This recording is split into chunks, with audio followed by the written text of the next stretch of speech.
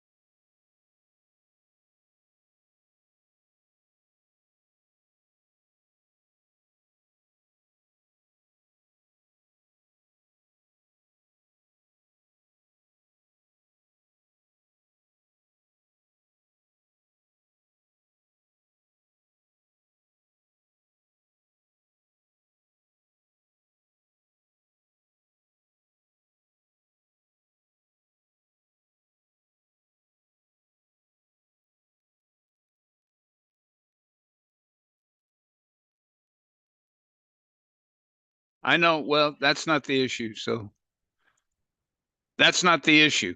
Okay?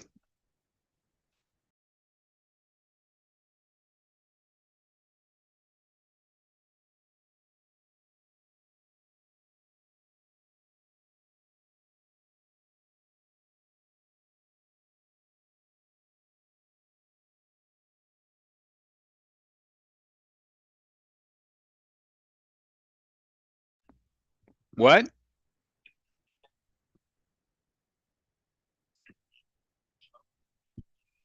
Sir, we can hear you. I'm going to mute you until the hearing starts. Oh, okay.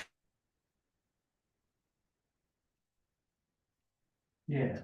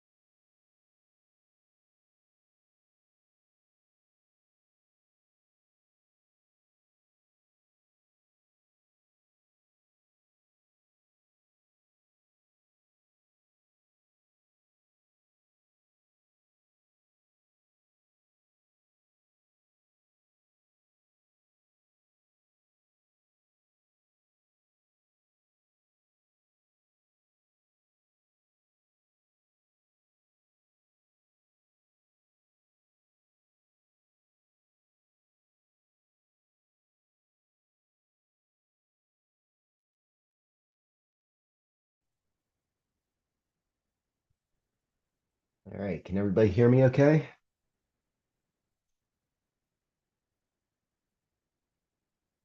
I could hear you, Judge. Yes, this is Thomas Henry. I can hear you. Great, thank you. And is everybody ready to go? Good morning, judges. This is the court reporter. I'm ready to go. Great, thank you, Ms. Fillet. Everybody else good? I think so, Judge. This is Thomas Henry, the representative for the petitioner, and Mr. Anson is ready to go, and I'm ready to go. Fantastic, thank you. Yes, Your Honor, Jennifer Hayden and Justin Cox on behalf of the Colorado Attorney General's office. We are ready to proceed. Okay, so let's get going. Let me get us on the record. We are on the record in Colorado Public Utilities Commission's proceeding number 23M-0473TO. My name is Connor Farley. I am the administrative law judge assigned to this proceeding. It is approximately 9 a.m. on February 13th, 2024. And this remote evidentiary hearing is being webcast. So let me just say at the outset, if at any time I mispronounce a name or refer to someone by an incorrect gender pronoun, I apologize and mean no disrespect. Please simply correct me and I will endeavor to get it right from then on out. So with that, let me take appearances, starting with the petitioner. Good morning, Your Honor. Excuse me, I apologize. My name is Thomas Henry. I am a designated representative and business consultant for the partnership. Having been authorized to represent them in these proceedings, I am a basically retired attorney that had a medical disability, still have a medical disability, and I do business consulting for regulation on taxes, et cetera, and have been, my services have been retained by the petitioner, not just for this hearing, but to help them with other business functions, including their insurance, workman's comp, and other functions. And appearing with me is the managing general partner of the petitioner, Mr. Garth Anson, who is the petitioner in this, in representing the partnership that's filed this petition before the court. Can you guys hear me? Yes, we can, Mr. Okay. Can you Hanson. see me? I don't know how to work. We cannot, I cannot see you in any event. So yes, particularly when it comes time for you to testify, if you could figure out how to turn on your camera, that would be very helpful to all of us, but particularly to the court reporter. There you go. Now we can see you. Yay. Okay. Sorry about that. That's okay. Thank you. And welcome to you, Mr. Anson, and to you, Mr. Henry. Let me turn to staff and ask for appearances there. Good morning, Your Honor. Assistant Attorneys General Jennifer Hayden and Justin Cox with the Colorado Attorney General's office on behalf of trial staff of the Colorado Public Utilities Commission. Staff for the PUC today is Nate Riley and Lloyd Swint. Great. Thank you very much, and welcome to both of you, all of you, as well.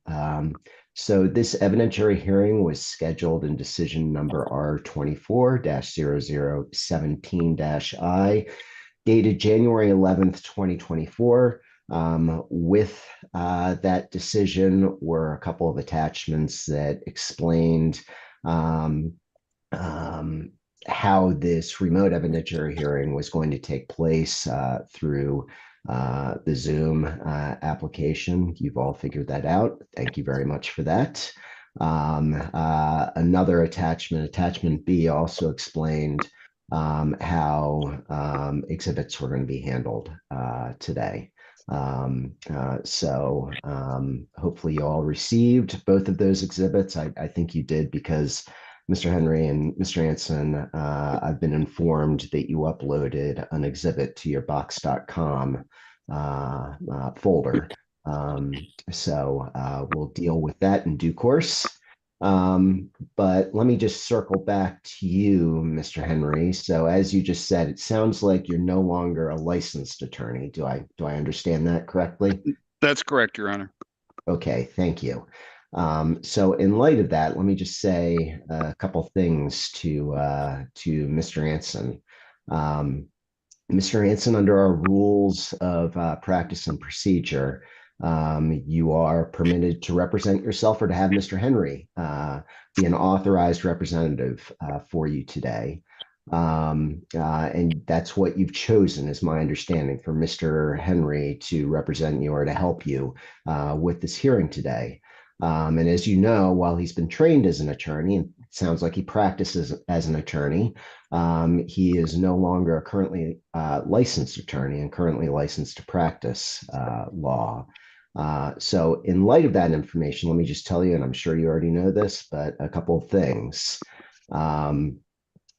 First of all, you're going to be bound to comply with the same procedural and evidentiary rules as the attorneys for the staff of the Public Utilities Commission. I'm not allowed to hold you to a lesser standard in either of those respects as a result of your choice to have Mr. Henry, who, while he once practiced as an attorney, is no longer a licensed attorney. So I just need you to understand that. And let me just ask you, do you understand that? Yes, sir. Yeah. Okay.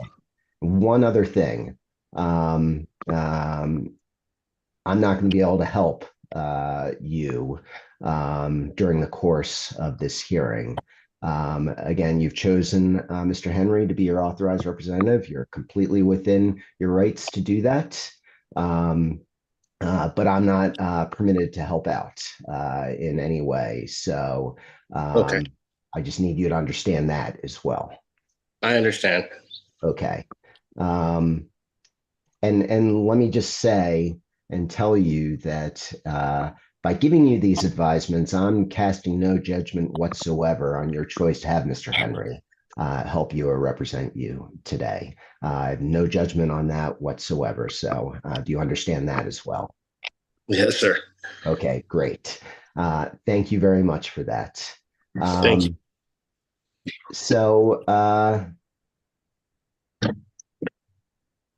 let me just hit the high points of what's going to happen here today. Mr. Henry, I'm sure you've talked to Mr. Anson about this, but just so we're all on the same page, let me just hit the high points of how we're going to proceed today.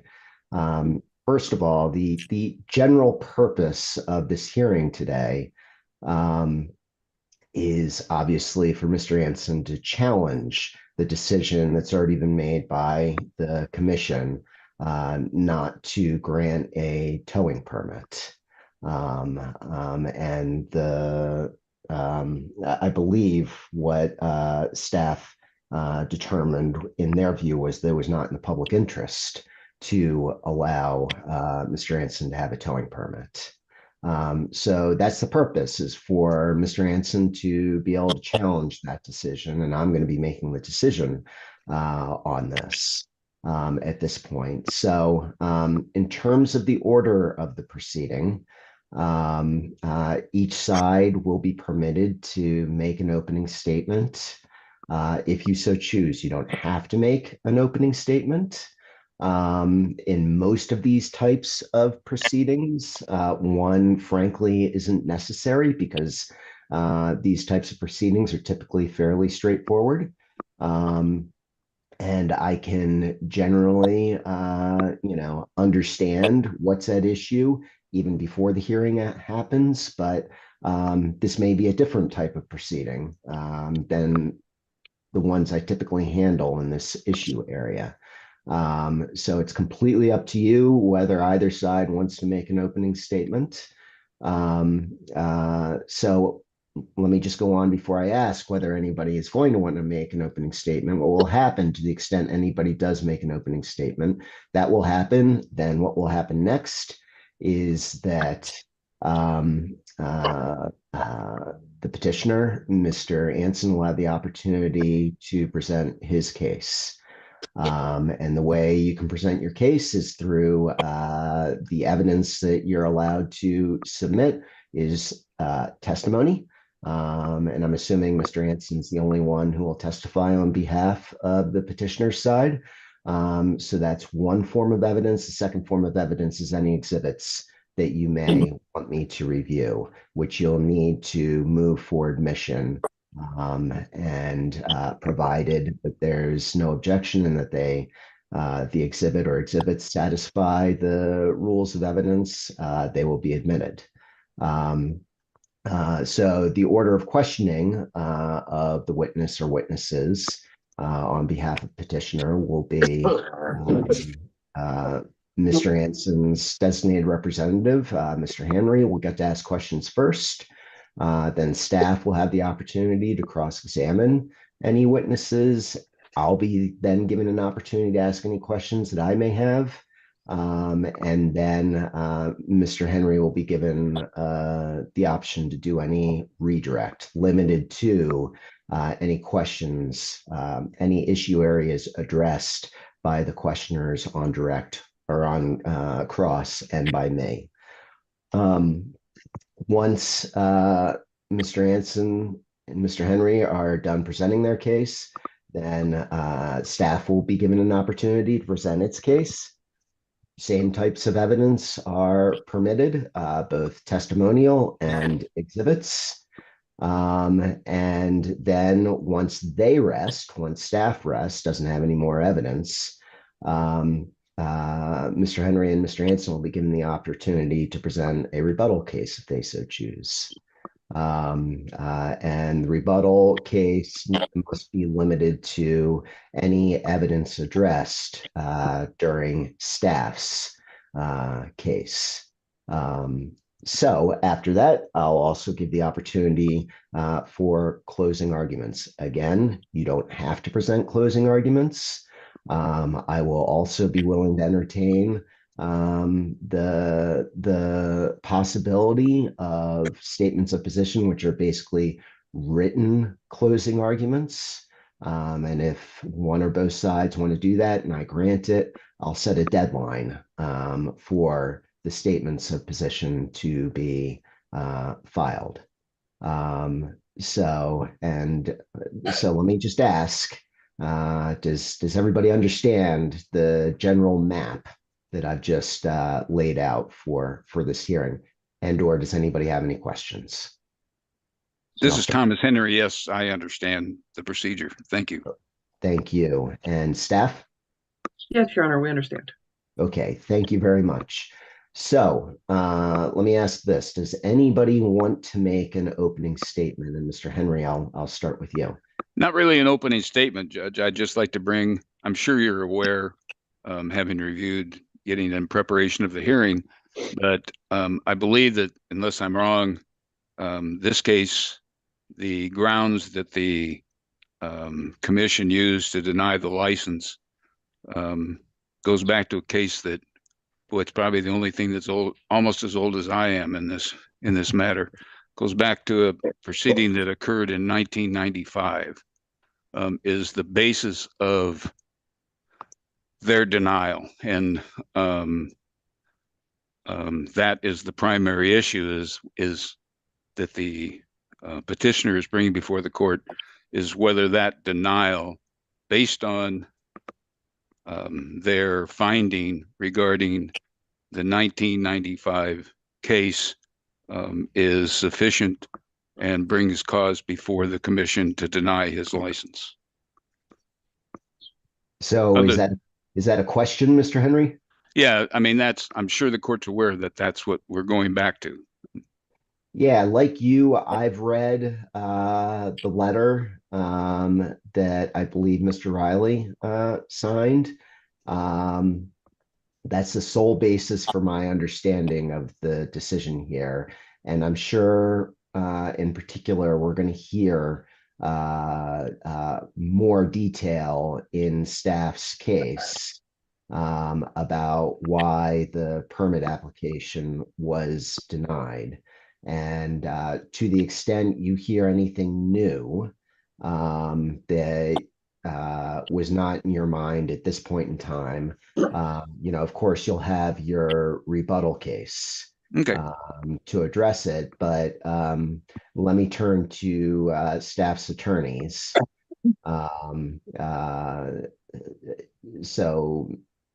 Mr. Henry's statement, which I think essentially is that the letter at least strongly suggests that the sole basis for the denial was the 1995 case. Is that accurate? Yes, Your Honor, that's accurate. There is testimony that will be provided to support that denial in the letter and the reasoning for it. Okay. All Then, right. if I could, excuse me, Your Honor, and if I could bring up one more issue, I have received the exhibits that were sent to me by Miss Hayden that are registers of action, other filings from court proceedings, other court orders that are a part of that 1995 case. For the purpose of this hearing, and we only have the one exhibit, which is a text message, which I provided to Miss Hayden. We would have no objection to save time and to keep this thing moving along rapidly, just to stipulate to the introduction of all these exhibits as exhibits in the case. Okay, Mr. Henry, so what you're proposing is that staff's proposed exhibits and your exhibit, that they all be stipulated to and entered into evidence at this time? Yes, that would be my suggestion to the court. Okay, Ms. Hayden? Your Honor, we would have no objection to the admission of the exhibits that have been provided. We still intend to lay the foundation for those. Additionally, staff does have 2 preliminary matters to address as well. Okay, before we get to your matters, Ms. Hayden, let me just raise one issue, which is, Mr. Henry, the exhibit that you submitted, I did read it. It's a text message string, isn't it? It's, yes, back to 2012. Yes, Your Honor. Okay.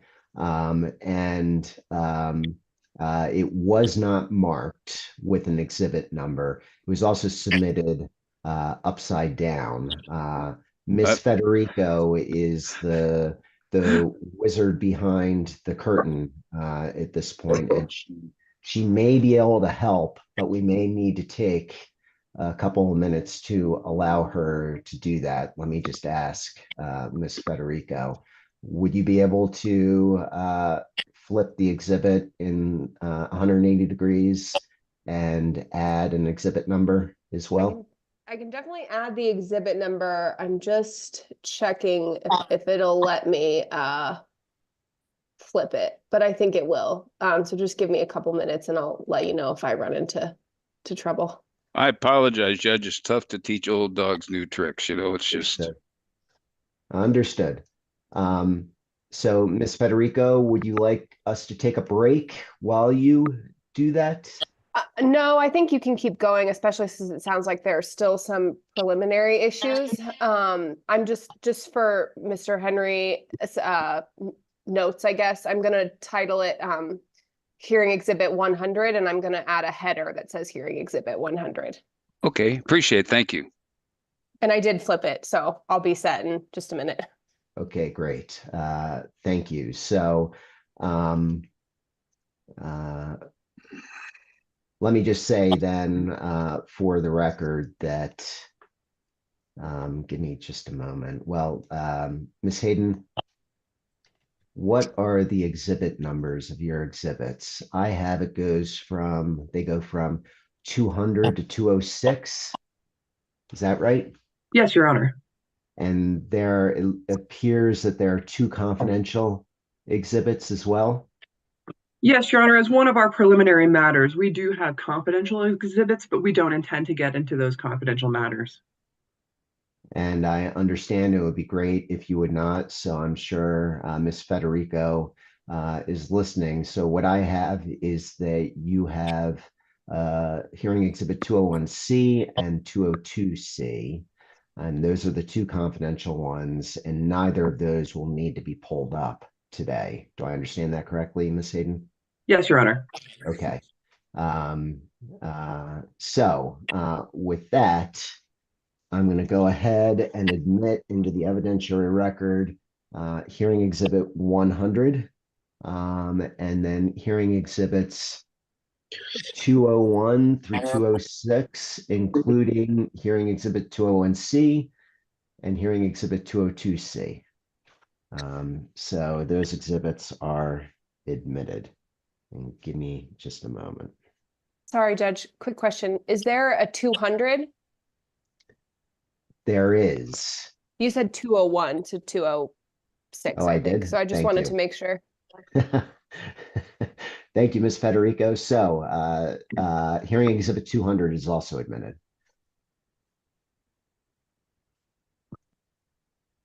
All right. Mr. Henry, do you have anything else by way of preliminary matters? Nothing for Mr. Anson. No, thank you, Judge. Thank you. So I'll turn to staff. You said you had two issues. Maybe we just addressed one of them, but go ahead. We did, Your Honor, as it pertains to the confidential exhibits. So the other preliminary matter, we understand that the commission has accepted Mr. Henry's representation. Staff was wondering what is the extent that Mr. Henry would be able to represent Ryder Towing and Mr. Anson in this case, if there were any limitations based on status that the commission may be focused on. Well, what are you proposing, Ms. Hayden? What do you need clarity on in particular? Whether the authorization is sufficient to represent this partnership, where there are two partners, and Mr. Henry's ability to represent the company and Mr.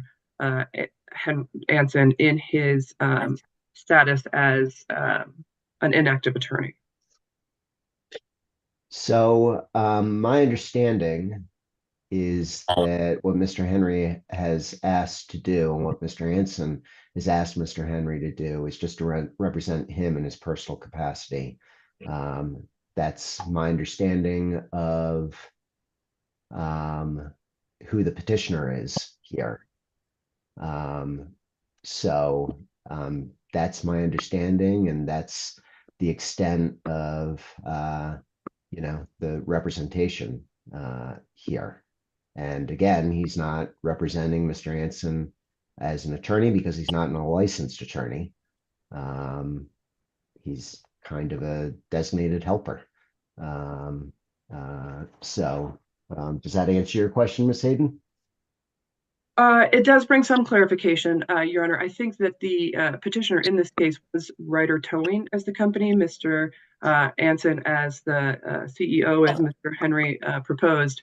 And then again on Mr. Henry's status as a disability status, in reading the rules, that I think the rules indicate that he would not be eligible to practice law. And I'm not practicing law. And that's my understanding as well. I mean, I think, Mr. Henry just said it. He's not practicing law. That's not really at issue here. I mean, if Mr. Anson wanted to bring somebody in who'd never gone to law school to help him with this, at a minimum, I think I'd be open to it. So I don't really see this differently. So if you're referencing, May I comment, Judge? well, hold on one second, Mr. Henry. Okay, I'm sorry. Ms. Hayden, if you're referencing a specific rule or point of law that you think is implicated here, let me know that. Yes, Your Honor. There is a Supreme Court case, let me pull that up, that suggests that the practice of law does consist of examination cross, making legal arguments, objections, etc. Let me pull that. If I may have a moment.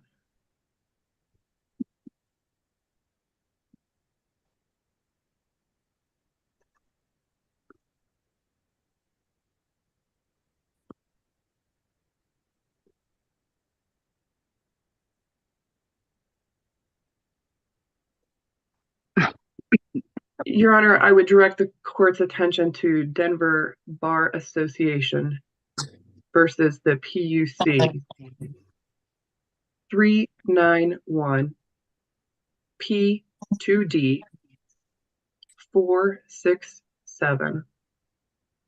It's Colorado 1964 case, where the case indicates that the preparation and submission of pleadings, examination and cross-examination of witnesses, makes or resists objection, and the presentation of argument to judge constitutes the practice of law before the PUC. Additionally, the commission rules in 1201 prohibits non-attorney representatives from engaging in the unauthorized practice of law. Well, I haven't looked at that case. I mean, what I suspect is that it is about the unauthorized practice of law, where perhaps somebody is holding themselves out to be an attorney. I could be wrong. As I said, I haven't looked at this case. I mean, Mr. Henry's been very clear from the very beginning that he's not an attorney. He has legal training, but you know, he's here to help Mr. Anson. You know, certainly Mr. Anson can, you know, defend himself here. He's a petitioner, so he's not really, he carries the burden, but you get my point. So, you know, in my mind, given Mr. Henry has been upfront about his status as an attorney, you know, there's no real difference in my mind between him playing the role that Mr. Anson would otherwise be playing here in presenting his own case and trying to cross-examine staff's witnesses as well. So that's my at least preliminary view. Let me just ask you finally, Ms. Hayden, I mean, what are you asking, if anything, for me to do here? Your Honor, just to in furtherance of the record, Your Honor, the Colorado Rules of Civil Procedure 243.4 B provides that attorneys on disability and active status are strictly prohibited from practicing law. I just wanted to make a complete record and present that to the commission in order to make a determination as to what extent Mr. Henry does have representation of the company and Mr. Anson. Well, and let's get this straight first of all about who the petitioner is here. Judge, I'm sorry to interrupt. Could we please ask Mr. Anson to mute himself unless he's speaking? Yes, we can certainly ask Mr. Anson. Can you do that, Mr. Anson? Okay. There you go. And you can still, yeah, good. There you go. Just so you understand, Mr. Anson, Miss Boulay is the court reporter here. And she needs to get everything down that's being said while we're on the record. And I was hearing some audio distortion based on you moving around and stuff like that. So it was difficult for Miss Boulay. So, okay. So Mr. Henry, what would you like to say in response to this? And let me just say, I mean, I am looking, well, give me just a moment. Who was the applicant here? Ryder Towing and Recovery. Okay. And the denial is based on the petitioner, Mr. Anson, being the reason he individually, not anything that Ryder Towing has been accused of, but he individually being the reason that the partnership was denied the license. And it was because of his history and background.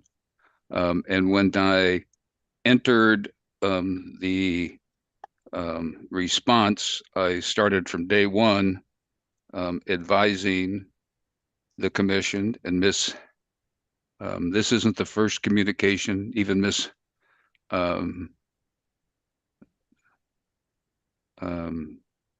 the attorney has continually asked me for clarification. At one point, she said the authorization I gave was misstated because it looked like it was for a corporation. It was really a partnership. And so I had Mr. Anson clarify that because that is what I was doing. So she's known from day one. I've not in here as an attorney. I've made that clear in the response in any documents I've filed with the commission.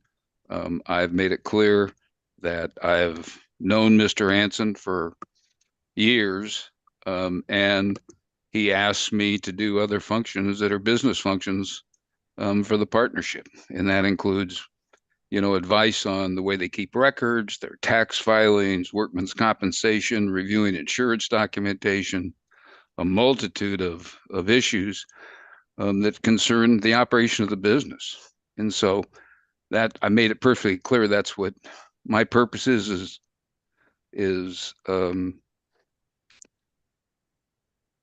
in appearing before the commission. That's what I'm doing. So And I've Mr. made it. Henry, are you acting as a lawyer, practicing law in any way, shape, or form by participating here? No, sir. And Mr. Anson, if you could unmute. Can you hear me now? I can hear you. Thank you. So Mr. Anson, do you understand that Mr. Henry is not Completely. okay? He's not acting in any way, shape, or form as an attorney and helping you out today. Do you understand that? Yes, 100%. He's not at all. Yes, I completely understand. Okay, so to the extent you're dissatisfied with anything Mr. Henry does today or as the authorized representative for you and or the partnership, do you understand that you cannot claim to be engaged in legal malpractice? Yes, Okay. from day one. He's just, Okay. I've known him for quite some time. And like he said, he helps me out with everything and anything. Okay. All right. So Ms. Hayden, do you have anything further on this? Briefly, Your Honor, I think the distinction can be made that Mr. Henry is representing someone else's interest in this matter, not his own. That he is not an employee or a partner of this company. Well, I mean, I guess the evidence will be what it is on that, but even if that's true, I mean, how is this different from Mr. Anson having a friend come in who never had any legal training, but is better on his or her feet in presenting these kinds of issues and maybe watched Law and Order a lot more than Mr. Anson has? What's the difference? I mean, this is totally clear. Mr. Henry has been completely upfront from day one, from the day the petition was filed, that he's not acting as an attorney. So I'm having a hard time. I'm having a hard time understanding the point. I mean, I get it on the one hand. He has legal training. He was a lawyer, but he's not now. So I'm having a hard time making a principled distinction between Mr. Henry, former attorney, and somebody else who would come in and help Mr. Anson. Would I be required to preclude that other person without any legal training from helping Mr. Anson?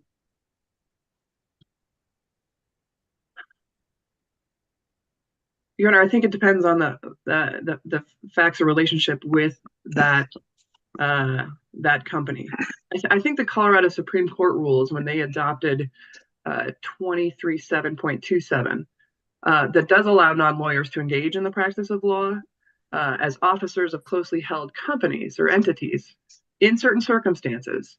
I don't think that exception applies to Mr. Henry, although Mr. Henry was previously licensed attorney in Colorado and has been designated as disabled in active status. He would be strictly prohibited from practicing law. It doesn't fall into an exception. And I agree, Mr. Henry has been upfront. We've had discussions, and we have continually sought his authorization to represent the partnership in this case. Okay, so is staff's issue with Mr. Henry representing the partnership? Is that the extent of staff's issue? Does staff then concede that Mr. Henry can represent Mr. Anson in this proceeding? By represent, I mean just being the authorized representative, not engaging in the practice of law. I'm just trying to understand exactly. Yes, Your Honor, and I didn't know if that would then limit the scope, and that brings us back to the initial question: to the extent that Mr. Henry could represent, would there be any limitations to not cross into that line of unauthorized practice of law?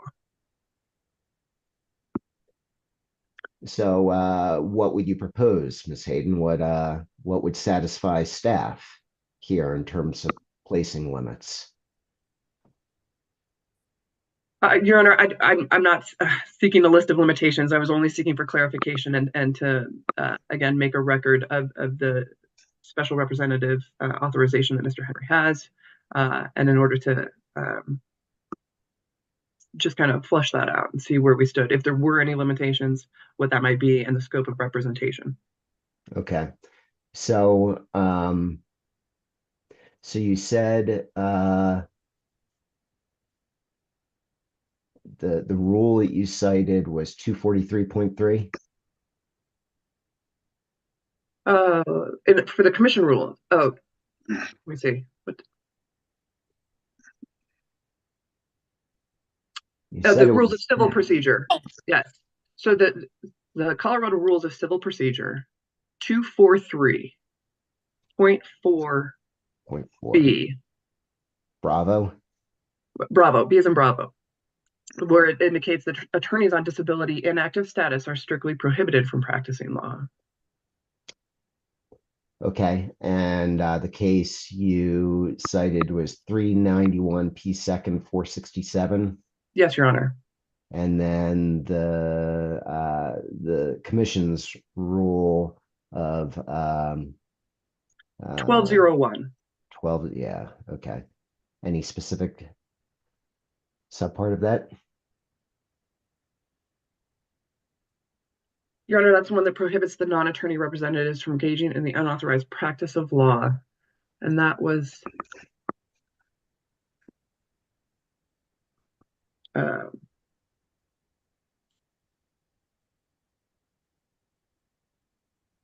that subsection 5? Let me see here. I think it's in subsection, Roman numeral 5, where it says it's not a subsection. It's just at the end of that rule. Okay. All right. Well, I tell you what, let's take a short recess. I'm going to at least put my eyes on these legal sources, and I'll be back as soon as I can. Okay, so we'll be in recess. Thank you. Thank you.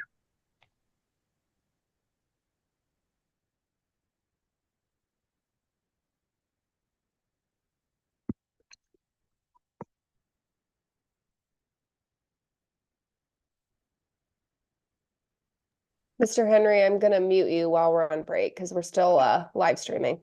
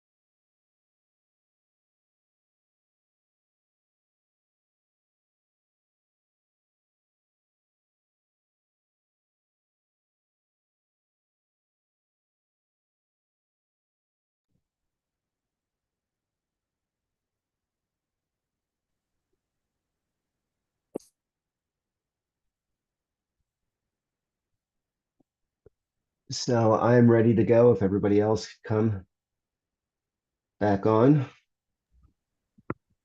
This is Thomas Henry, Judge. I'm ready. Thank you, Mr. Henry. And let me just make sure I see the attorneys for staff. Miss Boulay, are you ready to go? I am ready. And Miss Federico? Lost my mouse. Yes, I'm ready. And then Mr. Anson, I see you just came off mute. Are you ready? Yes, sir.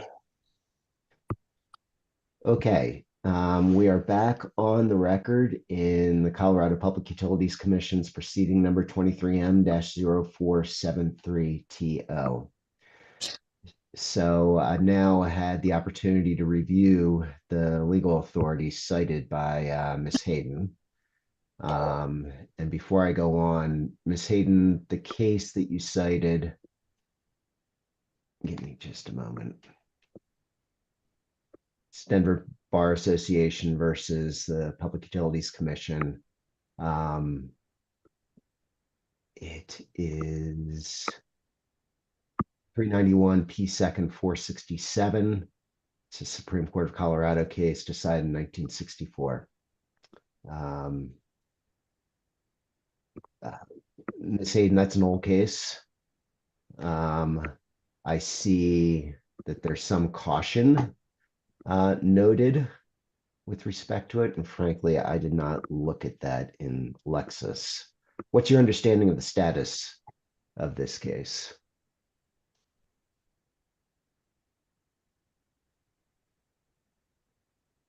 To the extent you have any, Ms. Hayden. In other words, is every single word of it still good law? Your Honor, my understanding, it is still good law regarding what the practice of law is. Okay.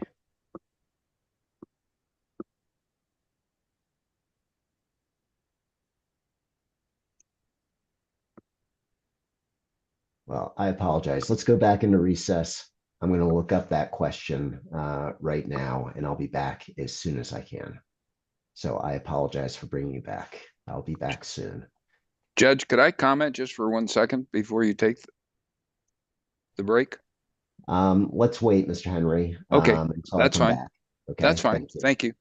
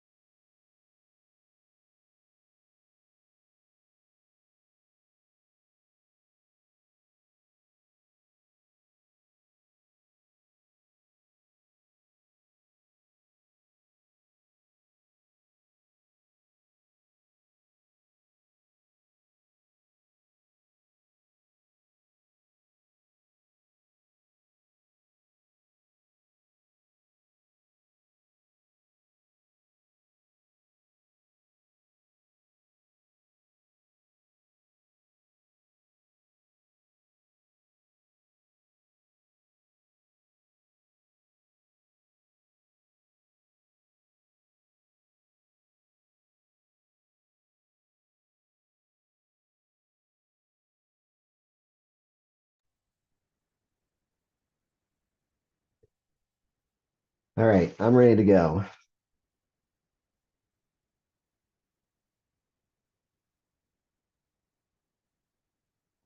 So Ms. Boulay, are you ready to go? I am ready. And Ms. Federico? Yes.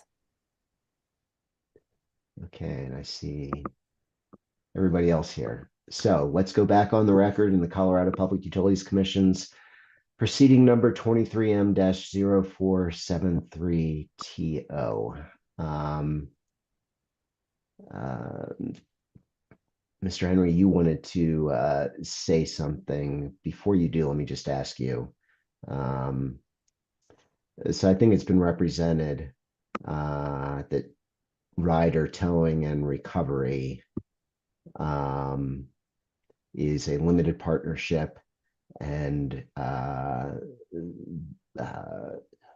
Ryder Towing and Recovery was the applicant here. Do I have that right? That's correct, Your Honor. And so are you a general partner in Ryder Towing and Recovery? Yes, I'm a very limited partner in the business, Your Honor. That's what I was going to clarify to the court. I've thought I made this perfectly clear to Ms. Hayden. I wish she would have expanded upon her objections earlier, but we have had at least one telephone conversation where, because of my physical condition, you can't see where I'm sitting right now, but I'm in a wheelchair because I have recently had that's besides the point, but there's no way I can actually practice law. And because of medications I take sometimes, and I've made this perfectly clear to Mr. Anson and any parties of other businesses I'm involved with in Colorado, there are times because of medications that I'm given, I really can't function mentally. And I make that clear to people, but I do not believe Ms. Hayden's correct, nor do I believe that just because I've at one time practiced law, I should be prevented from taking a financial interest in businesses in the state of Colorado. And if I choose to do that, and the other partners in that business are fully aware of the limitations and conditions upon which I'm willing to do that, I don't think it has anything to do with me practicing law. In this particular instance, I made it perfectly clear to Ms. Hayden that I am a participant in the business. I see it as a financial investment. And I don't think the fact that I was a lawyer and have a medical disability should prevent me from being able to make those types of investments. And that's specifically, I've from day one have made that disclosure and made it quite clear that that I am a participant in this business, particularly with the new regulations that have come down from the commission. Mr. Anson does not have any legal background or training. He really wants the business itself. They want to be assured that they're do the best they can to be in compliance. And I take the time to read the regulations, consult with them, and look at what needs to be done to make sure the business is in compliance. I don't think that's practicing law. It's protecting my own financial interests and my business interests in a participation interest in the company. I believe that's correct, and I think Mr. Hanson would confirm that to you. So, Mr. Anson, why don't you come off mute and state your response to what Mr. Henry just said? Everything he said is true. He's part of the day-to-day management, helping me through everything.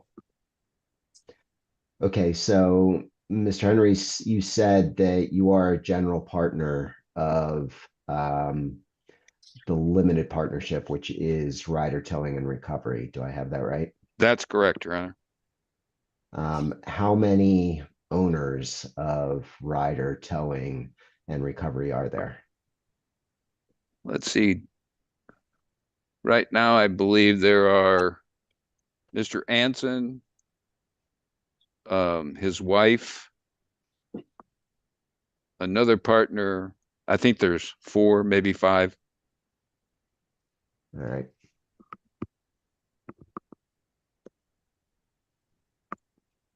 Mr. Anson takes the primary day-to-day operating, for the actual operation of equipment, et cetera, et cetera.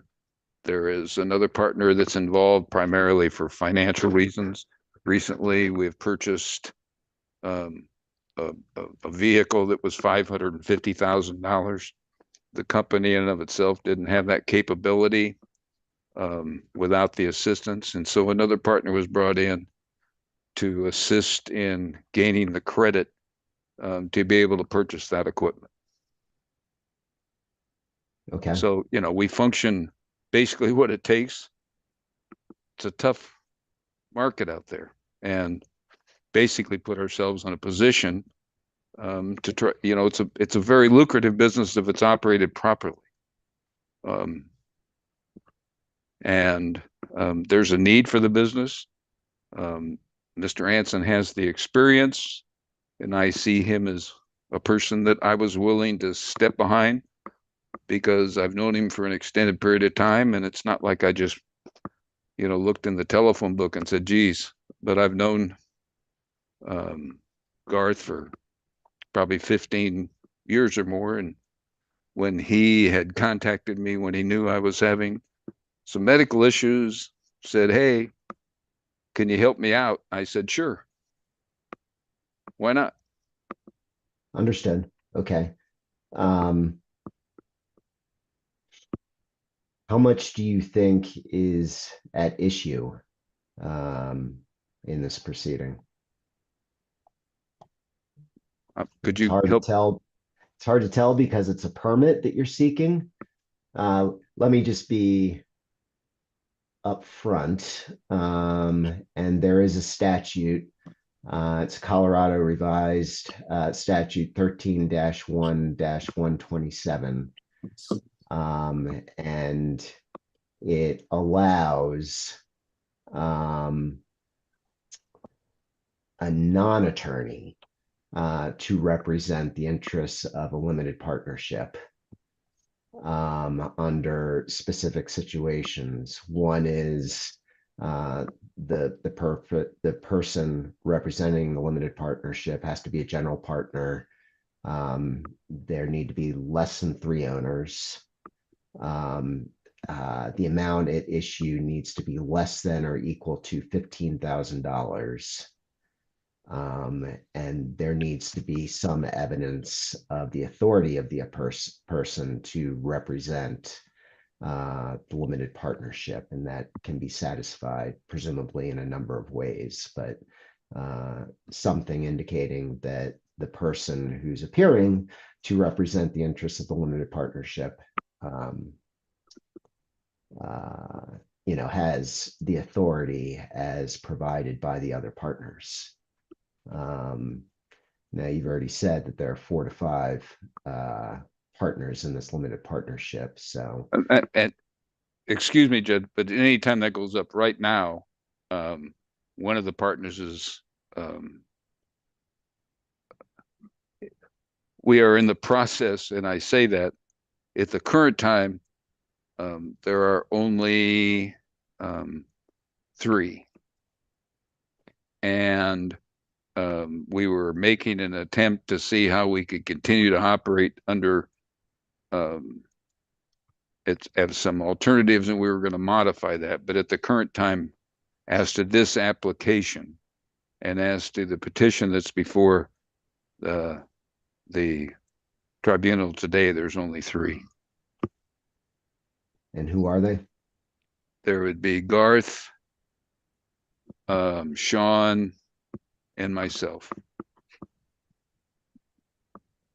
And who is Sean? He Sean is the, Healy. excuse me, Garth, go ahead. Sean Healy, he's basically the financial, he has the credit. Understood. Okay.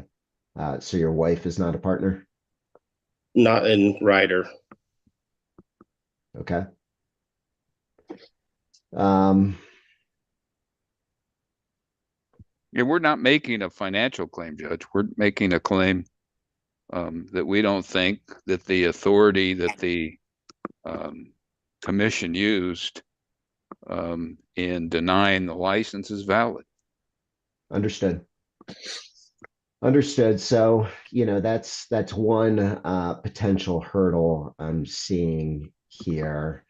Another is the rule of civil procedure that Ms. Hayden cited, 243.4, and specifically subsection B, and I'll just read it so we're all on the same page. It's entitled Effect. While a lawyer is on disability and active status, the lawyer must not practice law. Disability and active status is not a form of discipline. The pendency of a disability proceeding or a lawyer's transfer to disability and active status does not stay a disciplinary proceeding against the lawyer unless such an order is entered under Colorado Rule of Civil Procedure 242.28. Governing alleged inability to defend disciplinary actions. What I'm focused on is the first sentence that I read to you, and I'll read it again. While a lawyer is on disability and active status, the lawyer must not practice law. And then when you pair that with the case that Ms. Hayden cited, which is Denver Bar Association versus Public Utilities Commission, 391 P. 2nd 467. It was decided March 2nd, 1964. That case generally is about the Public Utilities Commission's authority to institute a rule regarding who can represent others before the commission and commission proceedings. Apparently, the Public Utilities Commission back in 1963 or 1964 attempted to institute a rule that diverged from what the Colorado Supreme Court said. The standard was for somebody to represent somebody else in a proceeding before the courts in the state of Colorado.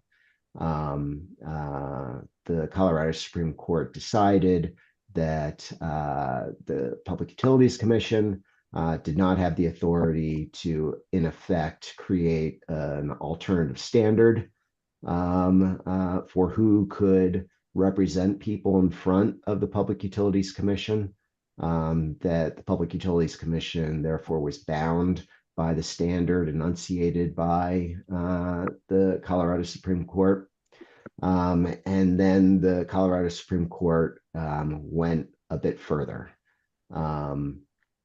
And I'm just going to read you relevant parts. In my view, what are relevant parts? And I understand, Mr. Anson and Mr. Henry, you almost certainly have not seen this case. I guess I don't know that for a fact, but in any event, here we are. The first part I'll read to you is the following quote: "There is no wholly satisfactory definition as to what constitutes the practice of law. It is not easy to give an all-inclusive definition. We believe that generally one who acts in a representative capacity in protecting, enforcing, or defending the legal rights and duties of another, and in counseling, advising, and assisting him in connection with these rights and duties, is engaged in the practice of law." I'm skipping over some now. Well, I'll also say that they then go on to state, immediately following what I just read, quote, "Difficulty arises too in the application of the definition," end quote. I'm skipping ahead. And the Colorado Supreme Court said the following, quote, "It would appear from the decisions that the following would constitute the practice of law before administrative commissions." And I'm skipping ahead. Again, the fourth example that the Colorado Supreme Court gave was, quote, "Where one appears for another before an administrative tribunal in adversary or public proceedings involving the latter's rights of life, liberty, or property according to the law of the land, end quote. That's number 4. Number 5 is, quote, where one on behalf of another examines and cross-examines witnesses and makes objections or resists objections to the introduction of testimony, the exercise of which requires legal training, knowledge, and skill, end quote. So Mr. Anson and Mr. Henry, when, you know, I apply, well, it would appear the Colorado Rule of Civil Procedure 243.4, which states again, while a lawyer is on disability and active status, the lawyer must not practice law. When I combine that with the Colorado Supreme Court decision I just read to you from Denver Bar Association versus Public Utilities Commission, 391 P. 2nd 467, and the relevant part that I read to you is on pages 471 to 472. You know, it would appear that Mr. Henry cannot, you know, represent Ryder Towing and Recovery here today. So I know I just hit you with a lot. Let me let you think about that. Let me turn to Ms. Hayden and ask, Ms. Hayden, do you disagree with anything that I just said? No, Your Honor. In researching and consultation with my my colleague, we had kind of come to that same conclusion, and we were trying to flesh that out in this preliminary matter to see what the commission's evaluation or decision might be. We will certainly defer to the commission on how to proceed. So, and let me just, again, I'm kind of thinking out loud here, but my view is that the limited statutory exception that I was going through with Mr. Henry, 1327-127, I don't think applies here because Colorado School Rule of Civil Procedure 243.4 subsection B is very specific and applies to Mr. Henry's situation, being on disability and active status. And then the case, you know, specifies what the Colorado Supreme Court believes is the practice of law, and specifically before administrative commissions, which applies to the Public Utilities Commission. So, Ms. Henry, is that, I'm extrapolating a little bit, but I'm assuming that's what your position is. My position. Well, and hold on, Mr. Henry, let me just make sure, Ms. Hayden, I didn't hear you. Do you agree with my analysis there? Disagree? Do you think I have it wrong in any way, shape, or form? No, Your Honor. Staff is in agreement that based on our analysis, and it was based on, again, with the application that was filed with the PUC, as this is a partnership with, you know, Garth Anson and Sean Healy. I was not aware of the relationship that Mr. Henry has portrayed today to the commission, was not privy to all of that information.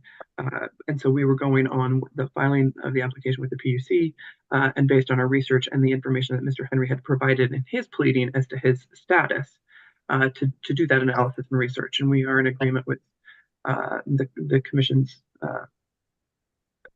reading of the civil rule of civil procedure with the case law provided. Okay. Do you think that Mr. Henry qualifies under 1327-127? Do you think that statute applies in light of Colorado Rule Civil Procedure 243.4? You are muted, I believe. Yes, you are.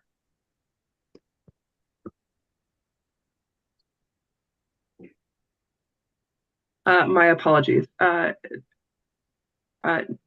No, Your Honor, I don't think that Mr. Henry meets that exception. There's no exception. Okay. So, Mr. Henry, I'm going to come back to you. And Mr. Henry, if you want time on this, I know you're being hit with a lot right now.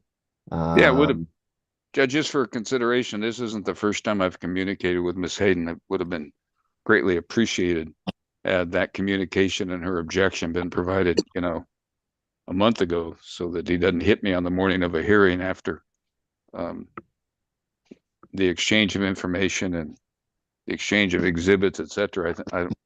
Excuse me I don't mean this with any due respect, but I think it's somewhat bad faith to wait until the morning of to bring it to my attention for the first time. Well, let me propose this, Mr. Henry. Your Honor, may I respond? I don't think it's necessary, Ms. Hayden. So no, you may not. One thing we could do here, Mr. Henry and Mr. Anson, is, we can continue this hearing. I will try to continue it for as short a period as possible.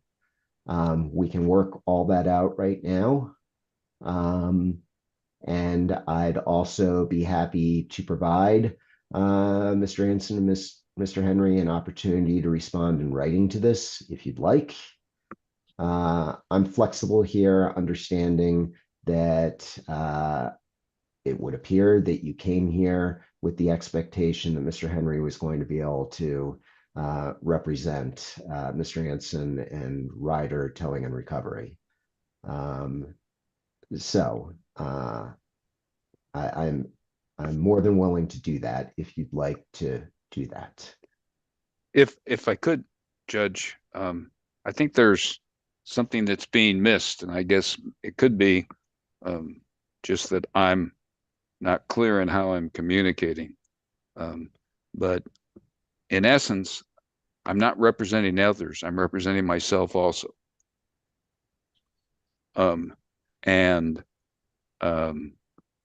As a participant in the business, I've made it clear in the filings, if you read, I'm sure the court has reviewed them, I have said I am taking a management and operating position with the company. And I've made that clear. So, and I've made it clear that I was not an attorney from any document that I filed, that I'm acting on behalf of my own interests as a business participant in the company with Mr. Anson and the other partner. The focus has been that in listening to Ms. Hayden and the cases, it's as that's a person that's coming in and taking a role of representation, not as an owner, not as a participant, not as a management consultant. I don't see that there's a comparison. I'm coming before the commission with Mr. Anson as representing basically also my own interests.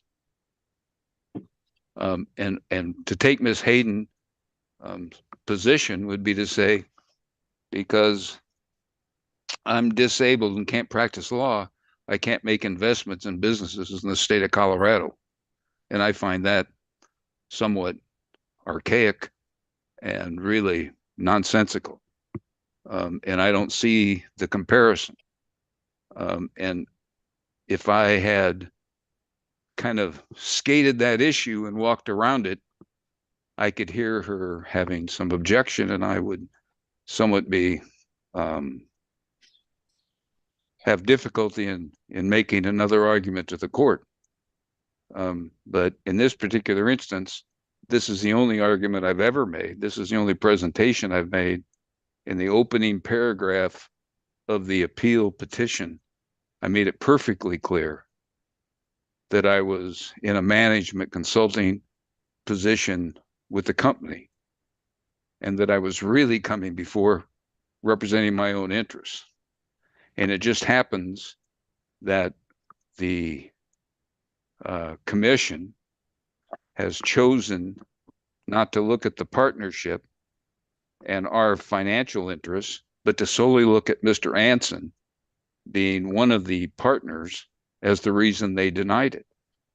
And I'm coming before saying, as a member of that partnership, we don't see the issues the same way that the commission sees it. And I have a right as a business owner to be able to make that claim. And that's the distinction I see.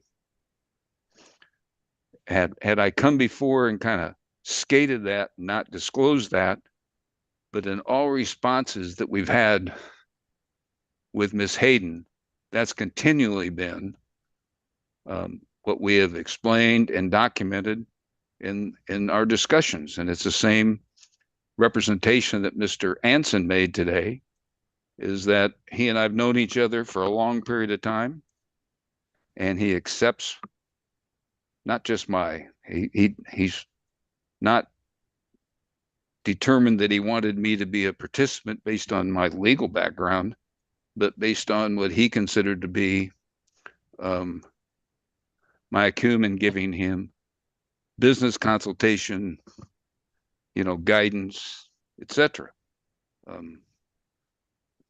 It's confusing to me, Judge, if you could help clarify it to me, if Ms. Hayden could, that basically what you're telling me is being disabled and not able to practice law prevents me from owning a participatory interest in a business in the state of Colorado. And that, to me, I find somewhat interesting.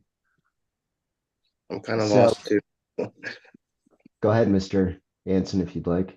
I was just gonna say I'm kind of lost too. I thought he's not my lawyer or anything. I don't understand the legal verbiage, so Tom's handy here in this area, just as I'm handy running the tow truck, and helping when state patrol needs help people, in an accident, this is his portion and just an area where he has knowledge. But so I guess I'm kind of lost. We took a turn. I looked up the case law that you recited, and it all says about a lawyer or an legal, and that's not. I don't know how to. That's not why I have him here. I mean, he's here to help on everything.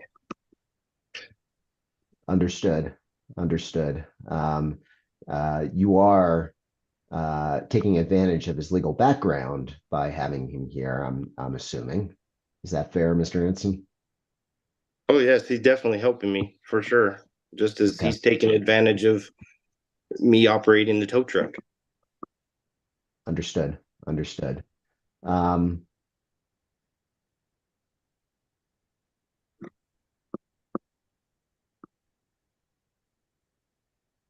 Mr. Anson and Mr. Henry, I mean, would you like a continuance of this hearing?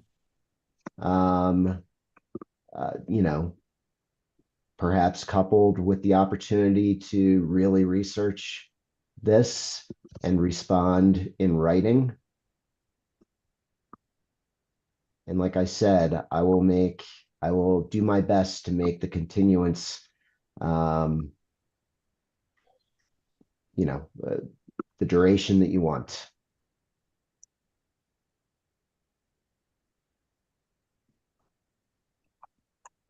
And if you would like some time to discuss it between yourselves, I'm happy to do that. In fact, Could I get a clear, Judge? Yeah. Excuse me for interrupting. go But right could I ahead. get a clarification from Ms. Hayden? Is Ms. Hayden saying that if I'm an owner and participant in this company, just because I'm a licensed attorney, I cannot represent the company before the commission? Is that the position of the commission? Well, so let me just tell you where I am right now, Mr. Henry, which is Rule 243.4 of the Colorado Rules of Civil Procedure is pretty clear. And the statement is, while lawyer is on disability and active status, the lawyer must not practice law. I think it's undisputed. You've been very forthcoming, and we're all really appreciative that you've been as forthcoming as you have been, that you're on disability and active status. So that's clear. And then coupling that with the Denver Bar Association versus Public Utilities Commission case, which states, among other things, that the Colorado Supreme Court believes the practice of law involves, quote, where one on behalf of another examines and cross-examines witnesses and makes objections or resists objections to the introduction of testimony, the exercise of which requires legal training, knowledge, and skill. That's the practice of law. So, you know, I put two pretty clear statements that, in my view, apply here, and doesn't leave me with any room other than to decide that, unfortunately, you cannot represent Mr. Anson or Ryder towing and recovery in this proceeding. Now, I hear what you're saying. Does that mean that you cannot invest in Colorado-based companies? And in my view, I would respectfully disagree with you. You know, you can invest in Colorado based companies. You just can't represent them in tribunals in Colorado based on Colorado Rule of Civil Procedure 243.4 and the Colorado Supreme Court case that I've cited. Now, I recognize, frankly, I had not considered this issue before this morning. So there's a possibility that I'm just flat out wrong. There's a possibility that maybe there's something out there that's countervailing. That's why I am willing to grant a continuance to give you and Mr. Anson the opportunity to look into this a little bit more and tell me why my initial read of this is incorrect. Alternatively, I'm happy to give you time to try to retain an attorney who could hopefully handle this efficiently. Why don't we do this? Let's take a recess until it's now almost 11 o'clock. Let's take a recess until 11:30. And that will give you, if you want to take it, Mr. Anson and Mr. Henry, some time to talk offline. Make sure you mute yourselves so that we don't hear anything. But why don't we do that? And I'm going to do a little bit more research while we're in recess. Okay? No, I appreciate that, Judge. I think Okay. we can. Why don't we come back online? We'll go back on the record at 11:30. If you need more time today, just ask for it. I recognize that, you know, this has come up. This is a big issue. And I want to make sure that you're comfortable with whatever decision you're going to make today. With that, let's be in recess until 11:30. And again, if you're going to stay in this Zoom meeting, just make sure you use a different device to talk to each other and that you mute this device. Thank you, sir. Okay, thank you.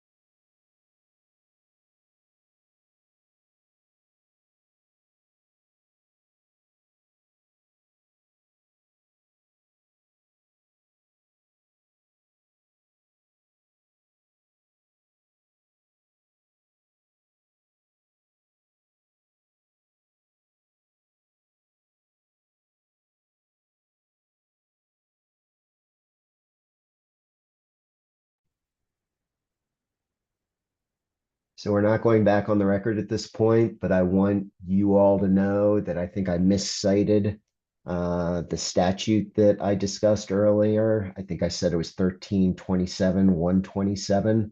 It is actually 13-1-127. 13-1-127. So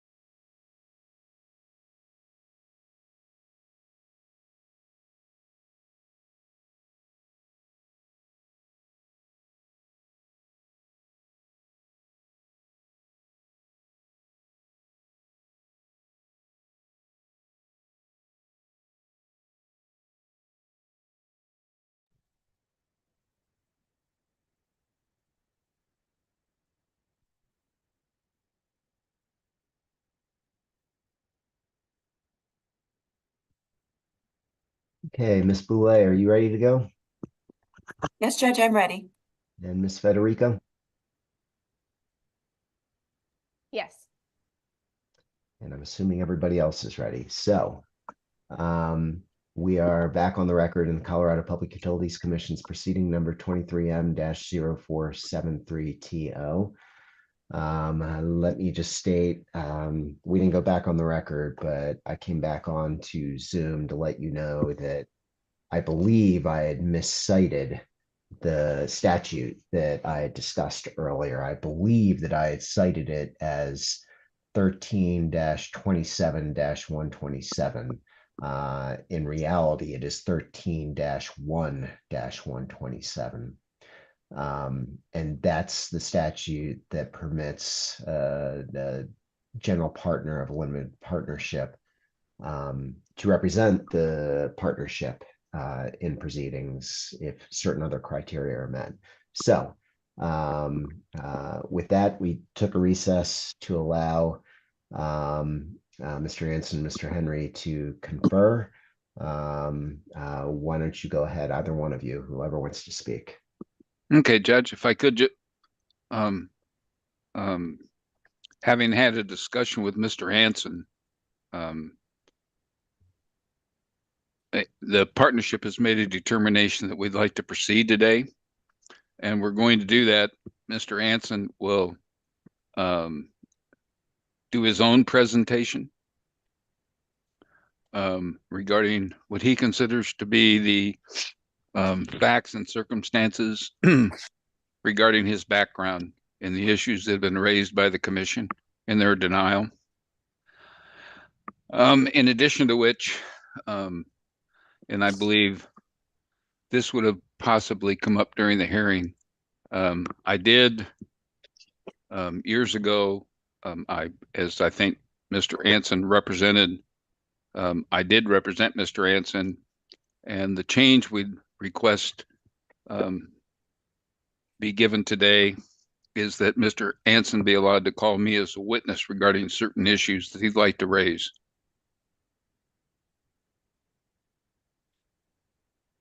And that would be for me to testify regarding legal advice I gave him when I was a licensed practicing attorney. Other than that, the reason we're reluctant is we'd like to get this thing moving forward. As we have disclosed, our partnership has financial obligations of, someplace between $550,000 and $1 million in equipment, and sitting there is not. It just costs us money on a daily basis. Okay. So, Mr. Henry, would you cross-examine staff's witnesses? No.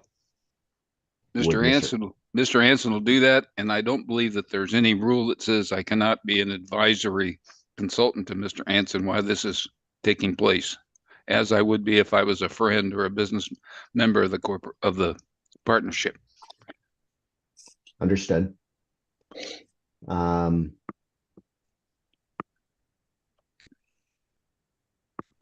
Okay. Any response from staff? Your Honor, we would object to Mr. Henry testifying as a witness in Mr. Anson's case based on his offer of proof that he would testify as to legal advice he gave at some earlier time that would not be relevant to the current matter, nor was he endorsed as a witness on his pleading of notice of witnesses and exhibits. Well, Judge, if I could, and I don't mean to interrupt, but Ms. Hayden could have been considerate enough to bring up these issues long before we came in this morning, which has caused us to have to change how we're proceeding. And I don't see that the discussions that I had with I believe the court can make a determination at the time Mr. Anson calls me as a witness, the questions he's asking me, whether they have relevancy to this hearing or not. So, Your Honor, Your Honor, may I respond? Go ahead. Your Honor, I did previously speak with Mr. Henry and specifically asked for his authority to represent the commission, represent Mr. Anson in these proceedings. Just last week, again, counsel and I, my colleague and I reached out to Mr. Henry in writing by email, and I asked Mr. Henry for an offer of proof as to his ability or authority to represent this Ryder Towing and Mr. Anson, which then he responded with filing his verification of authorized representative. And I did not glean that a business and management consultant or any position that he had testified to today that he had some involvement with the business was not disclosed prior to today. But I did make efforts prior to today's hearing to figure out what Mr. Henry's verification of authorized representation would entail and mean. So let me just make sure I understand some information that was conveyed to me earlier before our most recent recess. So the applicant here was Ryder Towing and Recovery. I understand that correctly, right? Yes, That's sir. correct. And then Ryder Towing and Recovery is a limited partnership. It has 3 owners, Mr. Hanson, I think somebody by the name of Mr. Healy, and then also Mr. Henry. Do I have that right? Yes, sir. And then there's no amount at issue in this proceeding. What does that mean? There's no amount. There has to be less than or equal to $15,000 at issue, meaning you have $15,000 at stake in this proceeding. I think what both you and Mr. Henry said earlier is obviously this is a denial of an application. So there's no amount, at least directly at issue. Do I understand that correctly? Yes, Your Honor. There's no direct claim against the commission, or that this really it deals. We may have financial risk, but that's not part of the proceeding. Where our objection is to their denial, which is not a financial issue against the commission. Okay. And Mr. Hanson, let me ask you this. Has there been a decision by the limited partnership, namely Ryder Towing and Recovery, to allow Mr. Henry to represent the limited partnership in this proceeding? Yes, sir. We filed electronically. Oh, that authorization document. Yeah. Okay. Yeah. Understood. That's what they requested, so that's how we responded. Understood. So let me ask, I'll ask you, Mr. Henry, if you're allowed to represent Ryder Towing and Recovery in this proceeding, you're not going to also testify as a witness, are you? No. Okay. But what you're telling me as well is that it's imperative that this hearing move forward today. Yes. For financial risk issues. Yes. Yes. Okay, so is your preference still for Mr. Henry to represent Ryder Towing and Recovery? I'll ask you first, Mr. Hanson. Is that your preference? We basically have 2 things that you proposed to me. One is Mr. Henry represents Ryder Towing and Recovery, in which case he will not testify as a witness. Or the second option is he does not represent Ryder Towing and Recovery in this proceeding, and he testifies. Which of those 2 is your number 1 preference? For him to represent Ryder Towing and Recovery. Okay. It just makes it easier on all of us. I obviously don't know the legal verbiage, and I mean, I'm sorry that's funny, but I just I understand. Don't have the background in law as you, sir. I understand.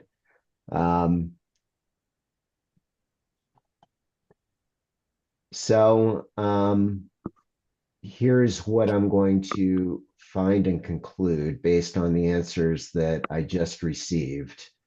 I'm going to find and conclude that Mr. Henry can represent Ryder Towing and Recovery in this proceeding under 13-1-127. I would note that 13-1-127 was instituted after the 1965 decision that we've talked about, which was the Denver Bar Association versus Public Utilities Commission decision 391 P. 2nd 467. That was decided in 1964.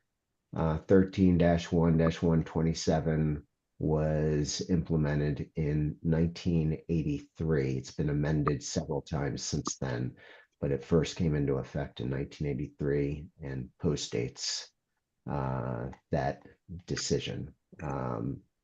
So with that, why don't we, I know we've taken a very long detour here, but why don't we move forward? Ms. Hayden, Mr. Cox, is there anything that you'd like to say before we move on? Nothing further, Your Honor. Okay. So with that, Mr. Henry, why don't you call your first witness? Yes, the petitioner would call Garth Anson. Mr. Anson, welcome. And please raise your right hand and answer the following question. Do you swear or affirm that the testimony you're about to give will be the truth, the whole truth, nothing but the truth? I do. Okay. Thank you for that. And why don't you go ahead and state your name and spell your name for the record, please. My name is Garth Anson, Garthanson. Okay. And is there anybody in the room with you, Mr. Anson, while you're testifying? Just the dogs. All right. Well, if anybody comes into the room or attempts to communicate with you while you're testifying, please let me know, okay? Okay. Yeah. Nobody's home. Understood. Thank you. So, Mr. Henry, you may proceed. Okay. Mr. Anson, you are one of the partners in Ryder Towing. Correct. And when was that company organized? 5 months ago. Okay. And where do you currently live? Where's your address? 1242 East 19th in Rifle, Colorado. And the towing company operates out of that same general area in the state of Colorado? Correct. It's in Rifle. In Rifle, that's the intended base of operation. Is that correct? Yes, that's where I that's where I found a yard at. Yes. And for a little background, to explain to the court, have you ever used any name other than Garth Anson? No, sir. And could you explain to the court what name, telephone numbers, addresses you've lived at in the past 10, 15, 20 years have all been under that name, Garth Anson? Yeah, all my everywhere I've rented or leased has all been in the name Garth Anson. Utilities, I've had the same cell phone number, 720-288-3176 for, I believe, 11 years now under Garth Anson. That's my account. Mr. Anson, can you please repeat that? Which part? The phone number, Garth. Oh, 720-288-3176. I've had that for I think about 11 years now. The account is under Garth Anson. And I've never had an alias or anything like that. And for how long have you had a driver's license? I believe it was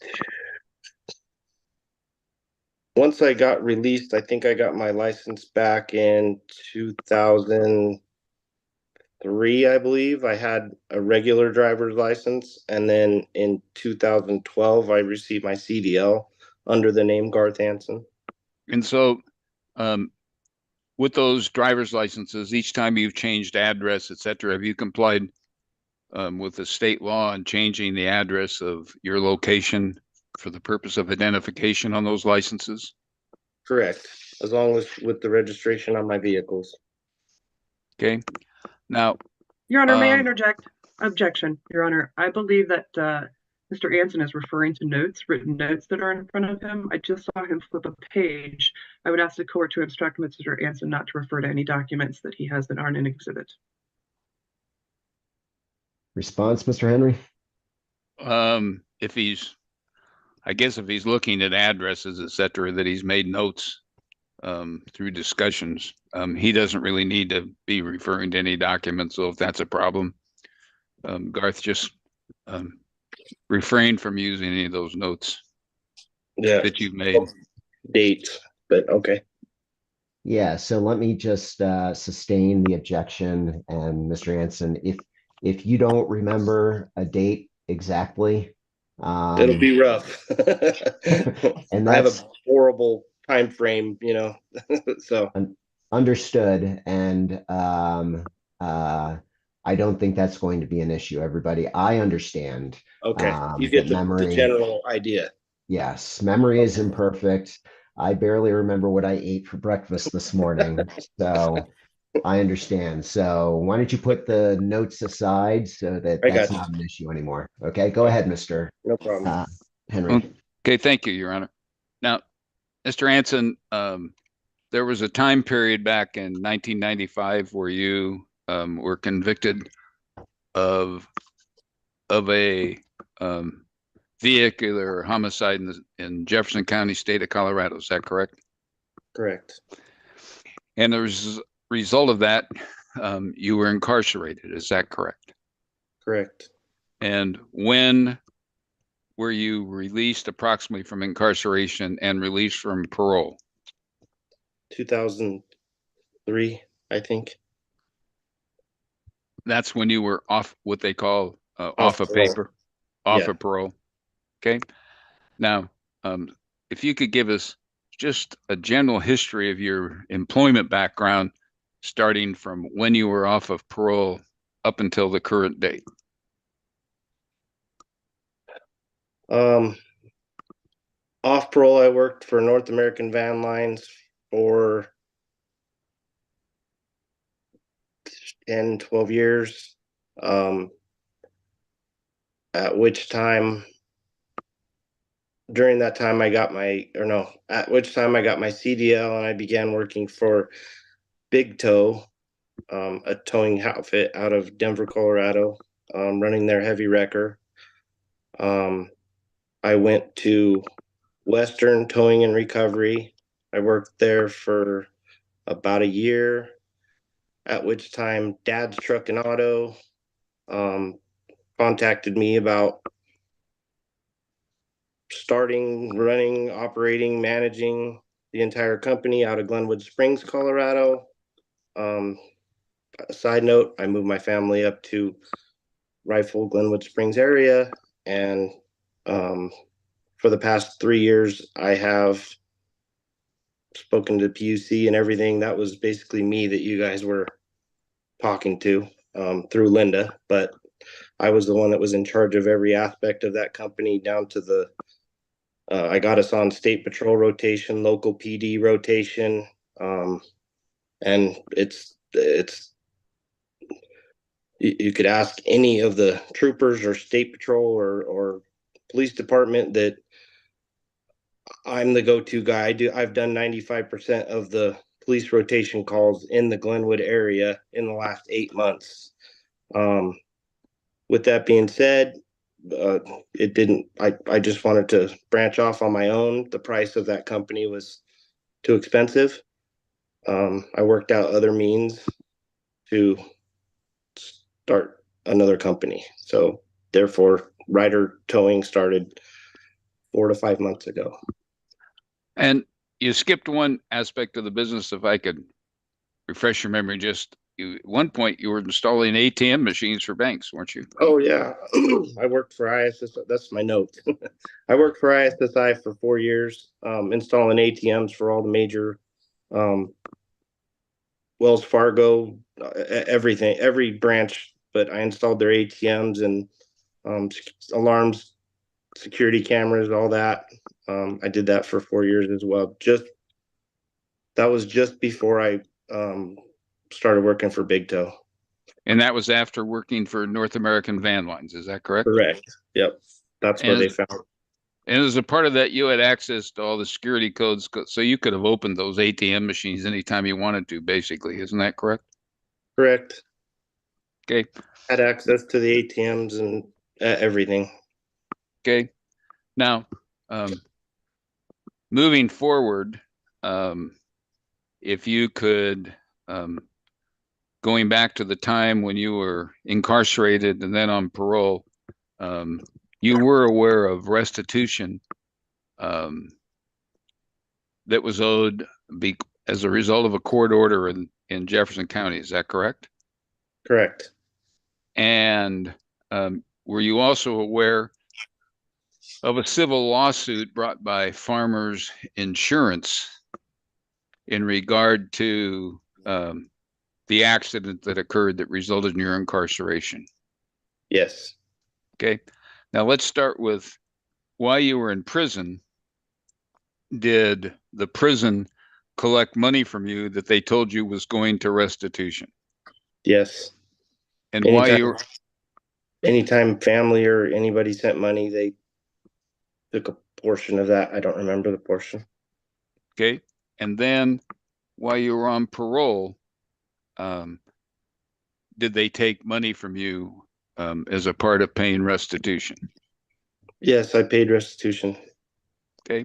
Now, at the time you were being released from parole, were there any discussions between you and your parole officer regarding restitution? Yes, I asked for a balance and where if I owed any more to continue paying. She told me the two entities, the Jefferson County Collections and this is when what was the other one? She told Anything me with the state? yeah, that's I don't remember the rest. Yeah, the state, what was the name? Could have been the state restitution office. The state restitution office, and yeah, and then yes, that was the two people that she asked me to or told me to contact. Okay. And did you make contact with those organizations? I did. And Often. and could you just, for the court's edification and so that they have knowledge, what kind of contact did you make with them? I called them every maybe once a month or so, requesting, as I said, a balance and who do I make payments to. I left my name, my phone number. I never got contacted back. And during the approximate past 20 some years or more, have you ever been contacted by the Jefferson County Collections or the state of Colorado in regard to the restitution? No. Have they ever served you with any papers or financial demands or any interrogatories to try and determine your financial capability to pay restitution? No. And did you ever attempt to make contact with the victim? I haven't. So while I was on parole, that's when Tom and I began talking quite a bit. But while I was on parole, the parole officer told me not to have contact with the victim. I respected that. Tom concurred. After I was off parole, it was a consensus that, you know, there wasn't an issue, but Tracy, the victim, sent me a message on Facebook, asking to meet and, you know, just, I don't know, talk, whatever, which I responded and said, yeah, I'd love to meet you and things like that. And just life kicked in, and we'd never had a chance to have such an encounter. But I have contacted her since. But was there ever any communication between you and Tracy? For purpose, could you explain who Tracy is just for the court's edification? Tracy's the victim that the restitution was owed. And Tracy's last name that was on the restitution? Alessandra. But in the text message she's given you either a married name or some other name. Isn't that correct? Yeah. And I don't remember what her married name is. Okay. Allers. And during part of the efforts to try for you to ascertain the issue regarding restitution, had you had any discussions with any parties regarding the civil lawsuit that was brought by Farmers Insurance? Besides what you and I had talked about years ago? But you can go ahead and explain that if you would to the court. I contacted Tom and explained to him the situation that, you know, no one was contacting me. I've left messages.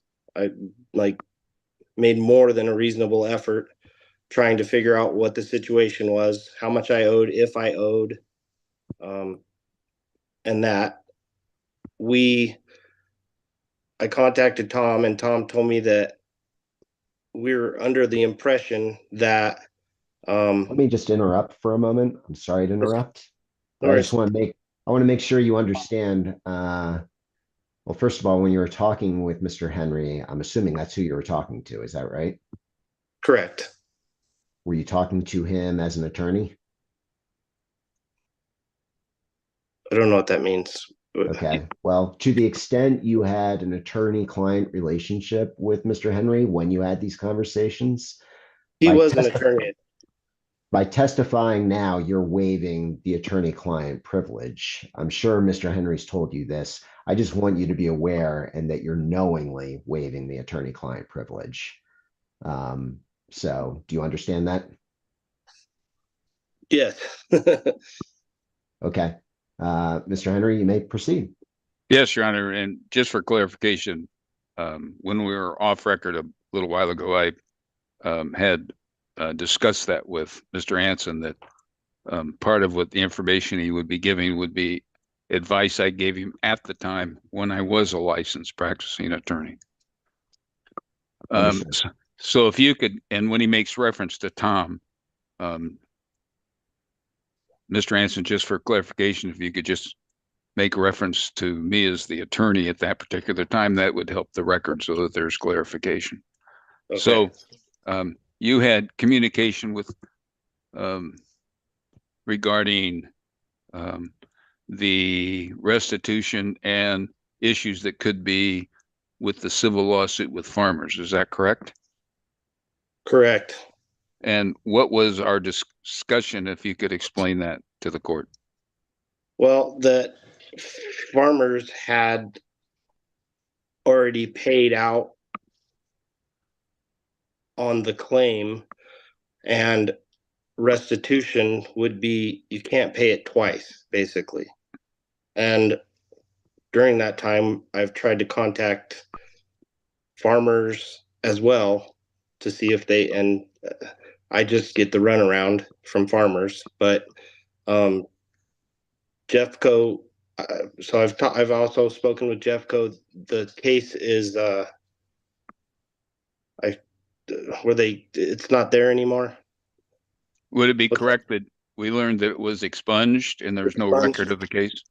Correct. Objection, Your Honor. Mr. Henry's testifying for Mr. Anson. So I will sustain that, Mr. Henry. You know this. It's better if Mr. I Anson understand. testifies. I was I just just trying didn't to know the word. just trying to help him with the word, Judge. Not he. Understood. That's what he learned from Jefferson County.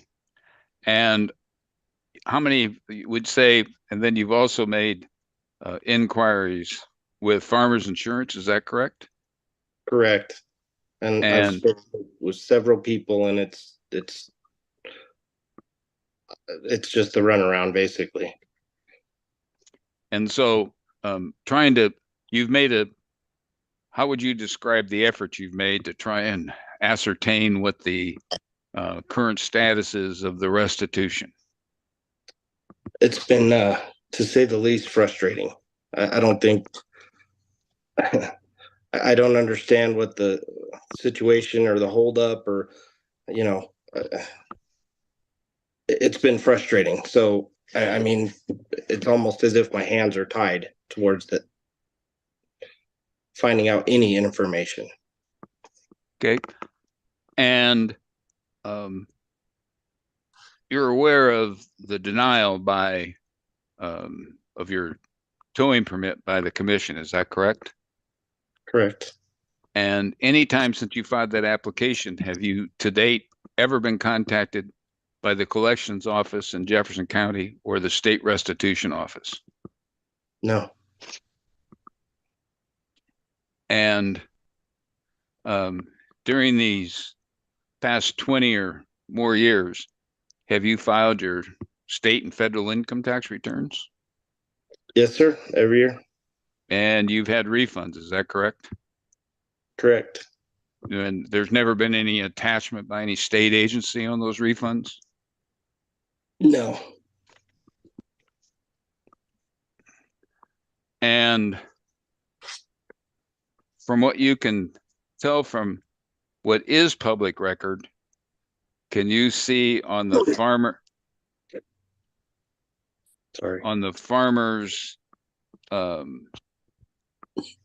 lawsuit is still available on public record that there was a $300,000 or more judgment against you? Yes. And has Farmers or any agency ever tried to collect that from you? No.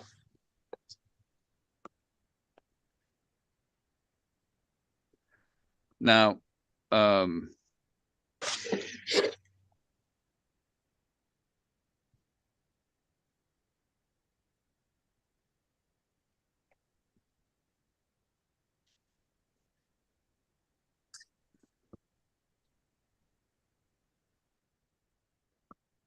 you've also made reference that you've operated or been the management responsible party for several tow company operations. Is that correct? Correct. And have you ever been directed to make responses to the PUC towing people on behalf of any of those companies? Yes, for Dad's Truck and Auto, I spoke with the PUC. I believe we had 3 interactions, and none of them were for theft. It was just police impound vehicle. I remember one specifically. It was a police impounded vehicle, and at that time, the law states that a certified letter needs to go out to the owner of the vehicle, and we were aware that law enforcement did send certified letters. So on that particular case, the PUC, we found out that law enforcement and towing company needs to send certified letters out. Therefore, we released the vehicle with no charges. It was the Lincoln Navigator. I don't remember if I talked to you, Jennifer, or not, but it was a Lincoln Navigator for Luke. I don't remember his last name, but it was a white Lincoln Navigator. But either way, no one ever complained about I stole their possessions or vehicle or anything like that. So in operating, you've been in just to step back for a second, you've basically been in the towing operation, either a management or direct responsibility for towing vehicles for what, 9 or 10, 11, 12 years? Correct. And have there ever been any claims made against you by the commission? No. And even during that time period, dealing with the state agency, was there any question raised to you about restitution? No.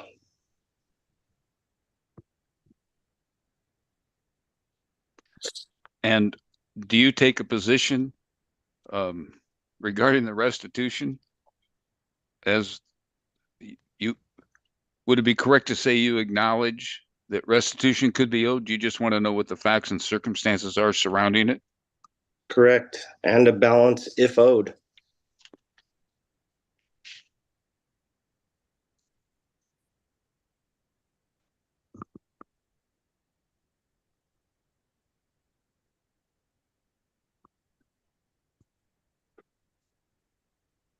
And Judge, I'm not totally familiar with how box works, but the item I believe, which is our hearing exhibit 100, that is the communicate. Yeah. There we go. Miss Federico is pulling it up for you. There you go. Mr. Anson, can you see that exhibit?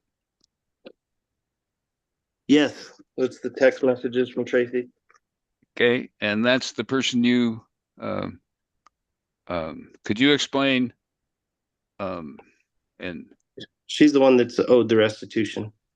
okay, and when you got that communication, did you communicate with counsel before responding to her? Yep. That's when previous counsel I spoke with and asked if I should, respond. And I was told that that should be okay. Okay, and this really was the extent of the communication, and is it there was really no follow-up ever came about because of this communication? No, we never were able to meet. Okay.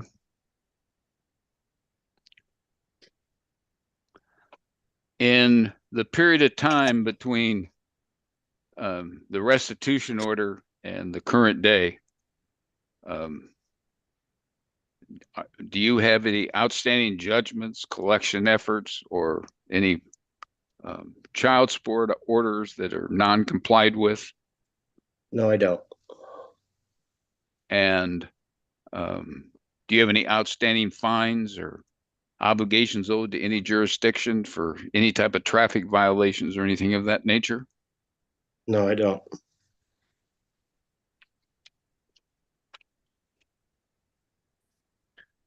So, Mr. Henry, just for purposes of clarification from the record, I think you started the second to last question with something you referenced a prosecution order. Oh, I'm sorry. What I meant to say, are there any? I meant to for child custody or child support orders is what I was making reference to. Does he have any outstanding orders from any court for any delinquent payments of any amounts for financial obligations? No, I don't.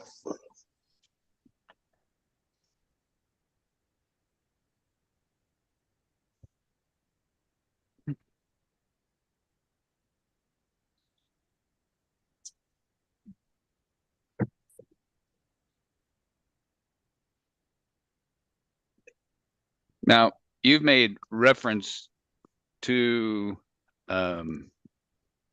being on the call list. It's always something that the rotation list. You and I always have problem getting that communication between each other, what that means. Could you Right. explain what that means and the determination of responsibility to the state patrol or local police for responding to accidents? Yep.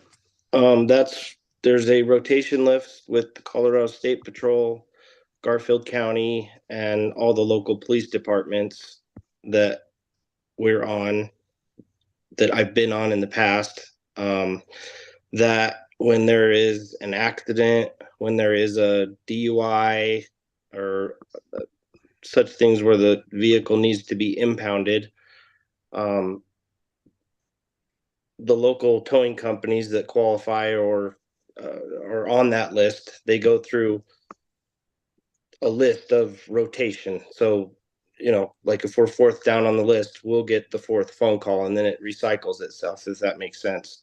That's what this, like I said, state patrol and local police departments, they sent. So when you're called out for rotation, you have 30 minutes to respond. Well, it doesn't work.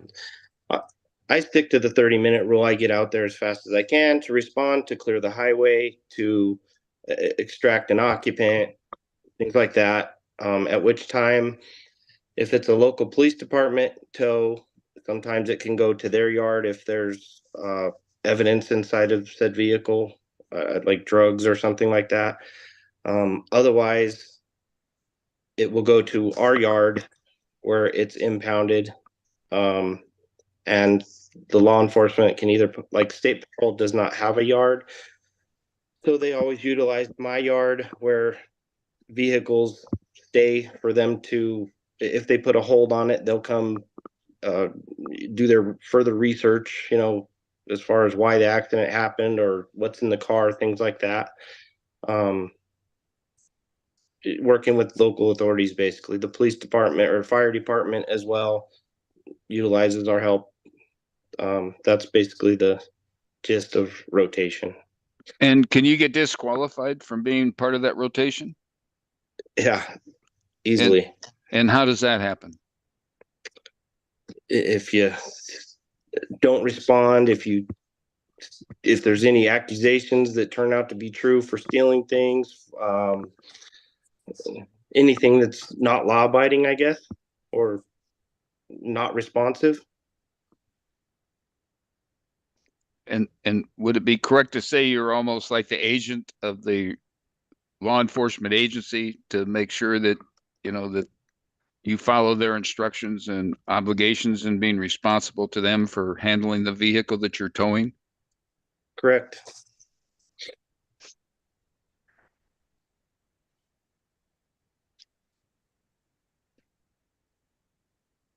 And during the past 20 more years, I think this question may have been asked and answered, but have you had any garnishments or levies or liens placed on any property you own, or attempts to collect any monies for you, either owed to the state or to any other third party? No, I haven't. And during this entire time, have you used, and this has probably been asked or answered, but have you used any name other than Garth Hansen? No, I don't have an alias or anything like that. Garth Hansen is my name I've always went by and registered everything as. And when you file, when insurance documents, et cetera, are filed with the PUC for any companies you're working for, if they're making reference to employees, it would be Garth Hansen? Correct. And for insurance, workman's compensation, et cetera, is that always in the name of Garth Hansen? Correct. So would it be safe to say you've been out there, just no one's ever contacted you? 100% correct. I have no further questions.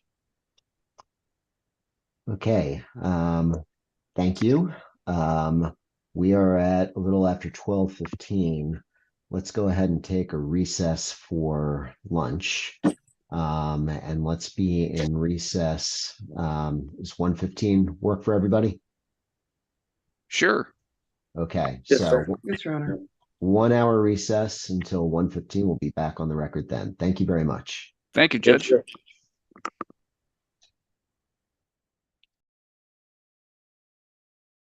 So everyone knows, we do keep the live stream going over the lunch hour, so just note that for unmuting or your cameras.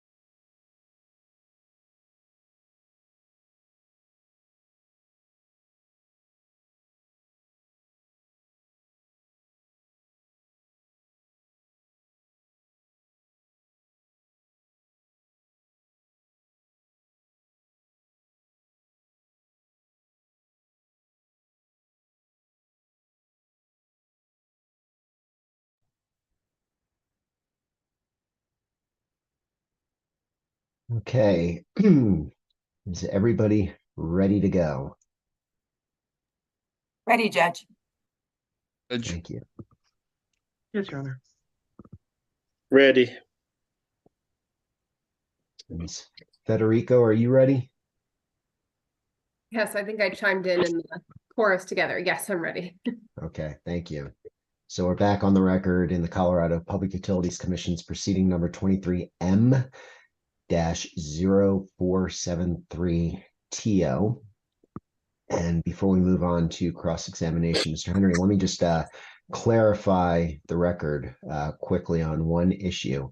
At one point when we were having our colloquy regarding whether you could represent Ryder Towing and Recovery here today, you had referenced a medication that you take that interferes with your capacity to play the role you're playing today.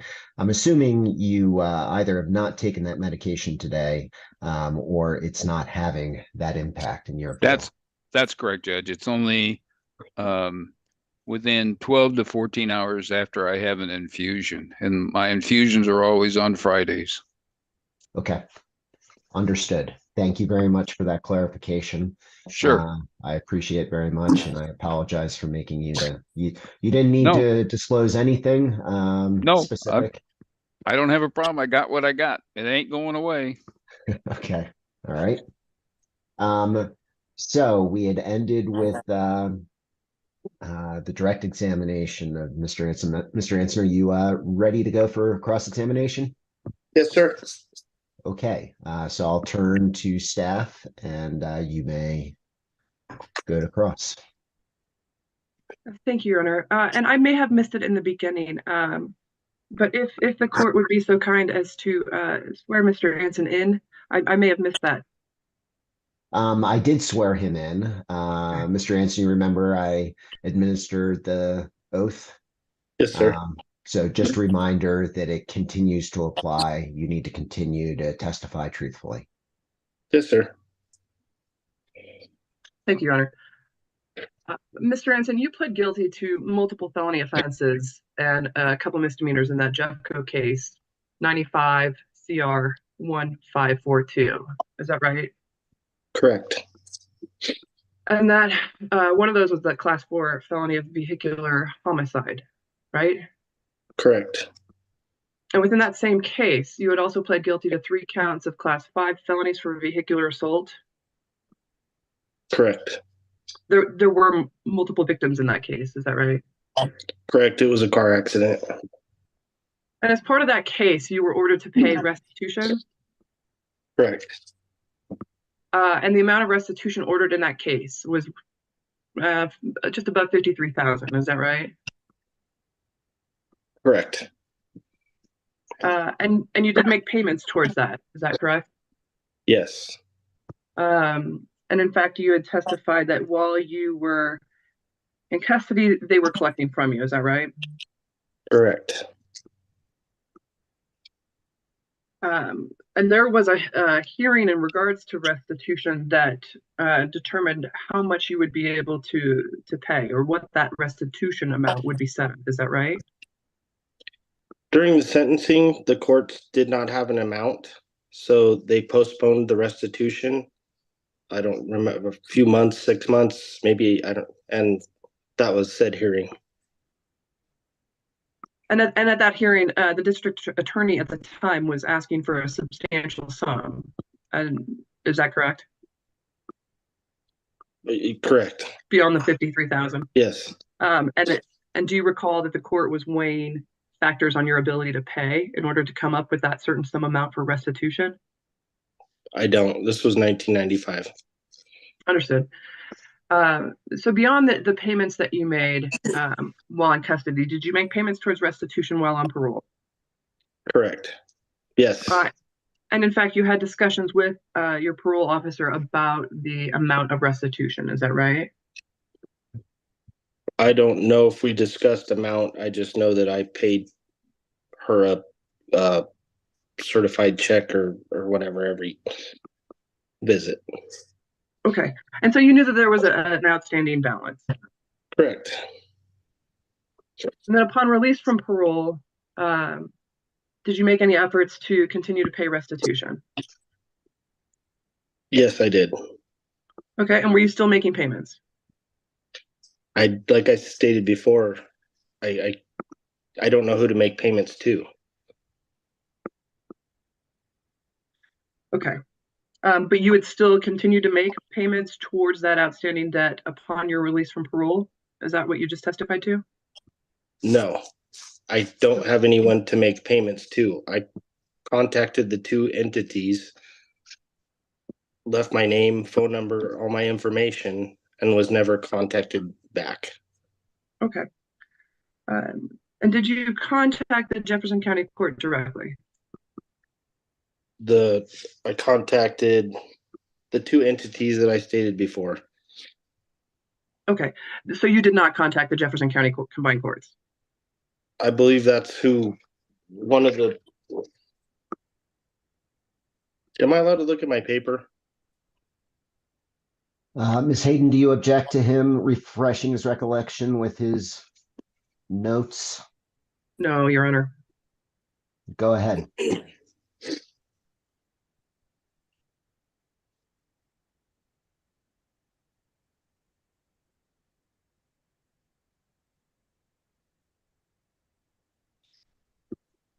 So the state, yes, Jeffco Collections Office and the state restitution is the two that I talked to two government entities.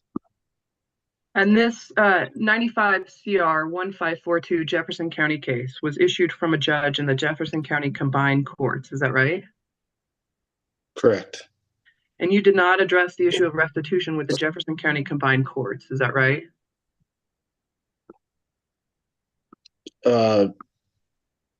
That's who the two phone calls were. Jefferson County, the collections office. Okay. Thank you, Mr. Hanson. You had testified previously that you've been engaged with the PUC on prior occasions. Is that right? Correct. And the PUC never notified you at that time of some outstanding restitution issue. Is that right? Correct. And during that time, you weren't an owner of a towing company. Is that right? No, I managed Dad's Truck and Auto. Dad's Truck and Auto. Okay. And that was your employer. Correct.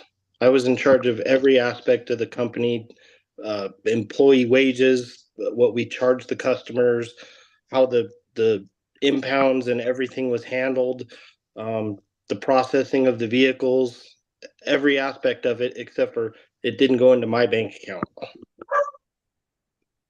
So fair to say you were familiar with the PUC rules while engaged in that capacity?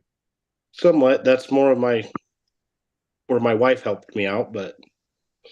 Okay.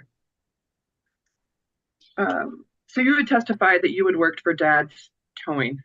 Do I have that right? Dad's Truck and Auto. Yes. Are you still employed with them? No, I've attempted to start my own company, Ryder Towing and Recovery. I work for Sean's Towing currently. Okay. You had testified that you were unaware of any outstanding obligations financially. Is that right? I'm aware of restitution. From the 95 CR case? Correct. And I'm not denying any of that in any way.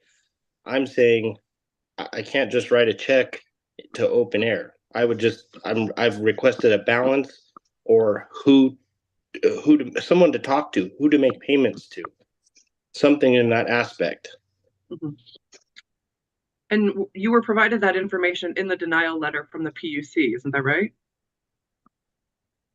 I'm not aware. For the restitution? Yes. I didn't see that, honestly. Mr. Anson, you received a denial to your permit application. Is that right?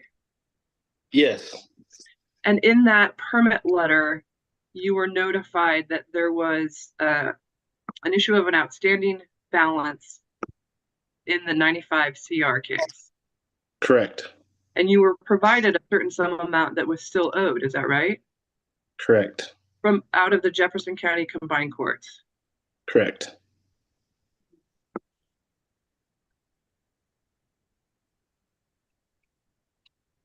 I'm not denying that I owe restitution, as I said. Mhm. Right, because you haven't received any release from that judgment, is that right? Correct. And you didn't come here today with proof of satisfying that judgment, is that right? Correct. And you don't have a court order that says it was forgiven. No, I don't. And you don't have any documentation from Farmers Insurance that somebody was paid out. I think we just lost Mr. Anson.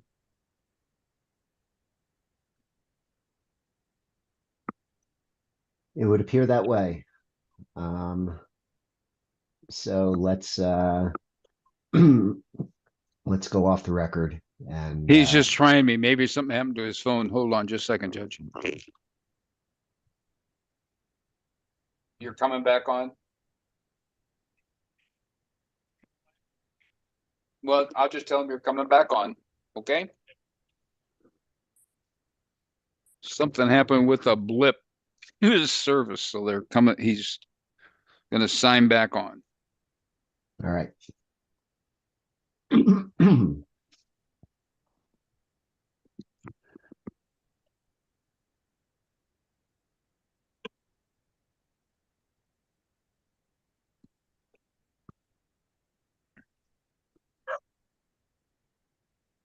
Sorry for the dogs that they're disrupting people in the background. It's just fine.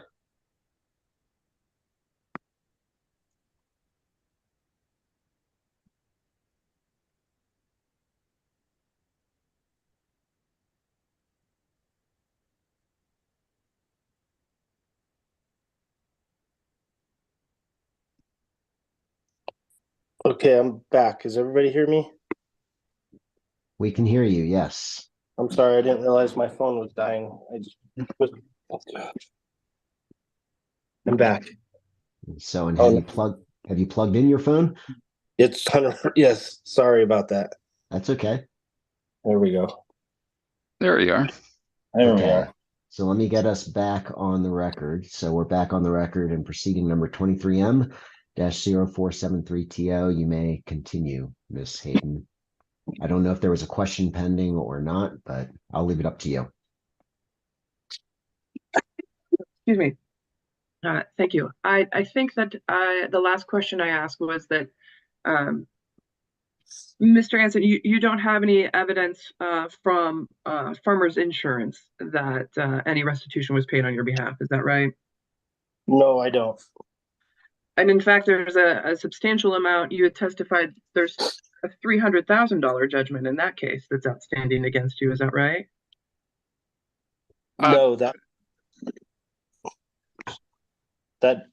no, they never. No, that's. I forget the terms. Tom's familiar. He helped me with that one, but that's they didn't.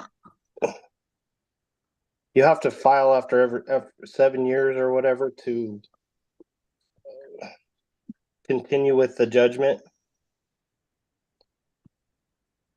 And you had testified that you aren't aware of any outstanding judgments against you beyond the 95 restitution case. Is that right? Correct. So you're unaware of Dad's towing judgment against you. Is that right? Dad's towing has a judgment against me. You were served with in Garfield County case 23C 30177, and they obtained a default judgment against you. Is that right? No. For Dad's truck and auto? Yes, Mr. Anson. No.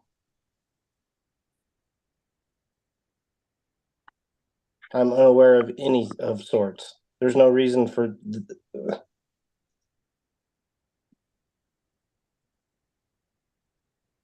Let's see. For Your Honor, I'm going to attempt to share my screen for illustrative purposes. We don't really do that. Is if it's a box exhibit, I show it. Aha! It's not a box exhibit. It's something that I was using that was brought up on direct. And you don't have it marked as an exhibit? No, Your Honor. I would ask the court to take judicial notice of the Judicial Branch Data Court Access, case 23C 30. Let me slow down. It's a Garfield County case. 23C 30177 that lists Mr. Anson as the debtor.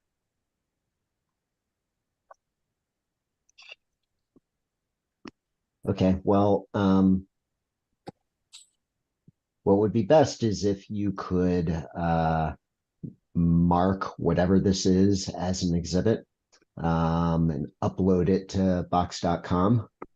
And then we can go through the admission process.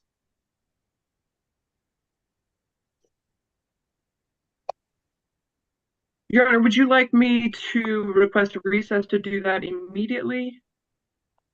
Let's see. It's up to you.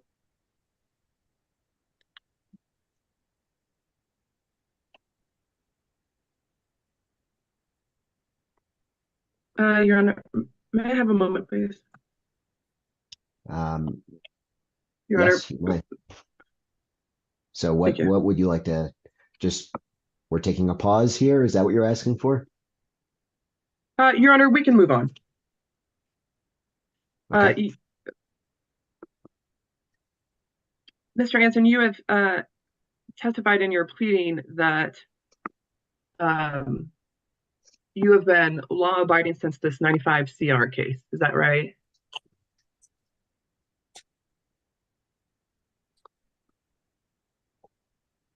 What is law abiding? I mean, I've had speeding tickets and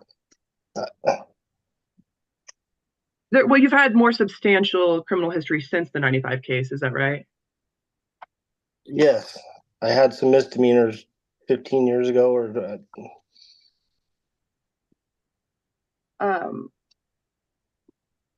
and are you aware of an outstanding judgment in one of those cases? no.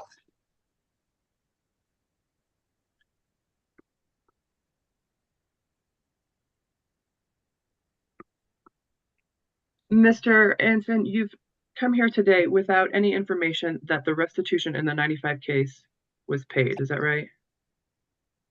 Correct. I believe that Farmers has paid that claim, as I stated before. The conclusion that we've drawn is that Farmers has paid that claim, and that's why no one will respond to me. Mr. Anson, were you provided the exhibits in this case? Yes. And so you have the certified copies of that outstanding judgment. Is that right? I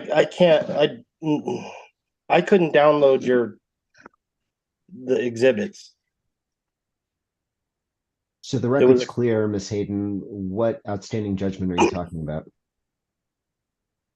The 95 CR case, Your Honor. Mr. Anson has testified that he isn't aware of an amount or what it is or who to pay. And so I was clarifying that So you're talking about what you were just referring to was the decision by the judge in the criminal case concerning restitution that is an exhibit in this proceeding. Is that what you're referring to? Yes, Your Honor. Okay. And I believe, just so the record's clear, but you correct me if I'm wrong, wasn't that decision in 1996? When the restitution order was issued in the 95 CR case? Yes. Yes. Okay, all right. So I apologize for the interruption, but just so we're all on the same page, I felt compelled to clarify the record. So you may proceed, Ms. Hayden. Thank you, Your Honor. Mr. Anson, return to law abiding, you had pled that, or you had conveyed that you have been following the rules, the laws, is that right? Paying taxes, Correct. paying any other bills or anything that was owed. Is that right? But yes, And do you currently have a Ryder towing website? correct. Yes, I do. And you're advertising for towing services, is that right? Towing, roadside service. Yes, it was all what the company is supposed to be. And in fact, if somebody could we take a look at Staff's Exhibit 206?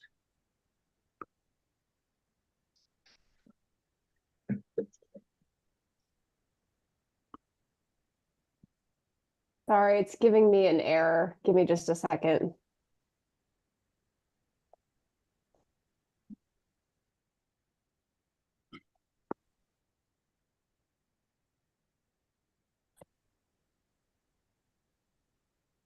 Mr. Anson, does this website look familiar to you? Yes, that's my website. And you tow under Ryder Towing, is that right? Not at all. I work for Sean's Towing and Recovery. And a person can fill out the form on your website to request towing services, is that right? I'm not sure, but nothing would come of it. Ryder Towing is not operational. To get a PUC, you have to have insurance. To get insurance, you have to have a truck. There's all a procedure, and that the website just fell in line. We never thought that PUC would have an issue with anything. And so that was all just in the process of starting a company. None of it is functional. And Ryder Towing is logging good reviews for their services, isn't that correct? From my family, yes. They're all Anson if you look at it. Okay. Can we go ahead and take down this website? Or, excuse me, take down exhibit. Your Honor, staff would move to admit hearing exhibit. Oh, they've been admitted. Old habits. My apologies. That's okay. I understand. So go ahead. And Mr. Anson, you're portraying Ryder Towing as a business that is licensed. Is that right? What do you mean? That Ryder Towing is licensed, insured. Ryder Towing is not operational. There is no Ryder Towing yet. But that's how you're portraying it in the World Wide Web. Is that correct?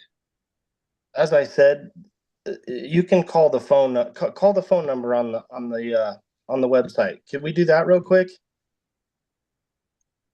No, we're not going to do that. So let me just. Sorry. We're not going to do that. It's okay. Okay.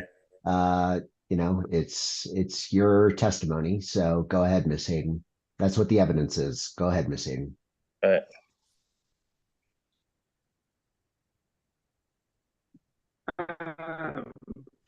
Thank you. But Mr. Anson, your website advertises that immediate assistance is available. Is that correct? On the website, yes. Okay.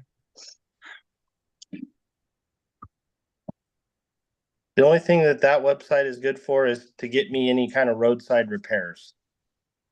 The signage on my truck that's sitting out front is Sean's Towing and Recovery. I could run out and show you the truck real quick. Thank you, Mr. Anson. We won't need to do that. Let's see.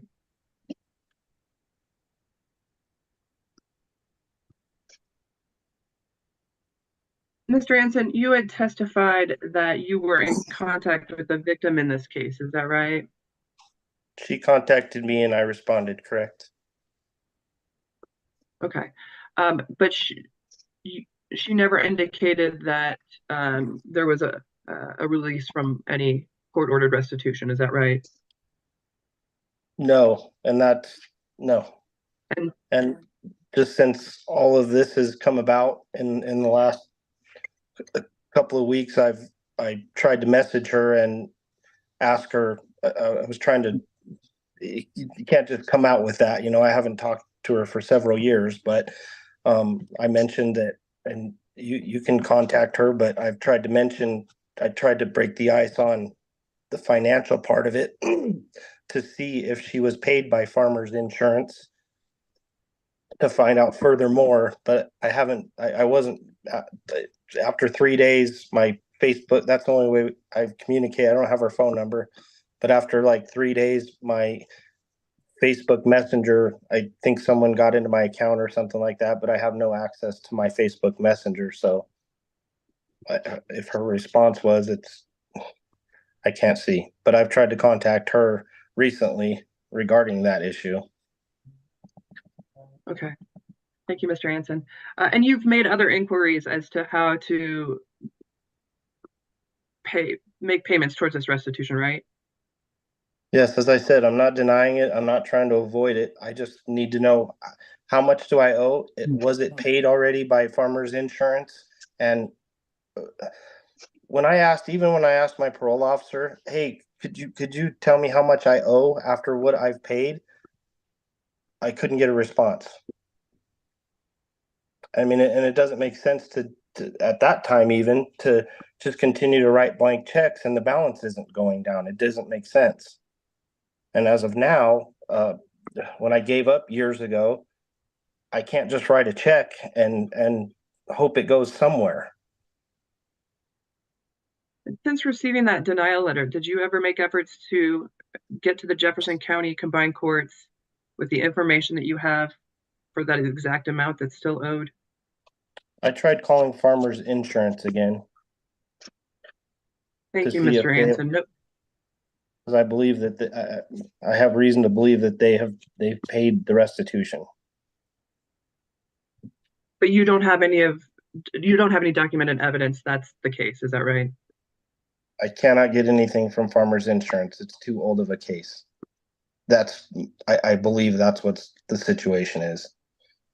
No further questions, Your Honor.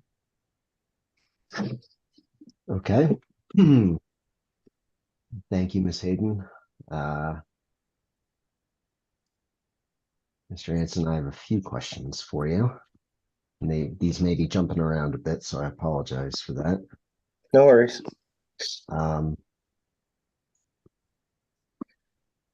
So when were you released from prison? 2001, I believe. Maybe 2003. Like I said, I'm really bad with time frames. So I'm aware that you were sentenced to 9 years in late 1995, I believe. Correct. Did you serve the entire 9 years? No. Why not? What happened? You get time taken off for good time. Okay. I don't remember what the ratio is or whatever, but they took, I think it was, I never made parole. The victim's mother always came to the hearings and, definitely made paroling and early parole, I guess. I served mine to my mandatory release date, which was 3 years earlier because of receiving all of my good time. Okay. And when did you go into prison? If you remember. 1995. Okay.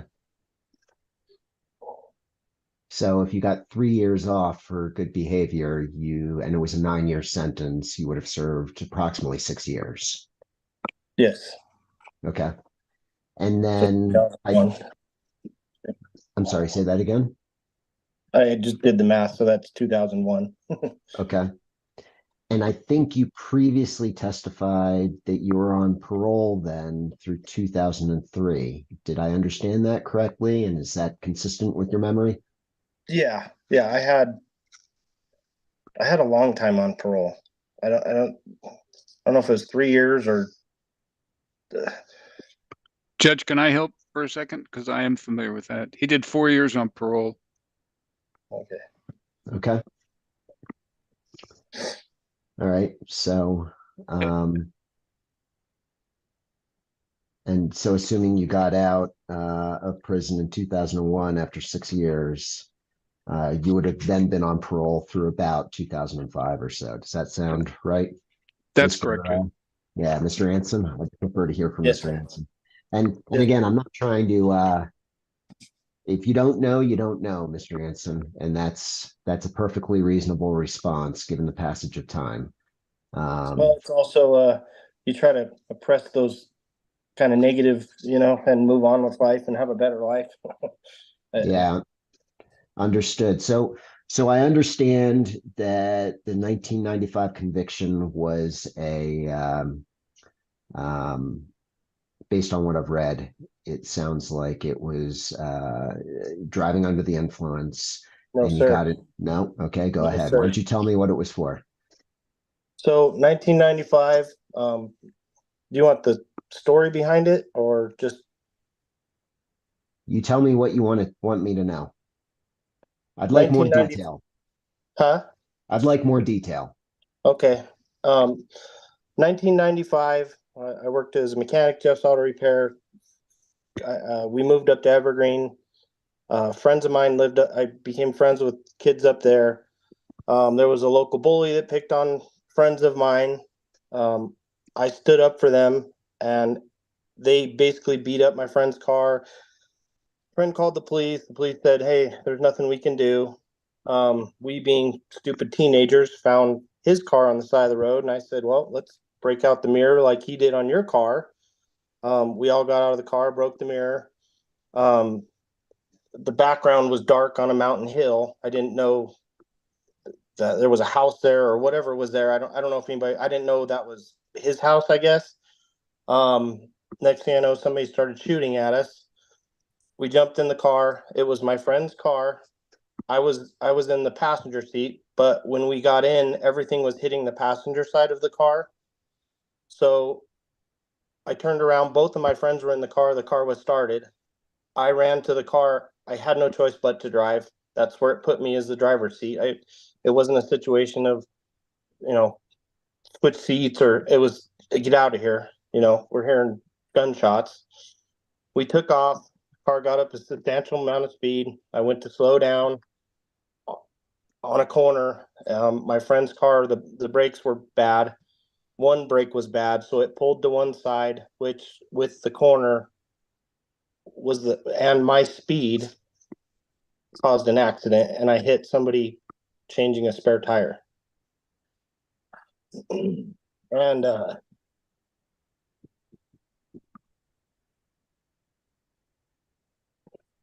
give me just a second, please. Certainly.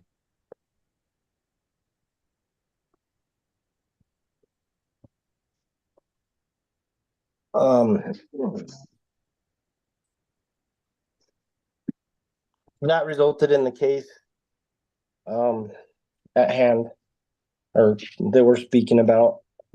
And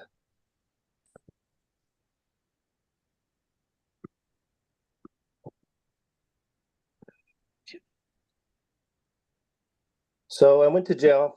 Through the court proceedings, the district attorney, when the car wrecked, I guess there was a bottle of alcohol underneath the seat, and that caused it to come out. It's the only place I could think of, because we weren't drinking that night. That's the only place I can think of. I don't remember why somebody said that or I'm saying that, but I assume it was underneath the seat, and I believe it was an empty bottle of alcohol. But during the crash, that was apparent, so that was noted. The district attorney continued to try to bring that up. I don't know if you can see the court details, but I took a plea bargain. But it got to they brought out a graph in court saying they took my blood and all that stuff, and all of it was there was no drugs or alcohol in my system. The district attorney continued to push the fact, trying to say that it's another class felony also if there was drugs and alcohol involved. Okay. I guess I took a plea bargain, so it could have been whatever. But it got to the point where Judge Munch said, "Look, do you have any evidence showing that Garth was under the influence or on any type of drugs. The response was no. The judge said, I don't want to hear any more about drugs and alcohol. So that kind of clouded the, and made it look worse than it already was. But drugs and alcohol were not involved in the situation. Okay. So how old were you? I was 19. All right. And so you testified that shots were being fired in your direction after, well, first of all, did you all break off the mirror on the car? Correct. Okay. And I ducked down behind the car when my other two friends ran, I guess is how it happened. They ran and jumped in the car. Their Okay. car. And the shots that were being fired were hitting the passenger side of the car that you ended up driving? Correct. And so there were 3 of you? Correct. And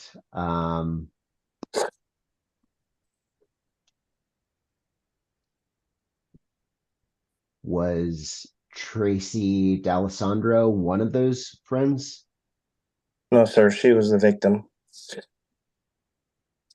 So Victim's sister and a victim.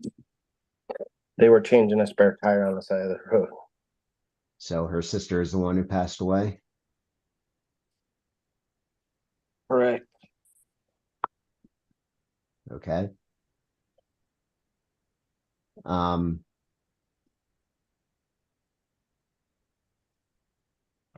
right. So you took a plea bargain and that resulted in a 9-year sentence?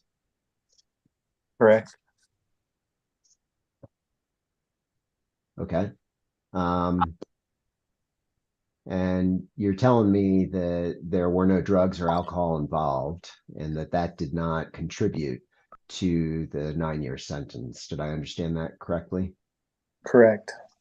And they also had to drop, was it a class 4 felony? Is that what the vehicular homicide was? I don't know the answer to that question off the top of my head, but go ahead. Just for reference, if it is a class 4, I was charged with a class 4 for vehicular homicide and a class 3 for vehicular homicide with alcohol. After that court proceeding, the with alcohol portion charges were dropped.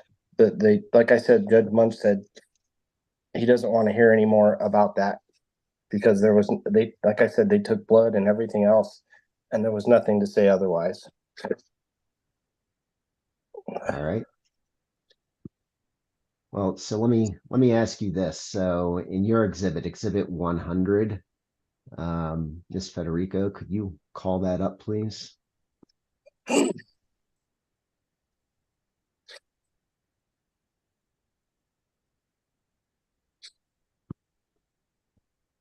So why don't we scroll down? And these are text messages, aren't they, Mr. Anson?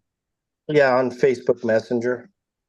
So the first one is from the victim, Miss now Allers, formerly D'Alessandro. Yeah, okay. And so the one in blue right below it is yours, right? Correct. And then if you go down to the next page, the one that starts with Garth, comma, thank you. That's Tracy again, right? Yeah. Are you referring to the portion where she mentions alcohol? That's right. So, as I stated with the plea bargain, I never went through a trial. I never got to, and she wasn't in the courtroom. It was her mom and dad, and so that never got clarified. And in just meeting someone, and I would like nothing more than to explain to her what happened that night, not what the courts made me out to be, or the district attorney in the very beginning made me to be. I would like to clarify a lot of things, but just meeting and through Messenger on Facebook Messenger is not the time. it was kind of a swallow your pride type of thing. And hey, yeah, I've been waiting years to talk to you. Understood. So it sounds like what you're saying is you had no drugs or alcohol in you when this happened. Correct. And she's mistaken to the extent in this text message. She's saying that you were intoxicated at the time of the accident. Is that right? I don't know if she was talking about they were, because I never heard their part. So I don't know if she's referring to she tried drinking to forget the past, or if she was if they were drinking that night, or if I don't know. I just assume maybe it's a sore subject because of what happened with courts and everything else, trying to prove your innocence and never, you're sitting in jail for 6 months and really never been in trouble. And it's like, all the pressures of the world on you. I guess I don't know if her saying that is, do you get what I'm saying? Yeah, I do. What I hear you saying is you don't know why she made this reference in the text message. Correct. Is that right? Okay. So, but And I have a feeling, I have a feeling she's referring to me being drunk, but I don't know. It's kind of open. It's vague. okay, understood. But to the extent, well, you're telling me that you hadn't had a drink, you hadn't taken any drugs that night. That's what you're telling me, right? Correct. Okay. All right. So just briefly, and if you don't know the answer to this question, I understand that. It's bordering on a legal question for you, but why were you charged with multiple felonies in this situation? Was it because you were speeding? What was the reason? So, because so let me tell you what my public defender, let me put it in his words. I said, I don't remember his name, but somebody was shooting at me, but the brakes on the car, there's, in my head, there was mitigating circumstances, and what he said to me is, Garth, look, and also he was on his way to go to Adams County for another position. I was just one of his last cases to clear up. And I see everything for what it was then. And I'm not denying me being responsible for that or anything like that. I'm just trying to highlight some of the circumstances. But he said, look, you were driving the car, correct? You ran into somebody, correct? You are guilty. We have to go for a plea bargain. So, Okay. I,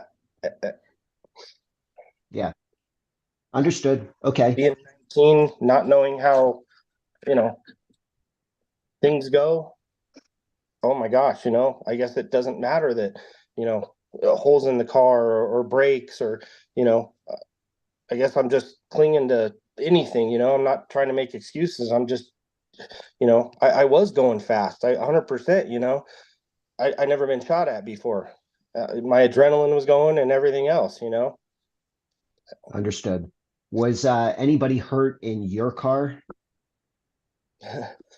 I think my passenger sprained his wrist or something. Okay. Or maybe, no, it was his foot. I'm sorry. I think it was his foot. Okay. And I'm cut open from my belt line to my rib cage. Okay. All right. So I think you testified that while you were in prison, and then while you were on parole, and I'm interpreting here, so tell me if I'm wrong, it sounds like a percentage of any money that you received while you were in prison and any money that you earned while you were on parole was taken basically by the government for restitution purposes. Did I understand that correctly?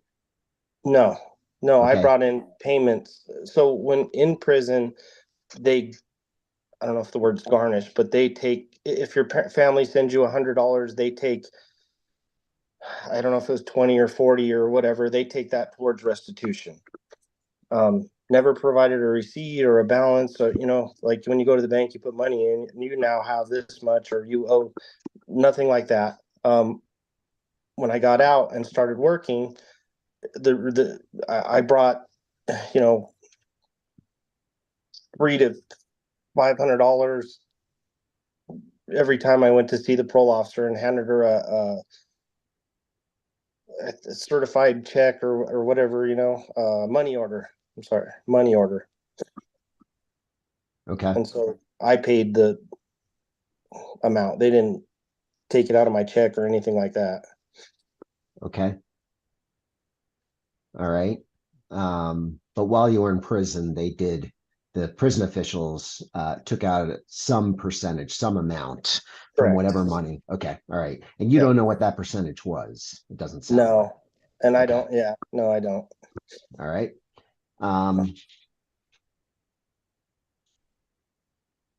Are you willing to pay the restitution if it is still owed? 100%. I've been trying to pay it. How long do you think it would take you? Assume that you still owe, let's say, $50,000. How long do you think it would take you? Well, it's the way everything's going with, I can't give you a time frame at the moment. I went from doing very good to negative $500,000, you know, and just barely. So I guess it depends on how well this goes, but I don't. A few years maybe. Okay.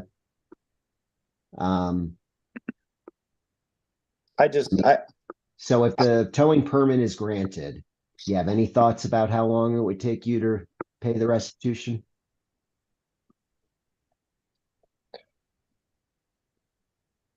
Maybe a couple years. Okay. The only thing, I paid a substantial amount on parole and whatnot, and I guess and like in prison, that probably amounted to like $100 or something. You know, it wasn't hardly anything. But on parole, that was, you know, every week or month that I went to visit, and it was a substantial amount. And part of the issues, what started made me aware that there might be a situation is I asked, hey, is there a balance? You know, because I don't have a check register or anything that I'm taking off this amount every week or whatever. I couldn't get that even from my parole officer. And it doesn't, I mean, if I have to pay it twice or whatever, but you know, it just seems right to have some type of balance. Understood. And I think the point that Ms. Hayden was trying to make with you through her questioning was that in this proceeding, you have been provided the balance through the exhibits that have been supplied to you. Well, so go sorry. ahead. Go ahead. That was the initial balance the day of court. I remember it was 53,511 and 56 cents or something, but it was 53,000. And I guarantee I've taken a chunk out of that, and it's still the same. I have receipts. I have receipts for at least a year's worth showing I paid some type of restitution, and that balance is still exactly the same as it was. Okay. Do you see what I'm, the hard part about it? If I could get a hold of anybody, you know, farmers Okay. is no help. I don't, everybody wants to, you know, I'm this terrible person and whatnot, you know, and this whole proceeding, but no one's bothered to call farmers to ask if I paid anything, to ask if farmers paid it, you know. I understand. Okay. And I do as well. I understand everybody's position in this situation. It's terrible to be the bad guy. Yeah. So let me move on. A few more questions. questions? So I think you testified, but it wasn't entirely clear to me, so let me clarify. I think you testified that the phone number on the website is not operational or something to that effect. Did I understand that correctly? It's operational, but listen to the voicemail. It directs everyone to call Sean's Towing if they need towing needs or something like that. Okay.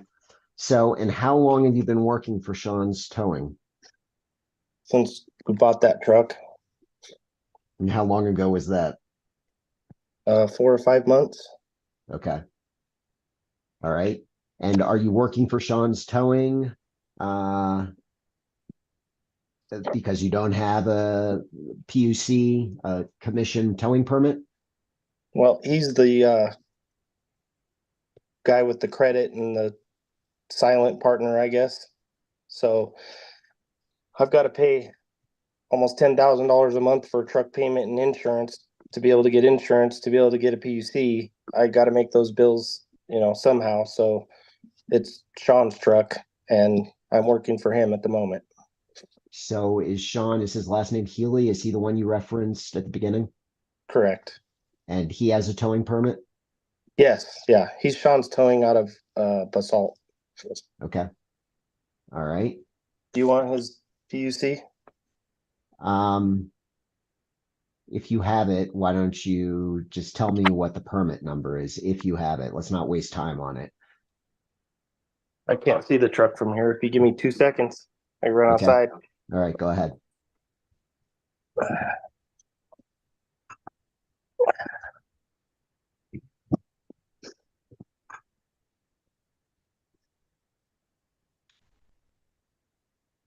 PUC is T is in Tom 03810.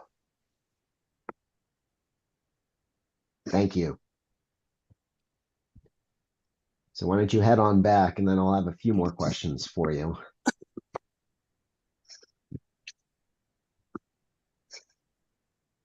And Ms. Federico, if you could pull up the non-confidential version of hearing exhibit 201, please.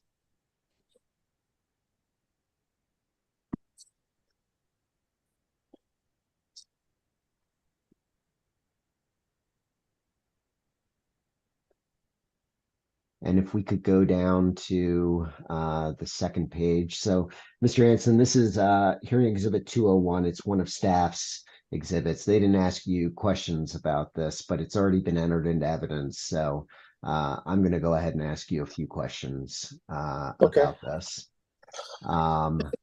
So I'm not entirely sure what this is. It looks like it was a search for civil, criminal, domestic, probate, and small claims and traffic cases and or judgments against you, presumably. Is your middle name Eric? Yes. Okay.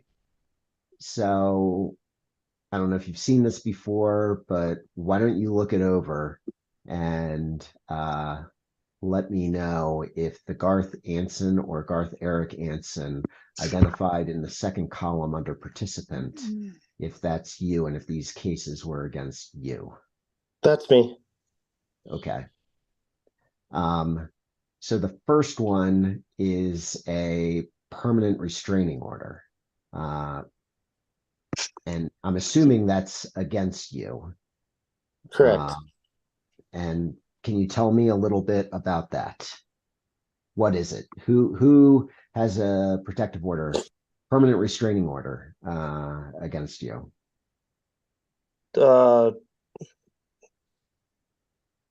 It's my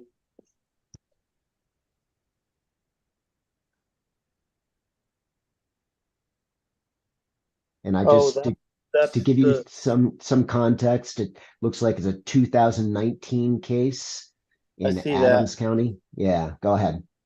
That's Trista Clay. She's my daughter's mom.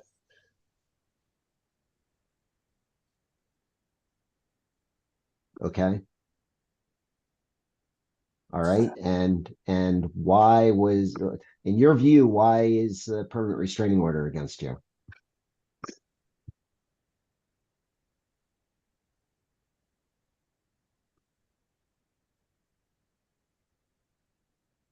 Um,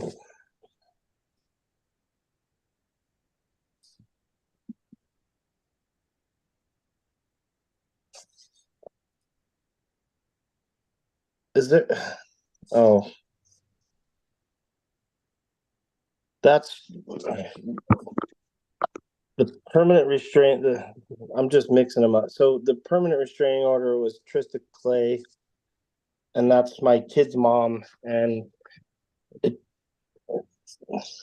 we got into an argument, a domestic dispute, and it kind of all stems from me not seeing my kid. Okay. So if I look down further on this list, I see well,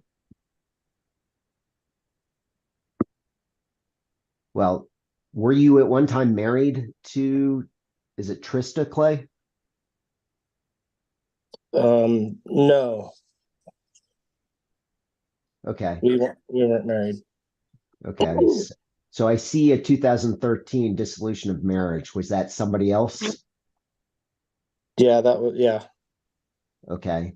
And then right below that, if you look under case type column, there's a protection order, domestic abuse. It says that it's closed.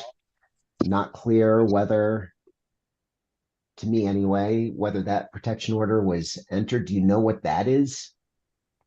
That's my current wife's ex-husband who I had never spoken to. I saw him 3 times when he picked up the kids. He somehow, one day we were hit with I spoke with Tom about this actually. One day I was hit with a restraining order, and this was,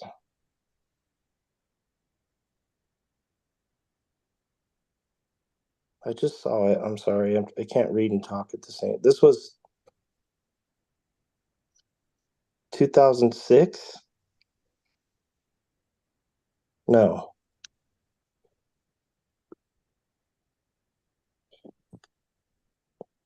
Which section are you talking about? I'm sorry.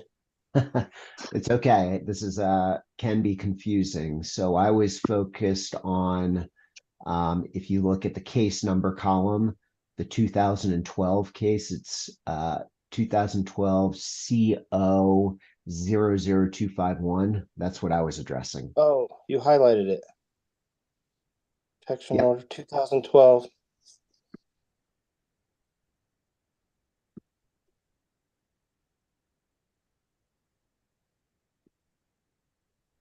I think that's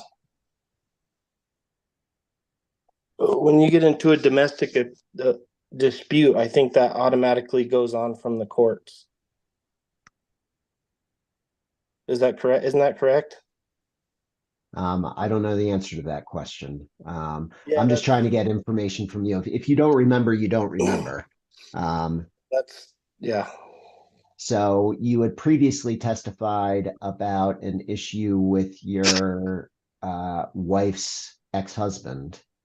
And then you referenced 2006. Do you think that happened in 2006? No, that's why I stopped, because the years aren't, no, this was when me and my wife were first married. Her ex got custody of the kids and made a whole mess of it, or went for custody anyways. Tried to. Okay. And that was part of his And when did you and your wife get married? about 5 years ago. Okay. All right. Why is that? That's not there. Oh, wait a minute.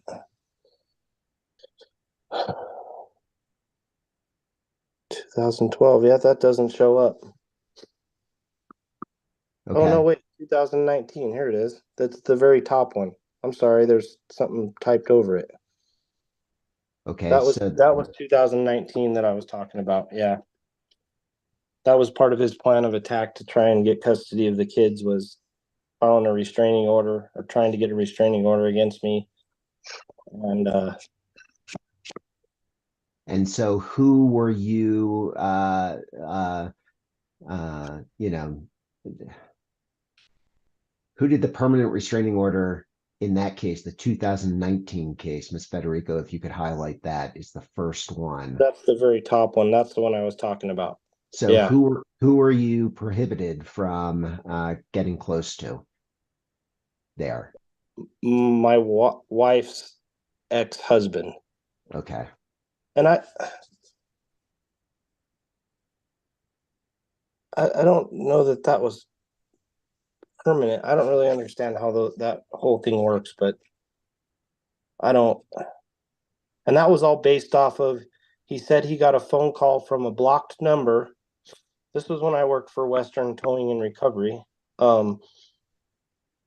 He said he got a call from a blocked number and was threatened to harm or kill him.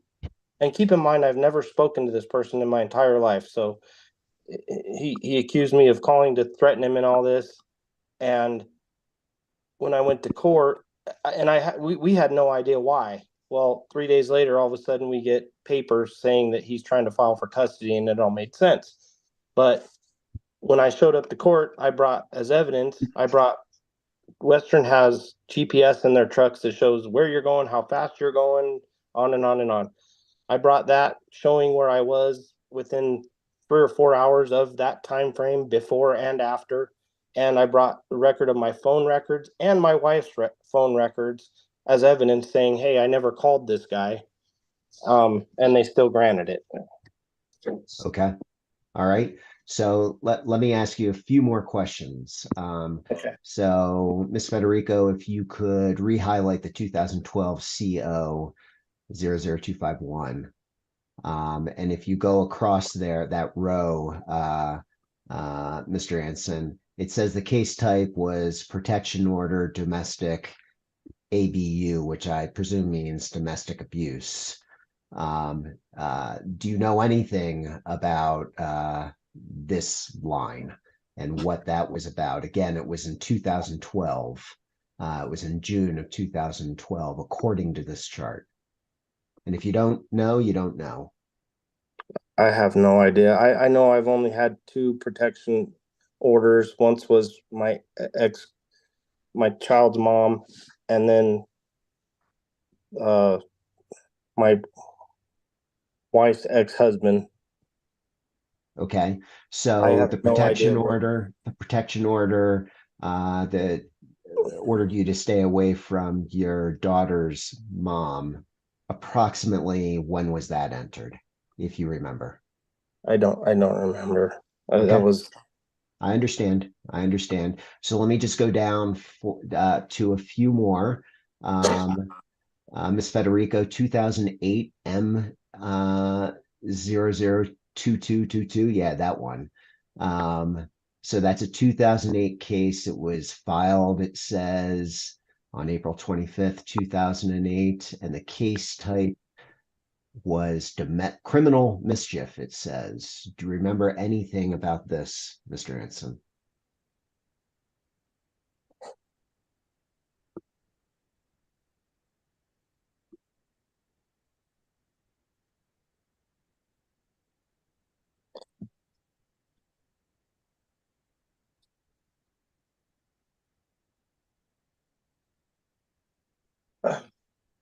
I And if you don't know, you don't don't know, know. and I don't want to say that. I'm not trying to dodge responsibility. I honestly, I don't. Criminal mischief is like when you break something, I think. Or Yeah. So that's okay. Let me move on to just there's one other for criminal. The case type is criminal mischief, and that's in 2001. It's 2001 CR 003153.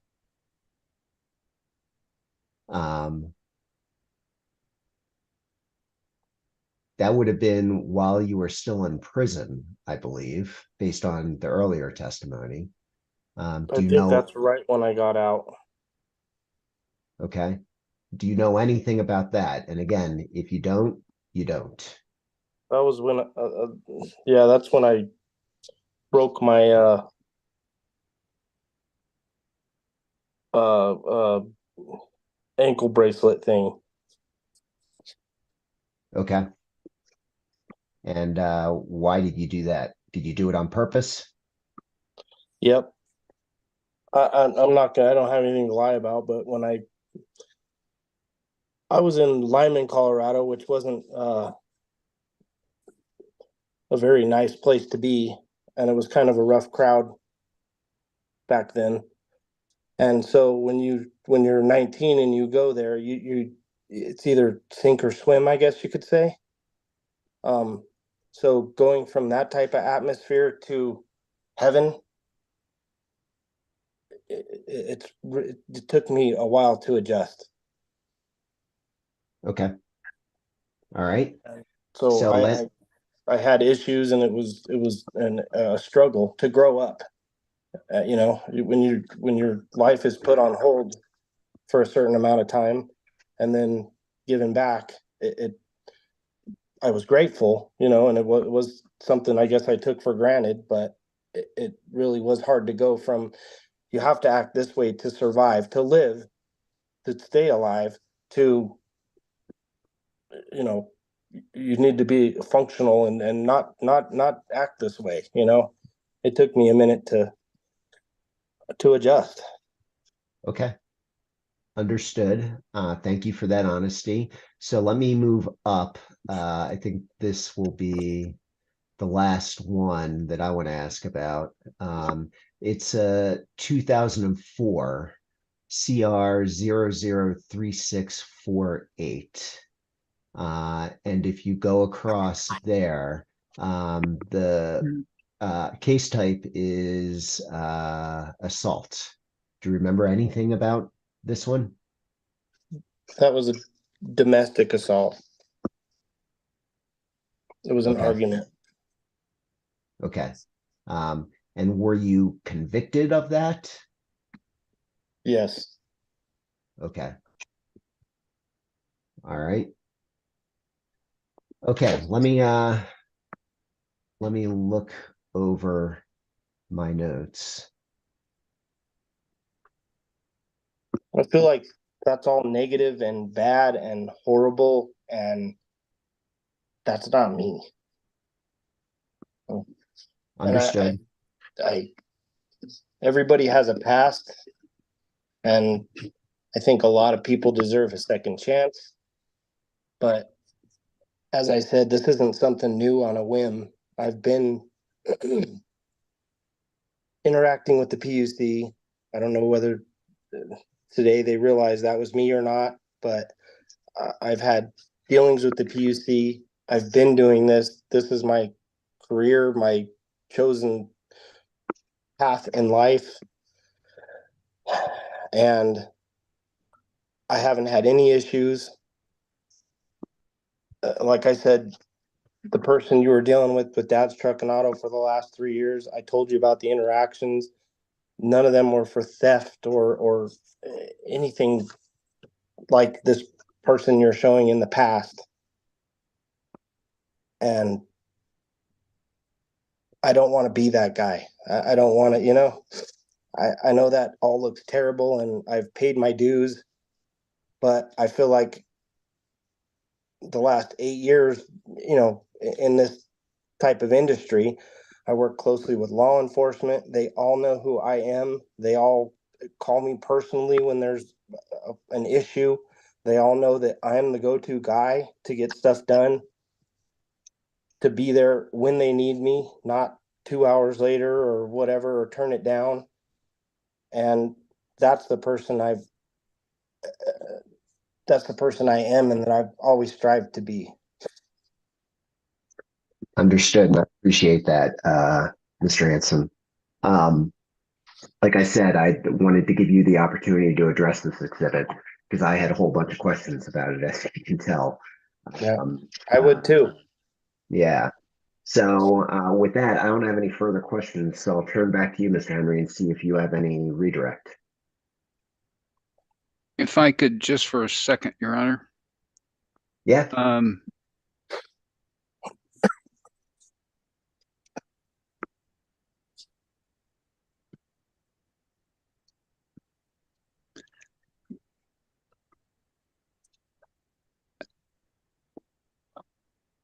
As a part of any of those cases, Mr. Anson, that the court just inquired about, did you receive any incarceration or jail sentences?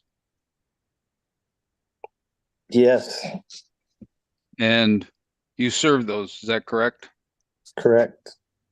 And did you receive any violations of any probation conditions? Have you ever received any violations of protection orders or been recharged for violating any protection orders?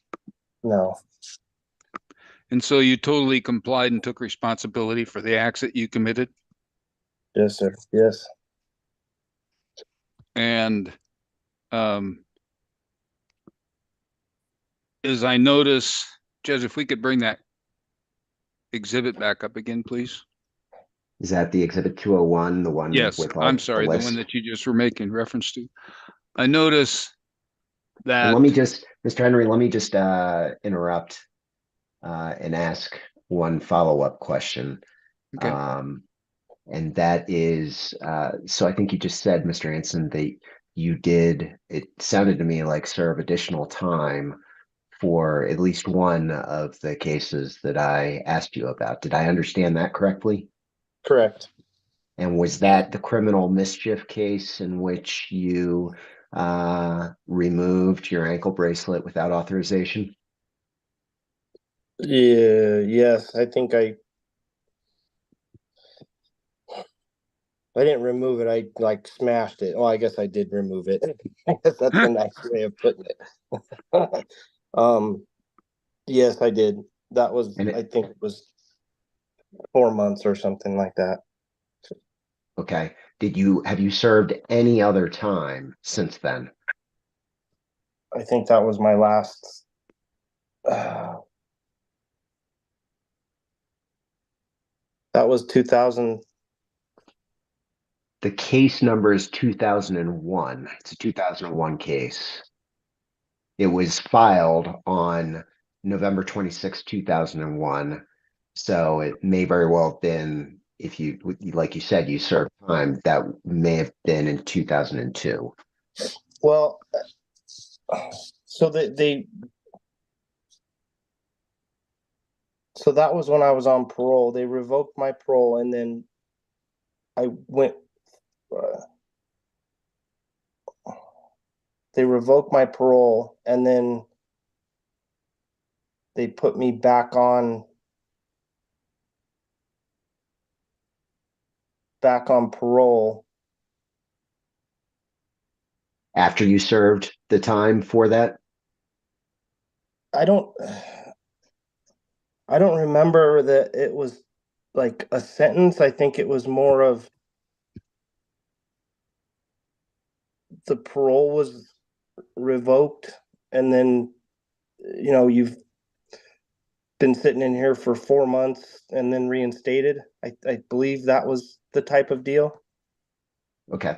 Does that make sense? Yeah, I understand what you're saying. So, Mr. Henry, I apologize for the interruption, but No, that's fine. Go ahead. No, if I would be permitted, I think Garth, when you snap the bracelet, they take you into custody and they hold you until you have a parole hearing. Is that correct? Yes. Yep. And after they have it depends on what the circumstances are. They can hold you in custody for continuation of that hearing. And sometimes, if I can refresh your memory, it's referred to as a 90-day turnaround. Yes. Yes. And so Yep.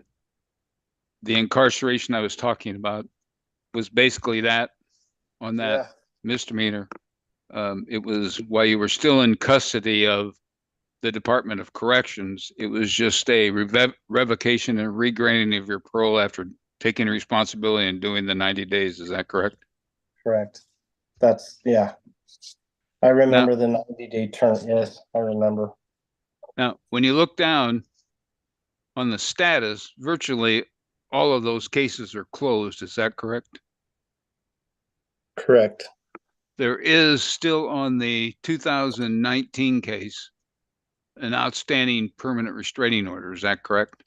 And that's the one against your current wife's, or with, you can have contact with your current wife's ex-husband. Is that correct? Correct.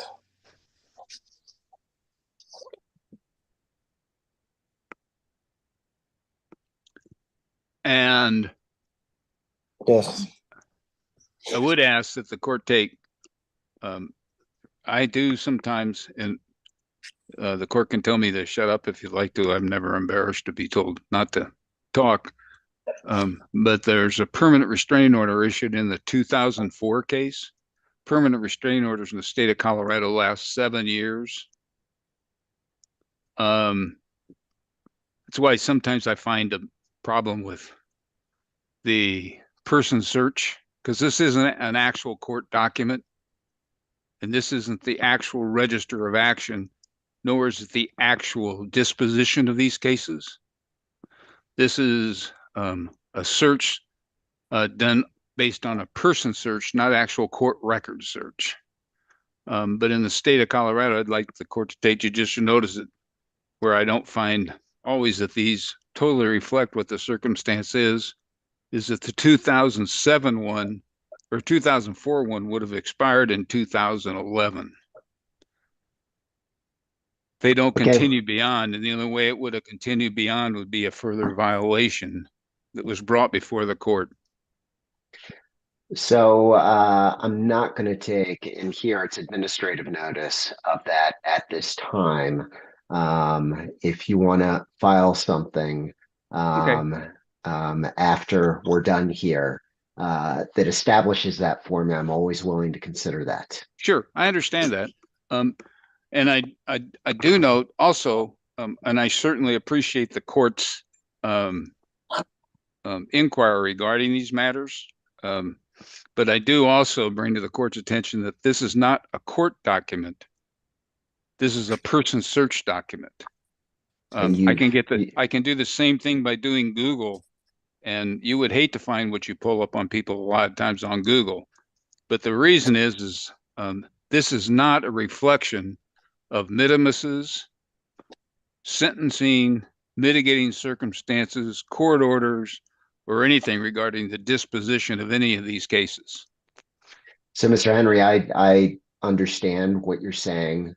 Now is not the time for argument from you. Okay. If you have any further redirect for Mr. Anson, now's the time for that. Okay. I'm sorry. I'm just trying to clarify. Understood. I understand. Okay. And Mr. Anson, in the information that you were given for the denial of your petition, you had an opportunity to review that letter, and any of these cases that have been brought up except the vehicular homicide, none of those were mentioned in the reason for the denial of the commission. Is that correct?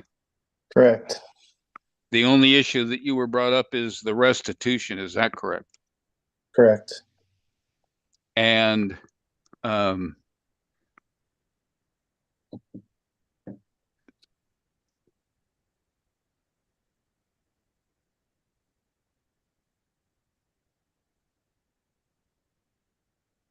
from your interpretation of the decision given to you by the commission for the reason for their denial, is your failure to be a responsible citizen and paying restitution. Is that correct? Correct. I have no further questions. Okay, thank you, Mr. Henry, and thank you, Mr. Anson. I appreciate your testimony and your honesty. So you may step down at this point. Mr. Henry, do you have any further witnesses or any further evidence? No, Your Honor. So are you effectively resting at this point? Where you would rest at this point, Judge. Okay, thank you. So let me turn to staff. And staff, you may call your first witness.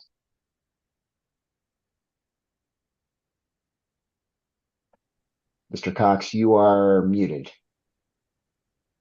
Thank you very much. Thanks, Your Honor. Staff calls Lloyd Swint to the stand. Okay, thank you for that. Mr. Swint, welcome. It's good to see you. Thank you for raising your right hand. Please answer the following question. Do you swear or affirm that the testimony you're about to give will be the truth, the whole truth, and nothing but the truth? I do. Thank you very much, Mr. Swint. When you're ready to go, please state your name and spell it for the record. My name is Lloyd, spelled L-L-O-Y-D, last of Swint, S-W-I-N-T. Okay, Mr. Cox, presumably you may proceed. Thank you, Your Honor. Good afternoon, Mr. Swint. Thank you for waiting patiently. I know it's been a long day so far. You know me, but my name is Justin Cox. I'm an attorney with the Attorney General's office. I'm here representing trial staff. Gone through your name, but can you tell us who your employer is? I'm employed by the state of Colorado's Public Utilities Commission. And what is your current position with the commission? I am the supervisor of the Investigations and Compliance Unit. And prior to that, did you hold any other positions with the commission? I was a criminal investigator, one for 2 years, and then I was promoted to supervisor. How long in total have you worked for the commission? 6.5 years. Can you briefly describe your duties as a supervisor of the criminal investigators? I supervise the day-to-day operations of the unit. I also assign cases and review cases and assist the investigators with their investigations. And as part of your duties, are you familiar with the statutes and rules that govern the regulation of towing carriers in Colorado? I am. And how did you become involved in this case? Pursuant to PUC Rule 6504B1, all tow carriers who are applying for a permit, either a new permit or a renewal, have to submit to a criminal background check. And as part of my duties as supervisor of this unit, I conduct those background checks. Before we get into your investigation and your review of the application, I'd like to learn a little more. We talked through some of this already with in Mr. Anson's testimony, but I'd like to know what the commission knows about Ryder towing. Ms. Federico, if you could pull up hearing exhibit 200, please.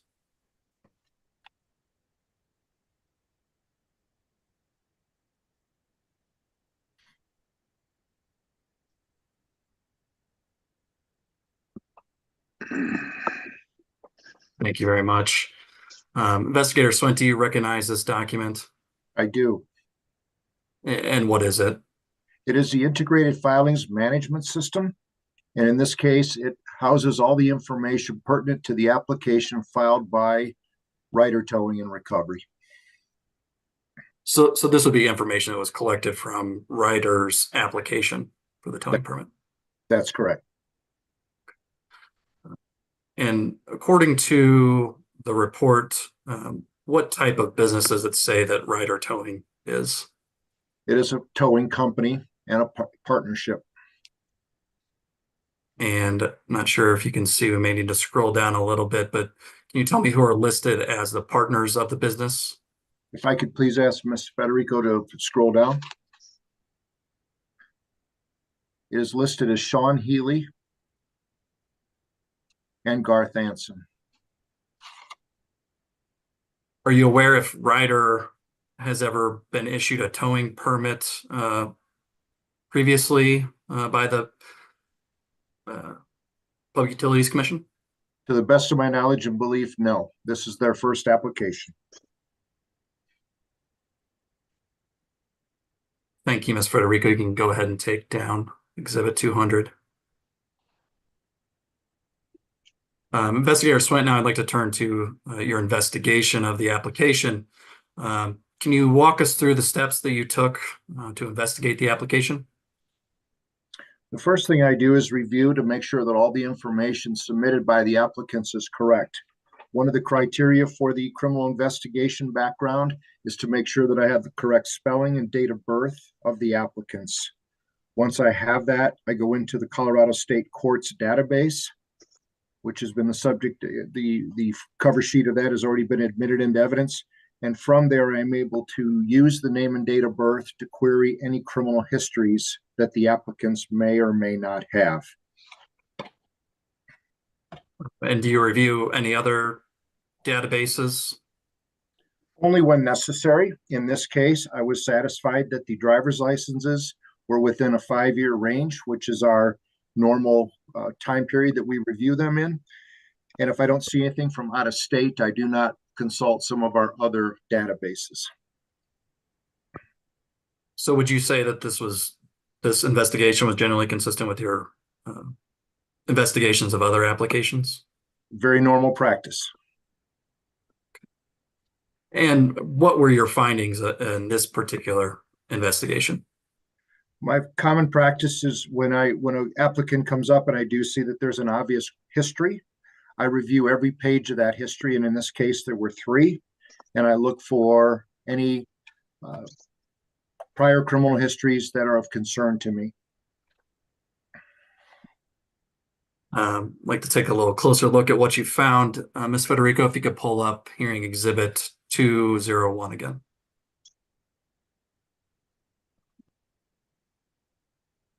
I assume public's okay, right? Yes, the public one.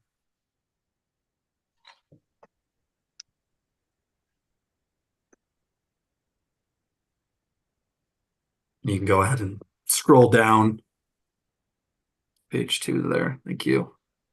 And I know we just talked a lot about this document, but investigators, are you familiar with this particular document? I am. And what is the document? This is the search results when entered the name and date of birth into the Colorado State Courts database website. Is that website operated by the Colorado Judicial Branch? It is. And this site, is it for access by government entities? Correct. And again, this is something you normally consult in your investigations? Yes. So when you went through this, was there anything that stuck out to you? I reviewed the entire history as His Honor has questioned about, but I also was very concerned about the 1995 CR 1542 case involving a vehicular homicide charge. Ms. Federico, you can take down Exhibit 201. If you could pull up hearing Exhibit 202. Again, public version on that as well is fine.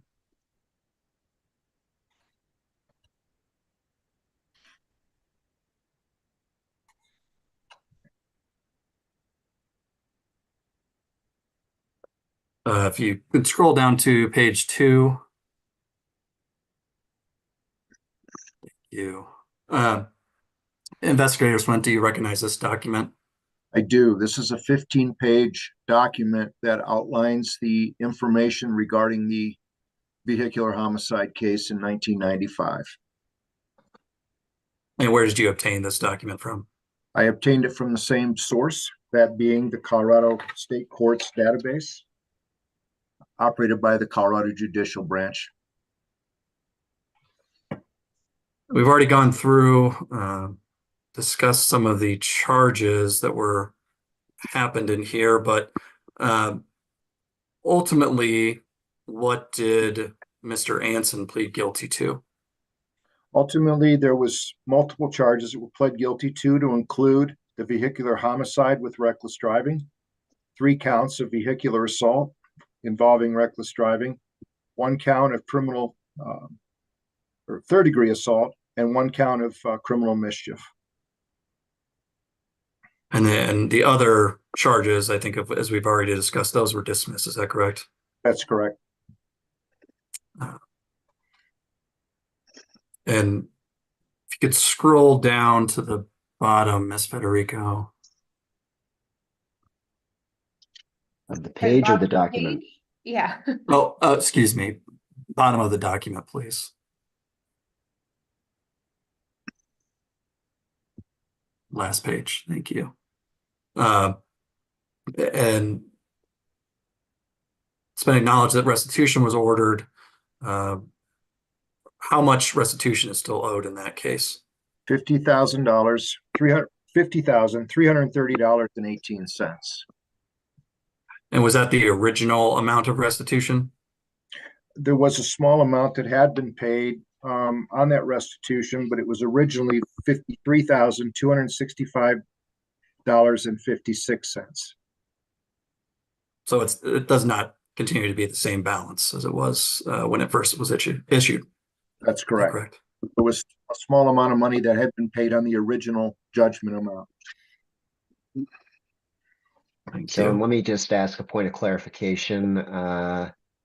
Mr. Swint, Investigator Swint, I think you said that the outstanding balance down in the far right corner, I think you said was $50,330.18. What I'm seeing is 48 cents. If I misspoke, Your Honor, it should be 48 cents. Okay, thank you. I apologize. Go ahead, Mr. Cox. Thank you, Your Honor, for clarifying that. Ms. Federico, you can take that down.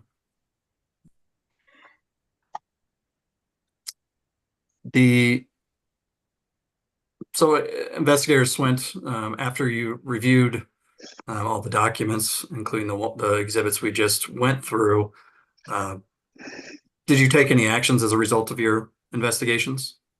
I first printed all these applicable documents, and our practice within the commission is that I then send them to Chief of Transportation Nathan Riley for a second opinion and a second set of eyes on what my findings are. And what was your determination and recommendation to Mr. Riley?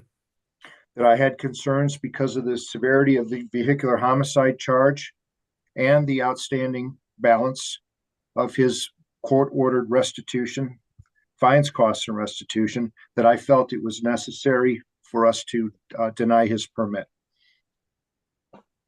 And can you explain a little more why those particular or that background was concerning and supported your recommendation to deny the permit? What struck me first is that the charges in 1995 involved a motor vehicle. And in a towing permit case, we are going to issue a permit allowing him to operate a motor vehicle, but but then it turns into a truck. So I had concerns about his suitability to have a permit with that kind of a history and operating a tow truck in the state of Colorado. And last question for you, Ms. Investigator Swint.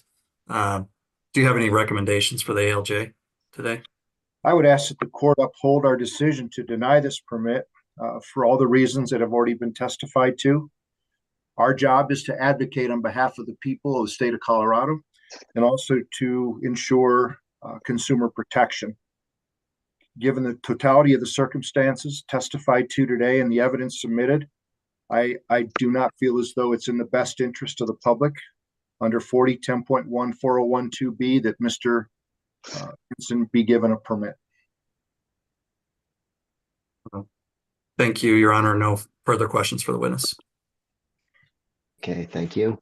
Mr. Henry Cross. If I may, Mr. Swint, of all the records you brought up, other than this 2000 or this 1995 case, in the criminal record that you've researched, are there any other automobile violations or reckless driving or any type of evidence that this petitioner has violated the driving laws of the state of Colorado? Do you want me to speak beyond the scope of the letter or in general, sir? Well, the ones we just went down on that list 200 with the protection orders and divorces, were there any violations that you found of vehicular driving violations? Yes. And when were they? If I can refer to the exhibit, sir. Sure.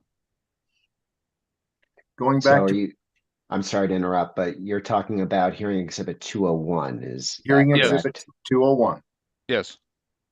Okay, and Miss Federico is pulling it up on the screen for you, but Mr. Swint, if you want to look at your own personal copy, that's fine. Okay, thank you, Your Honor. Mr. Henry, to your question, in 2015 R 1346, a motor vehicle charge out of Adams County Court. I don't have the exact data for, but I recall that there was a defective vehicle and a speeding violation. In Okay. 2013, would you like me to continue, sir? Sure. I'm sorry. I apologize that I said okay. Okay. In 2013 R 5446 out of Adams County, again, there was a speeding violation. And I can open Colorado courts to be more specific if you would like me to. No, that's fine. So and I am so aware that there were two other moving violations that I've just testified to, yes. Okay. Were there any others other than those two that you, in your expertise, did the research on to verify your claims? Other than those two, no. Okay. So basically since the vehicular homicide, which is a little over 25 years ago, there's two charges that involve a motor vehicle. Is that correct? One in 2013 and one in 2015, correct. Right. Just those two. Okay. Now, you're familiar, if we could, Judge, if we could have staff bring up the People's Hearing Exhibit 205. Ms. Federico, please, when you have a moment. Now, Mr. Swint, excuse me, I didn't mean to mispronounce your name. You're familiar with this letter, are you not? I am. And did you have an opportunity to review this letter before it was issued by Mr. Riley? I did.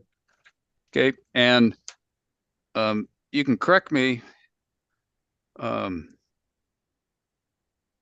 It appears that would it be a correct assumption to say that in this letter, it makes no reference to any actions against Mr. Anson in the state of Colorado except the 1995 restitution and the vehicular homicide at that time? That's correct. And the primary emphasis at that time is basically that he's failed to meet his responsibility to pay restitution. That's correct. And there's nothing in here that says you believe that because of his driving record, he was a risk to the community. Driving records under the type that I've testified to are not part of our normal criteria for denial of a permit. Okay. They will not be included in a letter like this. Okay. But the emphasis, if I look at staff reached the determination based on the following considerations, and I presume you're part of staff, is that correct? I am. That in December 11th of 1995, he pled guilty to multiple criminal charges that included the following, and that there was restitution. And then the third inserted paragraph says, due to the wanton and willful disregard of your legal duties and responsibilities, and I assume by his, to meet his, what you apply by the duties and responsibilities is he's failed to pay restitution. That's correct. I was gonna object. Mr. Swint is not the author of this document. Well, Asking him to speculate what it means. Well, He's already testified. I'm going to overrule. You may go ahead, Mr. Henry. Thank you, Judge. Now, Let me just interject and ask Mr. Cox, are you calling the author of this letter, Mr. Cox? Yes, Mr. Riley will be the next witness. Okay, thank you. So keep that in mind, Mr. Henry. Thank you, Judge. I will. Now, as a part of looking into the restitution, I presume you're familiar with the people in the state restitution office?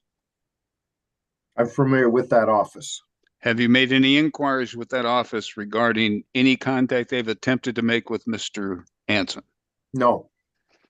And I can see that you pull up all the Colorado records. For court proceedings, do you see any attempts at Rule 69 proceedings or any collection attempt proceedings or any actions filed by any restitution office, including the collection office in Jefferson County, to try and collect this restitution? I would have to speculate, Mr. Henry, and I can't answer your question with any knowledge of any of that. I can only go by the information that I have available in front of me, and I have to consider it credible. Okay. With 25-year-old type case, being an experienced criminal investigator, as you've testified as to your expertise, do you think it would have been imprudent at least to make an inquiry with the collection people in Jefferson County? No, I see this on a routine basis. Did you make any attempt to contact the victim in the case? No, I don't know who the victim would have been, and I would have no reason to contact that victim. Well, in reviewing the documents, doesn't it state who the victim is?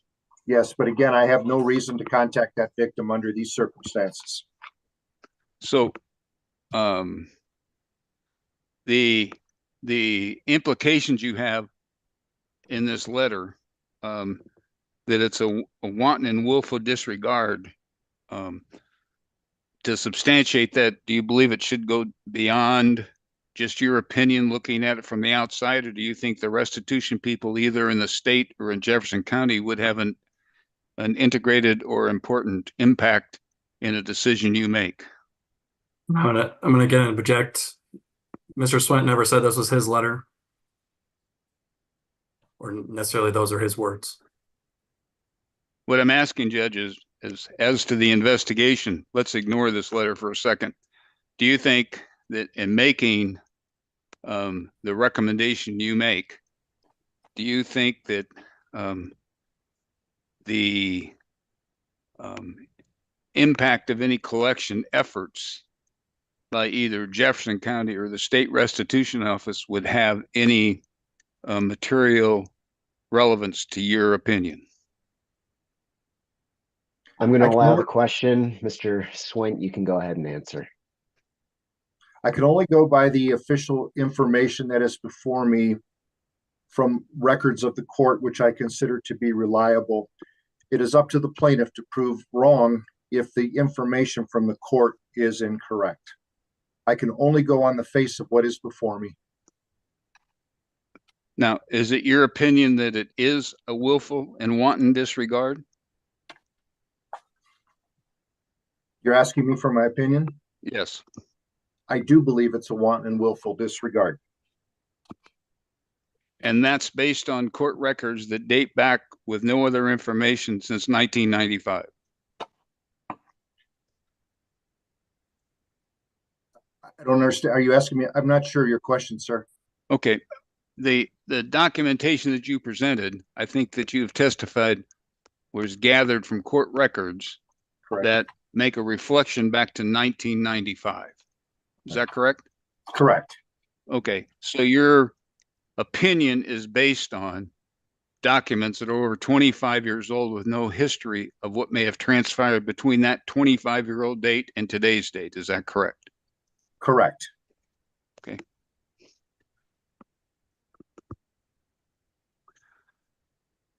And were you sitting here today during the testimony of Mr. Anson? Have I been sitting? Yes. Yes, I have. And you heard the testimony of Mr. Anson. I Is have. that correct?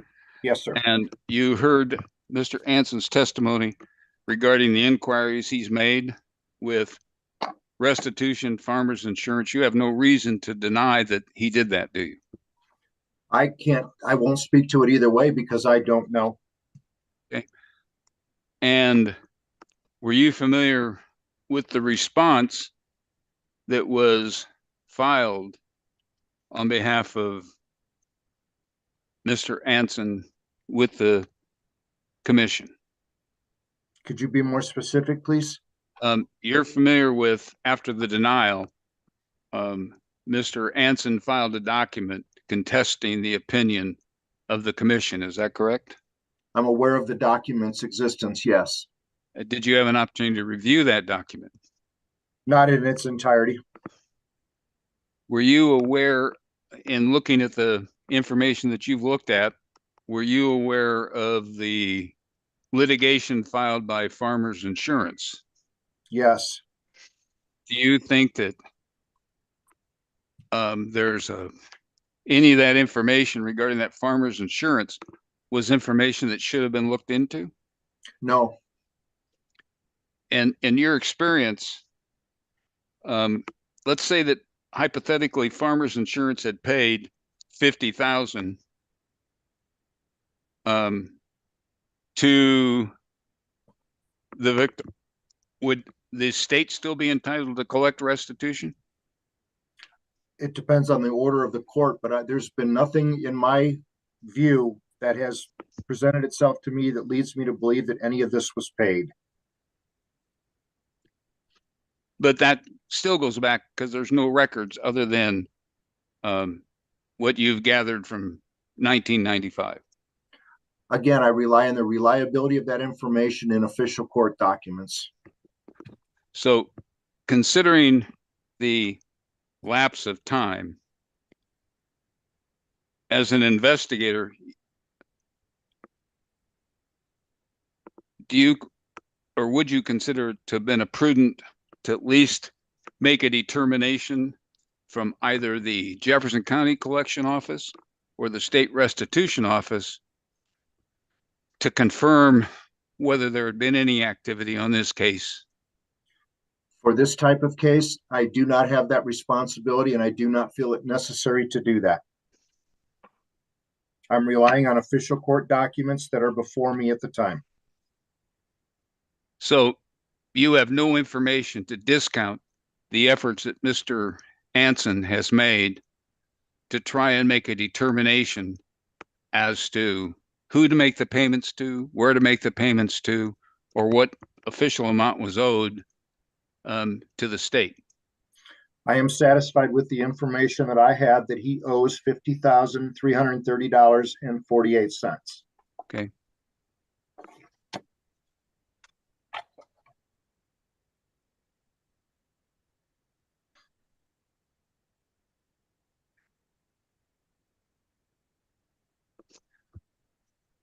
Now, when reference is made to the terms wanton and willful, those are terms of art. Is that correct?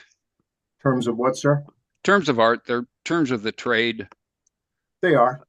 And you make that determination that's your opinion based on evidence that you've seen going back to 1995. Is that correct?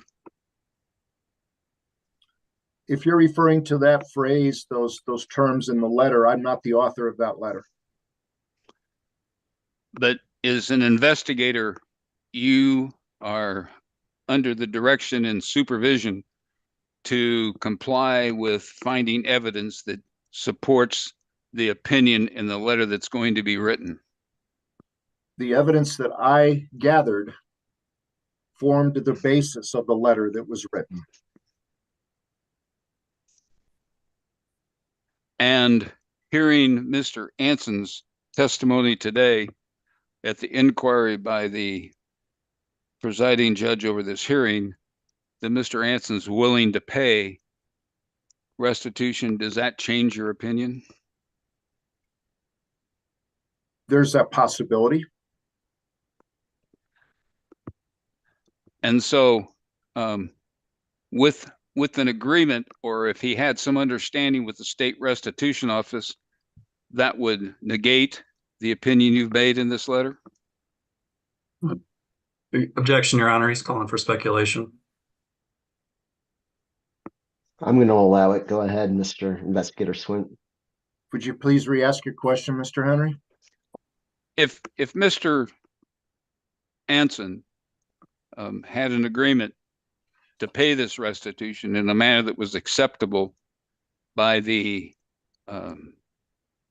state restitution office or the Jefferson County Collection Office, would that have an impact upon your opinion that you expressed in suggesting to the author of this letter that his petition be denied? The first question that comes to my mind is what's happened in the last 28 years with that payment. And if there were to be some arrangements made, as the court questioned him earlier about, I would certainly be more apt to consider issuing his permit. Okay.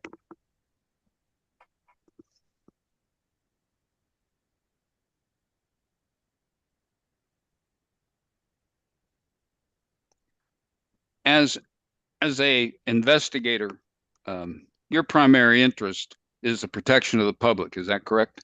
That's correct. And you've heard Mr. Anson testify as to companies that he's been working for? Yes. Were you aware of any of the information he presented today regarding his operation of towing equipment for any other companies? I would take it at its face value, and I have no reason to disbelieve anything he said. And I'm familiar with some of the companies that he has mentioned. And working for those companies, if there was a complaint filed, you would have those complaint files in your investigative files. Is that correct? Correct. And those files normally not only relate to the ownership of the company, but the operator of a particular towing vehicle. Isn't that correct? Not always. We don't always have that information. But you try to get that information, don't you? We try, if the trail of the investigation leads towards the driver, we try every time to identify that driver.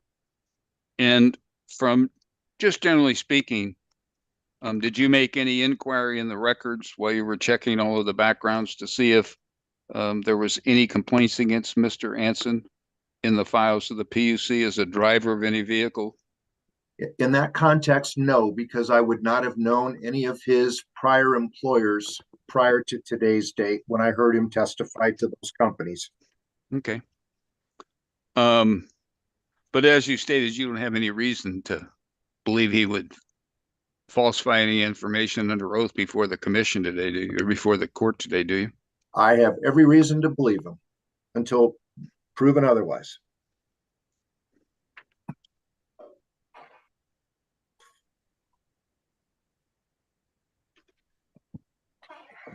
Now, and I'm somewhat confused on one thing. They've recently changed the time period upon which you can look into the history of a applicant. Isn't that correct? Yes. Could you be more specific in your question, sir? Well, it used to be the recommendation, I believe, in the regulations was you could look back 5 years. That's correct. And now you can look back forever. Is that correct? Well, not so much. Out of context, what we can look into in the forever sense, as you put it, under 4010.1401(2)B, we are allowed to deny a permit if we do not feel it's in Mr. Swint, I'm sorry, can you go over that number again? Yes, ma'am. 40-10.1-401 parentheses 2 parentheses lowercase b as in boy.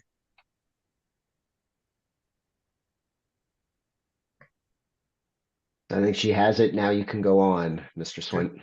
Thank you, Your Honor. Mr. Henry, with that statute, the commission has been given a broader authority to deny permits if we feel as though the issuance of that permit is not in the public interest. Right, but it used to be that it had to be within that 5-year time period. You had to find something that demonstrated that the applicant wasn't within the public's best interest. Isn't that correct? Not in the public's best interest under that rule. Current rule 6504 parentheses B parentheses 1 still allows us to disqualify an applicant if they have an applicable felony within the last 5 years of the date of the application. Right.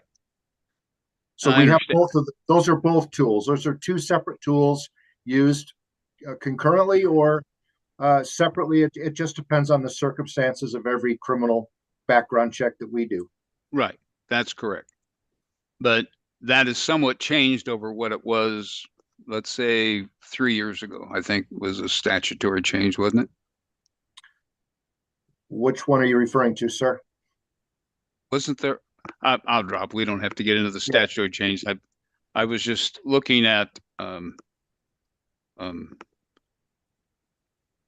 point is that you have gone back to 1995. Mr. Anson has done his punishment and served his time and has gone through the system. And the claims has been clear by Mr. Anson is he has never denied that he owes it. And you don't have any reason to disbelieve him. It's trying to find out how to do it. And you don't find any fault with him saying or question his integrity and under oath saying that he had made multiple inquiries and even went to the point of listening to counsel, not being able to contact the victim, but he did respond to the victim after she contacted him. There's no evidence that he's avoided anything. Am I correct on that? I don't think you're correct. And if there's a question in there for me, I'm happy to answer it. Wait, but I'm not sure where you're. Okay, I'll try and be more direct. What evidence you have that he has avoided, other than 1995, that it was issued? What evidence that you have during this past that he has attempted to do it? They have responded to him and he has avoided their responses. I have no evidence to either believe or reject that testimony.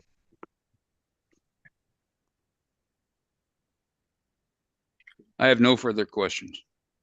Okay, thank you, Mr. Henry. Investigator Swint, thanks again for being here. Let me ask you just a few questions. I think you testified that you had looked into the Farmers Insurance civil case versus Mr. Anson. Did I understand that correctly? I didn't look into it, Your Honor. I was only aware of it. And how did you become aware of it? Through some of the pre-filing documents and also testimony today. Okay. All right. So there was something in the application or any supplemental materials that referenced that civil case brought by Farmers Insurance? In discussions with counsel, I believe that came up prior in our preparation for this hearing today. Okay. All right.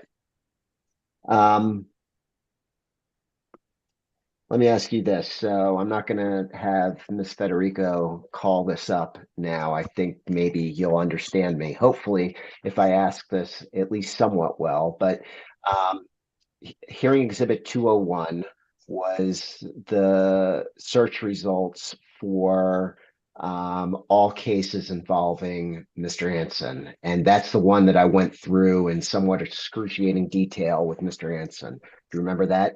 I do, Your Honor. And then here and on that list was the 1995 criminal case. Do you remember that? Yes, sir. And then hearing exhibit 202, which Mr. Henry just went through with you, my understanding of that document, and you may have testified to this, and if you did, I apologize, but that was just detailed information regarding the 1995 criminal case. Do I understand that correctly? That is correct. Okay. And that was the one that on the final page included basically the status of the restitution. Do you remember that? The last tab on that summary, on this case summary, always deals with the restitution, fine, and costs, and that is what you're seeing on that final page. Okay. So just so I understand the record in this proceeding, so we have hearing exhibit 202, which is the detail regarding the 1995 criminal case. Of course, on hearing exhibit 201, there were several other cases that both that I spoke with Mr. Anson about and those that I did not. I understand that correctly, don't I, Investigator Swint? You do, Your Honor. And Yes. so there's nothing in the record like hearing exhibit 202 for any of those other cases that were listed on hearing exhibit 201. Is that correct? I just want to make sure I have the record correct. That is correct. Okay. Thank you. Last question, or few questions, but same subject matter. You recommended to me that I uphold the decision that has been made here to reject the application for a towing permit. I understand that correctly, don't I? Yes, you do. Is it a close call? Admittedly, yes. Why?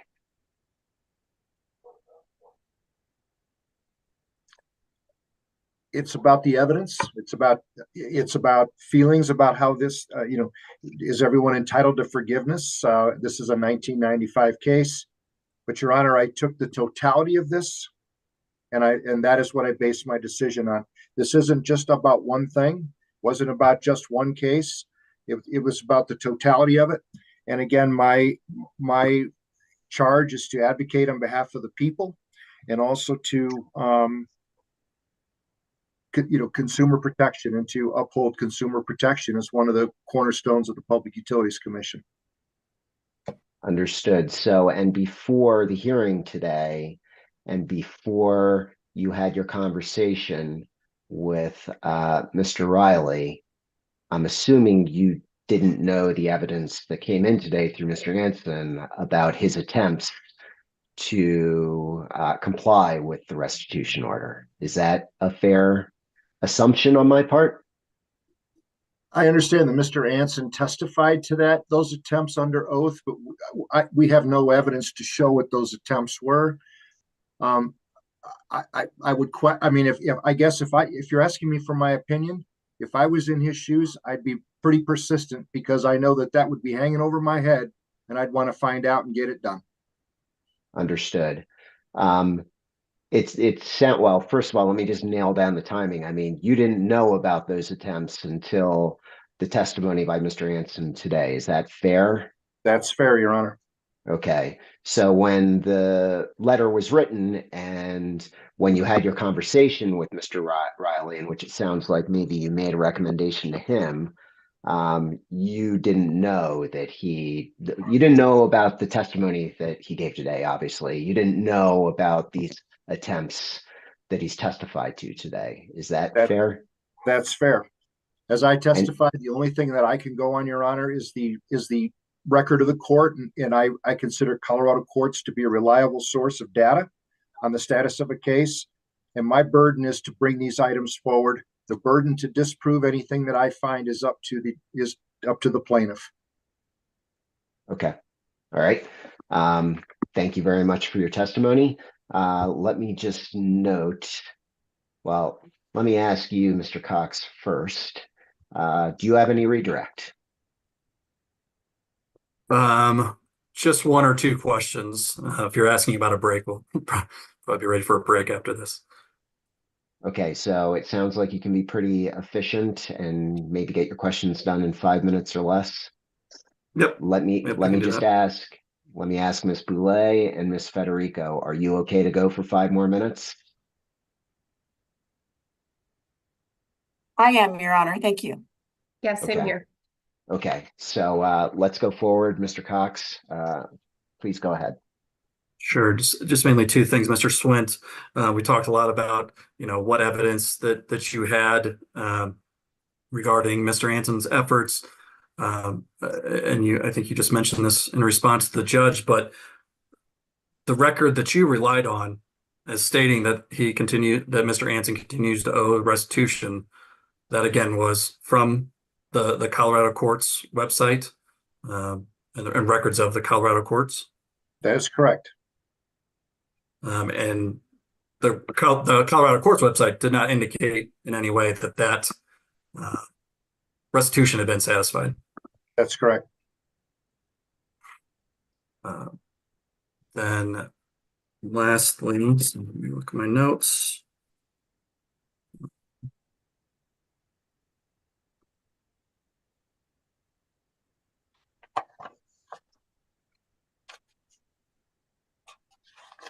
That'll be it. No further questions, Your Honor. Okay, that was very efficient. Thank you very much, Mr. Cox. And Investigator Swint, let me thank you for your time and your testimony here today. It's been very helpful to me. Very much appreciated. You may step down. And Mr. Cox, I'm assuming you're still planning on calling Mr. Riley? Yes. Okay, so let's do this. It is approximately 3:20. Let's take a break until 3:35. Okay, so we're going to be in recess until 3:35. Thank you.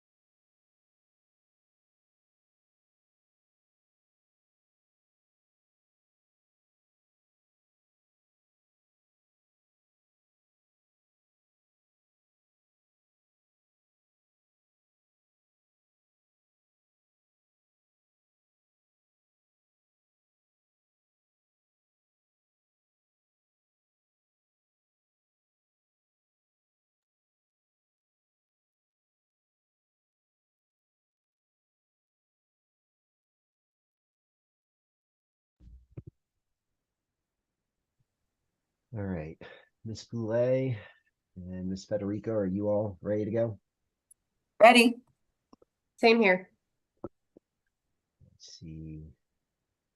Everybody else is back. Okay, so we're back on the record in proceeding number 23M-0473TO. And I think we're ready for your next witness, Mr. Cox. Thanks, Your Honor. Staff calls Nathan Riley to the stand. Thank you, and welcome, Mr. Riley. Yeah, that's better. Good. You were very dark just a moment ago with the backlighting that you have. Let me ask you to raise your right hand and answer the following question. Do you swear or affirm that the testimony you're about to give will be the truth, the whole truth, and nothing but the truth? I do. Great, thank you. When you're ready to go, please state your name for the record and spell it as well. Nathan Riley, first name Nathan, last name Riley. Great, thank you. And is anybody in the room with you as you testify? No, just me. Okay, if that changes or if anybody tries to communicate with you during your testimony, please let me know, okay? Yes, sir. Thank you. So I'll turn back to you, Mr. Cox, and you may proceed. Thanks. Good afternoon, Mr. Riley. As you know, my name is Justin Cox. I'm an Assistant Attorney General representing the trial staff today. Can you tell us who your employer is? I am employed by the Colorado Public Utilities Commission for the state of Colorado. And what is your current position? I'm the section chief for the transportation program under the PUC. Prior to your position as section chief, did you serve in any other positions with the PUC? Yes, I also worked previously for the investigations and compliance unit under the transportation section as a criminal investigator. And how long have you worked for the PUC? With those two combined positions, just about 10 years. Can you briefly describe your duties in your current position as section chief? I'm ultimately responsible for all of the different work teams under the transportation section, which includes rates and authorities, customer care, as well as the investigations and compliance unit. In addition, I do higher level duties such as participating in rulemakings, pursuing the commission's legislative agenda, and various other administrative and regulatory responsibilities. As part of your duties, are you familiar with the statutes and rules governing towing carriers in Illinois? I am. I assume you meant Colorado. Yes, in Colorado. Yes, We have enough Thank you for problems the with clarification. Illinois. Sorry, did I say Illinois? I apologize. I heard I Illinois. meant Colorado. I meant Colorado. Thank you. Yes, As a section chief, was it ultimately your responsibility to make the determination regarding the approval or denial of Ryder Towing's permit application? yes. And I'm sure you heard Mr. Swint testify, but can you generally walk me through the process of what you heard from Mr. Swint after he conducted his investigation? So typically the way the process will work is he does all the initial work regarding the background checks that are required by statute and PUC rule. So he will review court records and any other information that he has available related to the parties associated with the application. At that point, he will typically reach out to me with a recommendation, at which point we typically will have a discussion and come to the most reasonable conclusion. And what was the recommendation of Investigator Swint regarding Ryder Towing? His initial recommendation was to deny the permit, stating that it was not in the best interest of the public for this particular towing application to be granted. And did he provide you with any information to go along with his recommendation? Yes, he will typically include copies of court records and other information, as well as summary of said information at the outset. And he did so in this case. He did. What steps did you take to view related to the application? Oh, sorry, I'm getting a I'm little sorry, bit Mr. Cox, you cut out there. Yeah. Yeah. Everyone hear me? I just got a notification that my connection was a little low. So, Mr. Are we back?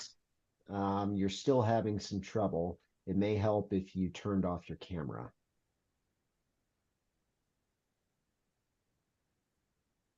Is that better?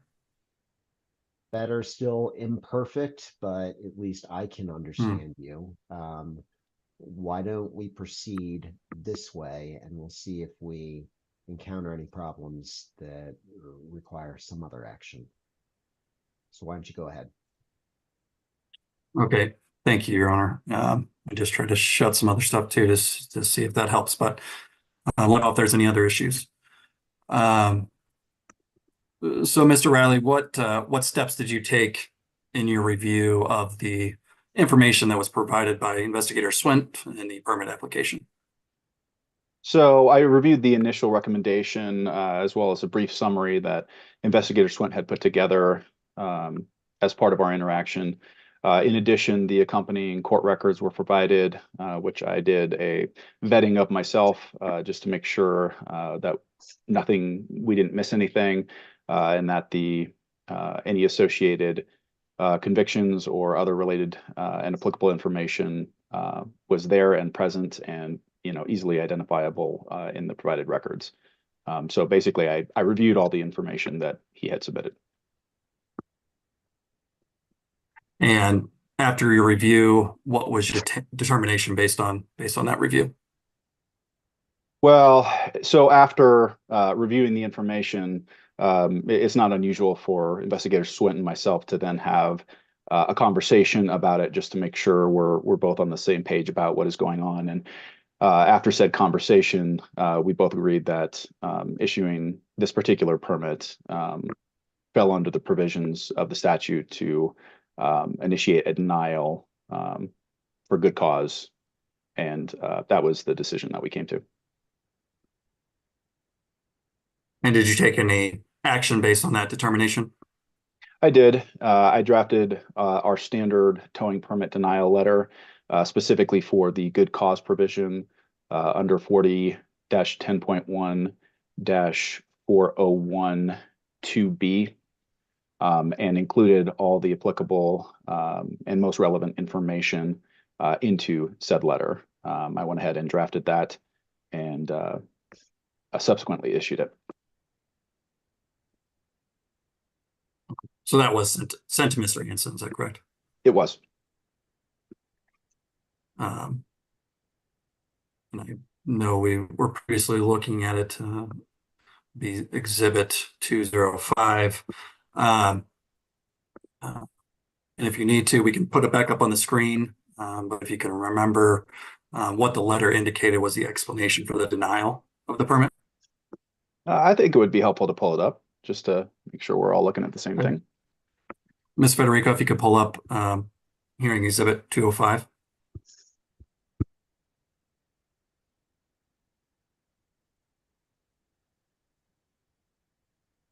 So looking at this letter, this was the letter that I drafted in response to the situation. I believe the two most prominent features of the substance that we put into this letter were the severity of the felony convictions associated with the 1995 criminal case, in addition to the outstanding restitution that was also indicated in the applicable court record. My feeling is that those were the two most prominent features that resulted in the determination to deny this permit under the good cause provision. So when you say severity, not only did you look at the court record and see a felony, but did you consider the nature of the convictions? Yes, obviously we have in statute a standard where we can disqualify a towing permit applicant for any felony conviction within the previous 5 years. But if we, under the separate but also adjacent good cause standard within that same statute, we have the ability to look further back, but we have to be able to justify that there's good cause to look further back than that. And so the specific nature of the convictions is a prominent feature when we engage in that kind of an exercise. So in this particular case, yes, the fact that the particular convictions were related to the use of a vehicle, that definitely was a contributing factor to this ultimate determination. And you were also not aware of any, your review of the records, you were not aware of any court record order that the restitution had been satisfied? No, I had not seen any records. We do rely heavily on the court records, which we have established over the years to be a credible source of judicial related information as it pertains to court records. So that was what was present in that record. And I think we have yet to see anything, including in the hearing today, that has in any way been satisfied to the full extent. And then final question, do you also have any recommendation for the ALJ today? I would also recommend that the ALJ uphold staff's determination to deny this particular towing permit application for the reasons noted during testimony and evidence today. Thank you. No further questions, Your Honor. Mr. Riley, I have a few questions for you. First of all, how do you want me to address you? Mr. Riley, Supervisor Riley, Investigator Riley? What's your preference? Mr. Riley is fine. Okay. Thank you. Thank you. So regarding the recommendation, you heard me ask this of Mr. Swint. The recommendation is to uphold your decision. Is this a close call in your mind? It's hard to say because obviously every circumstance is different. And so, changing a single variable, may theoretically have us reach a different conclusion. But until we actually have that in front of us, it's difficult to jump to conclusions because we do weigh different factors in different amounts. But, as Investigator Swint alluded to earlier, we do consider the totality of the circumstances and we do take it very seriously. So I don't know if I'd go as far as to say it's a close call with one of those two primary factors. If one were eliminated, would we still come to the same conclusion? It's hard to say with that actually not being the facts and circumstances on the table. Understood. So it's too hypothetical at this point, is basically what I hear you saying. Do I have that right? Yeah, I think so. Again, we see so many varied circumstances when it comes to towing permit applications that we think could fall into these statutory mechanisms that we have. And so again, we consider everything that's on the table. We're always trying to make sure we are taking that into consideration. So yeah, hypothetical, I would agree with that. Okay, thank you. And so the two factors that you've identified that I think were the basis for your decision was the severity of the 1995 criminal conviction, and then the fact that restitution has not been paid. Do I understand that correctly? Yeah, that's everything we put in the letter. Obviously, as you've seen from some of the other exhibits and things that have been produced today, there were other things we saw, but those were the two most prominent features and what ultimately ended up in the letter. So Not to say that we weren't aware of the other things in the applicant's record, but those were the kind of the highlights, and that's what we determined were the most prominent features and what needed to go in the letter. Did those other court cases, play any role in the decision? Are you standing on any of them as the basis for the decision? I wouldn't say we're standing on them as the basis of the decision, but it was something that was happening. It was information in the background that we did see. Okay.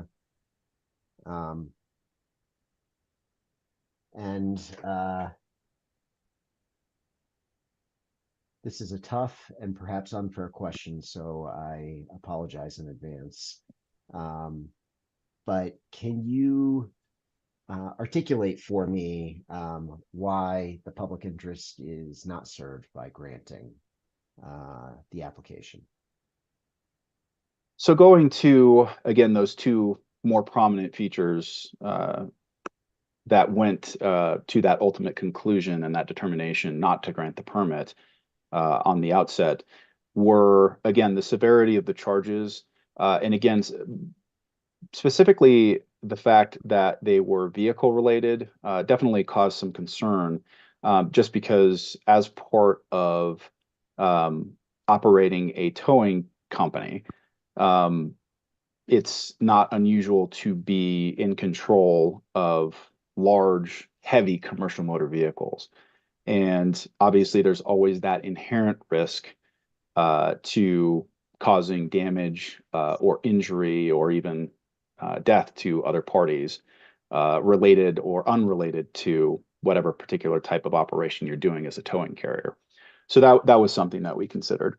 The other part, as it pertains to the outstanding restitution, did certainly cause us some concern in regards to just a particular authority, in this case, talking about the district court, making a particular mandate or order, some type of compliance that needed to be adhered to, in this case, the restitution being paid, and a good deal of time going by with not much effort towards that. Similar here at the commission, we do take enforcement action. We do take administrative actions such as, show cause for insurance or other things of that nature, which do require things to be done on the part of the regulated entity. And so seeing kind of in the record evidence of that not being done in what would actually be a more severe circumstance just caused us some concern about the applicant's willingness to comply with commission orders in a similar manner. So those are probably the two most prominent features in my mind. Okay. And you've heard, I assume, Mr. Anson's testimony here today. Is my assumption correct?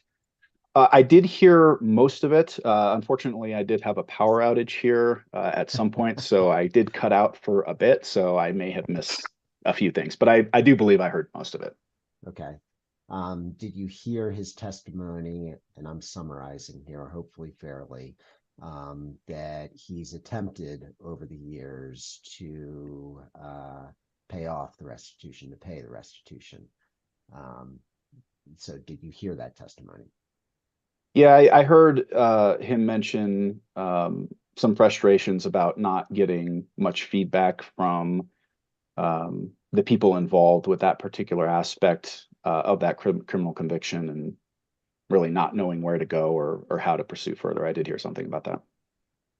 So does that evidence, which, at this point is uncontradicted, have any impact on your decision? I think we're still just looking at the outstanding balance. And again, I don't know that we've seen anything prior to today's hearing or during today's hearing that indicate that somehow that restitution amount or expectation has in some way been absolved. So I think we're still just, there's nothing to suggest that has actually been an official decision, an official result, despite any of the moving parts behind the scenes.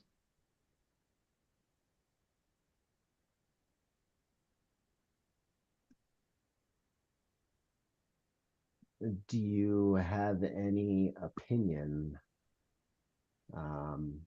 about, or any thoughts about whether granting this application would improve Mr. Anson's ability to pay the restitution?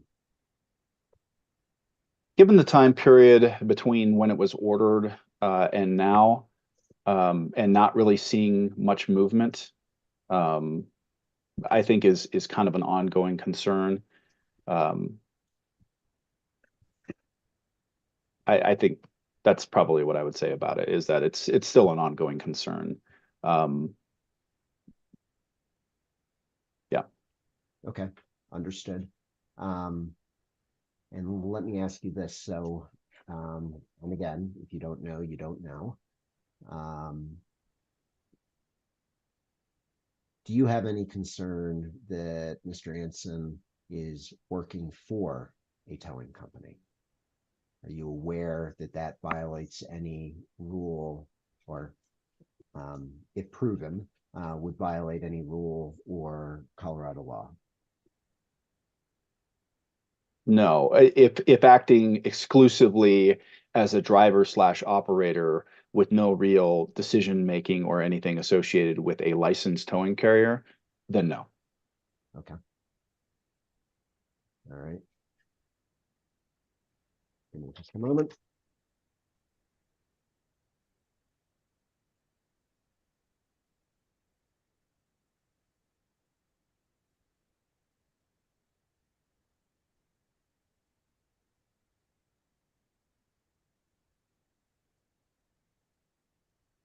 All right, that's all I have. So let me turn to Mr. Henry. I think I jumped the gun. I should have let Mr. Henry go first. I apologize. Oh, no, I just Go sitting ahead. here. Give me more time to think, Judge. I appreciate it.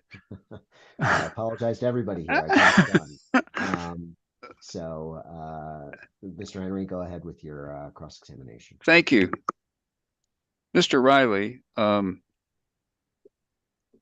you just made a statement that you send out sometimes requests for licensees or for other parties to respond to you on insurance claims or insurance issues, and you expect them to respond, correct? Well, we engage in various administrative and enforcement actions, which at times does require a certain level of participation from the regulated party. Yes. Right. And if you send out a notice to them to respond and they don't respond, that's a negative. Is that correct? It depends on the circumstances, but typically, yes. Okay. Well, let's get right down to the chase. If somebody doesn't respond to you, Mr. Riley, all of us are old enough here and experienced enough. Let's not beat around the bush. That's the first thing you look at as a condition of a person's willingness to cooperate with the agency, is how they try to avoid you. Is that correct? Well, I mean, we have a certain level of expectation for them to engage with us, yes, and do so in a good faith manner. Okay. Do you think that the restitution office, do you see any evidence of anything you looked at in public records with the restitution office, which is also an administrative agency of the state of Colorado, or the collection agency for the state of Colorado, that they've ever made any attempt to collect anything or attempt to inquire about Mr. Anson's financial capability, and he failed to respond? I don't think I have seen anything related to the restitution office. We were relying on the records available in the court records. And the records you looked at are really records that were 20 plus years old. Well, the case was conducted 20 plus years ago, correct? I guess we'd have to figure out from the judicial branch how frequently those are updated. Okay, but you haven't done any investigation to see if they have been updated, have you? No, we rely on the Colorado court records access through the judicial branch to get our information, which we found over the years and established to be a reliable source of information. Well, you haven't heard anybody deny that the restitution is denied, have you? I'm not sure I know what you mean by denied. Well, Mr. Anson, you haven't heard him deny that he owes the restitution, have you? I have not heard him say that. Okay. And what he's complaining about is following direction of another employee of the state of Colorado, his parole officer, that he should contact the restitution office of both Colorado state and Jefferson County to find out what his next step should be, and they would assign him a collection investigator. You heard him testify to that? That may be one of the parts that I missed. Okay. Well, if that, you don't have any reason, as Mr. Swint said, to find fault or that he's misstating a fact, having heard that now. I mean, if that was his statement, I would have no reason to disbelieve that. Okay. And you said one of your concerns is the nature of his case being back in 1995, the seriousness of those charges, because you would have serious concerns being the owner of the company that he would be driving and kill someone.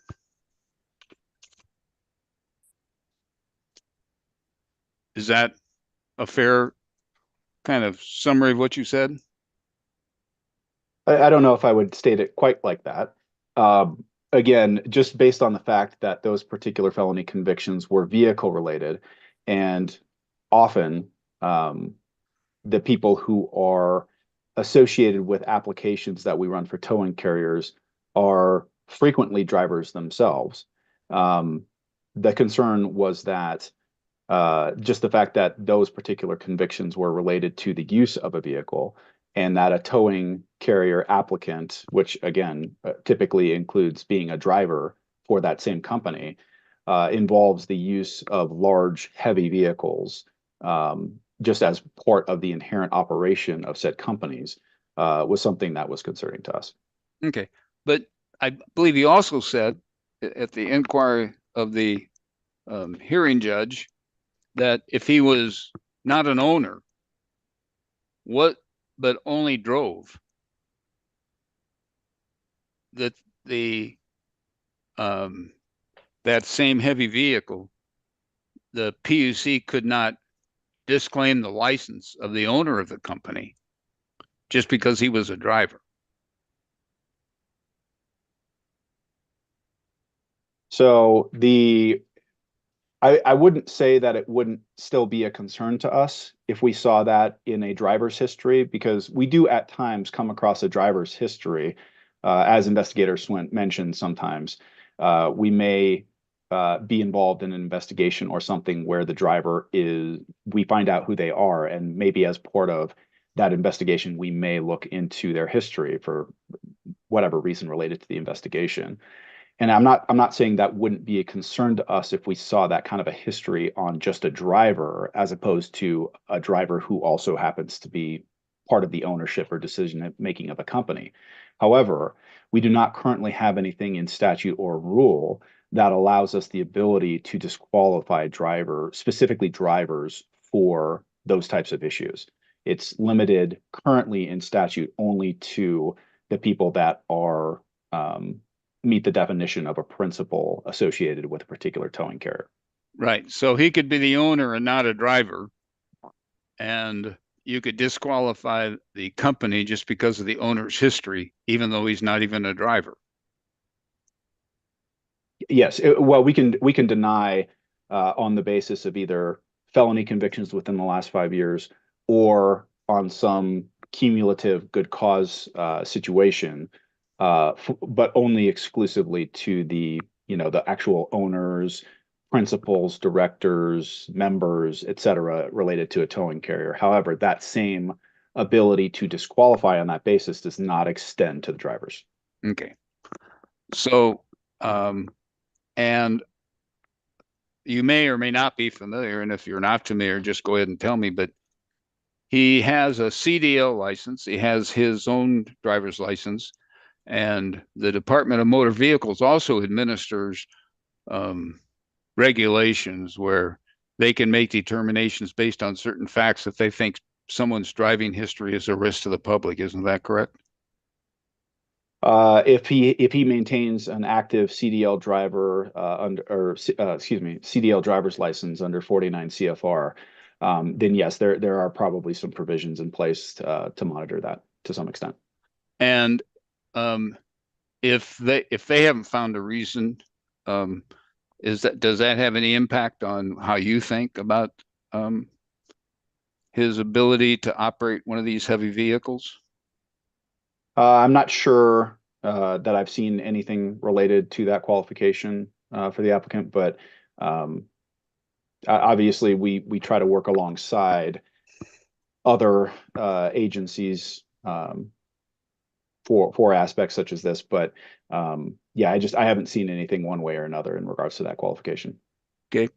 And being in the position you are, you're familiar with local police and for police departments for cities and municipalities, county sheriff's offices, and the state patrol, of how they use the services of tow companies on a rotation basis to follow up on calls and respond to their needs. Yes. And would you think that those officers are responsible individuals to the community and citizens, that they only allow people to do that they consider to be responsible? Yeah, I mean, obviously Objection, Your Honor, that's on for speculation. Sorry, could you repeat that, Mr. Cox? You were breaking up. I was objecting to speculation, request for speculation. Well, I'm not so sure, Judge. It's speculation. I mean, he said he was familiar with how they do rotation, and law enforcement officers, I don't think that's speculation of what their obligation is to community citizens. So I'm going to overrule the objection and allow it. Go ahead, Mr. Riley. So obviously, there's a variety of factors that play into each individual department or agency's contracts that kind of oversee those rotations. I've seen a variety of those over the years. So each one, I think, takes at least a slightly different approach to the types of carriers that they are allowing to be involved in their rotation, and the extent to which they're reviewing things like backgrounds and other things. Right. But if they saw something, I mean, they definitely have access to public records and driving records, etc. Would you agree that those individuals that are in law enforcement have a responsibility also to the public? Well, they'd certainly have a responsibility to make sure a smooth driving conditions in the state, and that tends to be when they engage with towing carriers, is to clear accidents and other things that would obstruct the public roadways. So I know one of their primary, or I would imagine one of their primary kind of goals is to make sure that they have sufficient coverage to ensure that's being done correctly and swiftly. Right, and they like it to be done safely. Isn't that correct? I believe they would. Okay. Now, you made a statement that I always find interesting by government officials when they say they've done vetting. That's a pretty broad term, don't you think? I'm sorry, could you say that again? You used a term that one of the things you do in analyzing one of these applications is to do vetting of the applicant. Well, correct? I believe what I was referencing is the background checks that we do related to these towing carrier applicants, which again is performed primarily by Investigator Swint, and that then whatever he finds typically is forwarded to me, and I will again kind of do a second review of the underlying information just to make sure we're seeing the whole picture. Sure. And so as a part of the whole picture, and we've already brought it up once, and we don't have to bring up the exhibit again, because I'm sure with your experience, you're totally familiar with the letter you wrote being hearing exhibit 205. The only issue mentioned in there really is the seriousness of the event that occurred in 1995 and his willful and wanton disregard for paying restitution. Is that correct? Could we see exhibit 205 again? I want to look at the exact language, please.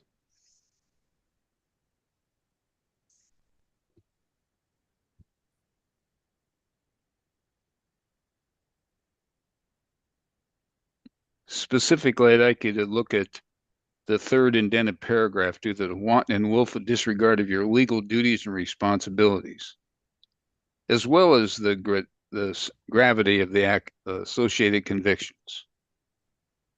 Right.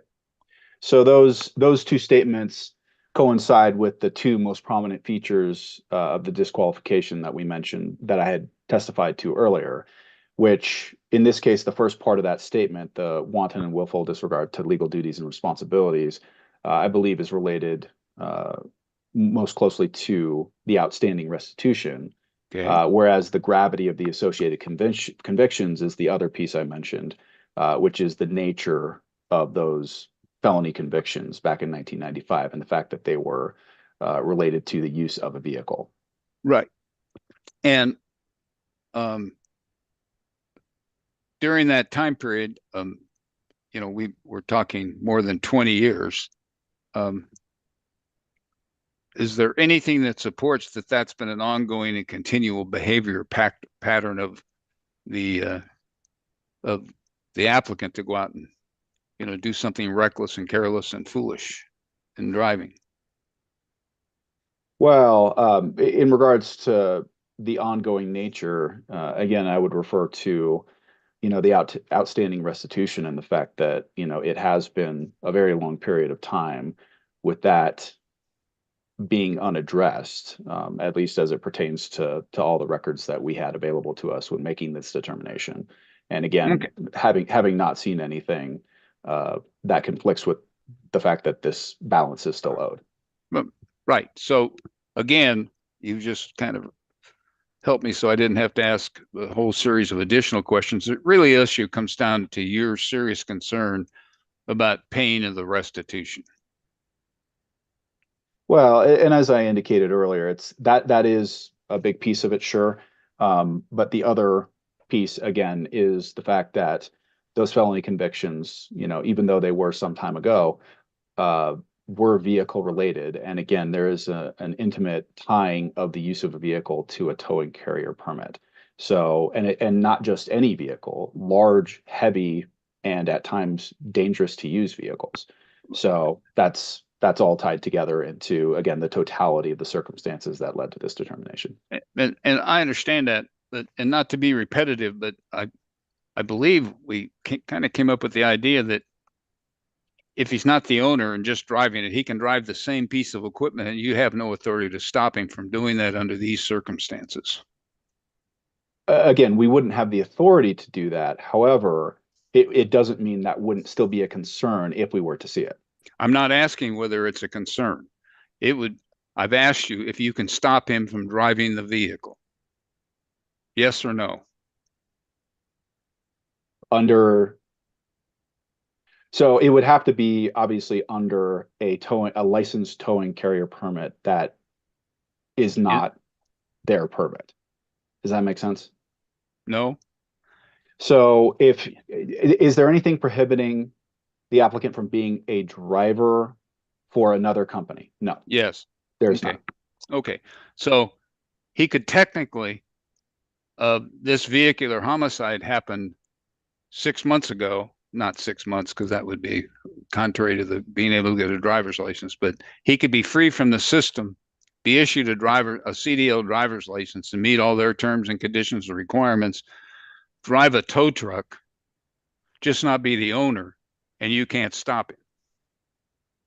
The owner or somebody who could be considered a principal of a licensed towing carrier. No, we could not stop him from being just solely a driver operator of a separately licensed towing carrier. That's correct. Right.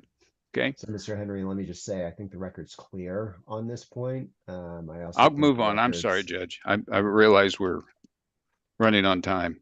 Yeah, and the other thing I'll say is the record's clear, I think, about the letter, Exhibit 205, and Mr. Riley's testimony interpreting the sentence that you were just addressing with him. So I'm not going to say no, but I think the record's clear on that. So I understand, Judge. I apologize. I probably beaten the bush. The other issue is you probably heard Mr. Swint during his testimony has no reason to deny or to make an accusation that Mr. Anson's not being totally forthright with the court under oath, that he had made inquiries with Farmers Insurance, et cetera, and not to waste some time, but Mr. Swint said no, he had no reason to believe that Mr. Anson had not made those efforts. Well, I believe if that's what he testified to under oath, we can take that at face value. Okay. Did you also hear where I asked Mr. Swint that if Mr. Anson had been contacted by either collection officers of either the Jefferson County or the state of Colorado and had some agreement to pay the restitution, would your opinion be different? Possibly. Again, we'd have to take that piece of evidence into consideration with all the other competing pieces of evidence that we have related to this exact situation, and then essentially reevaluate.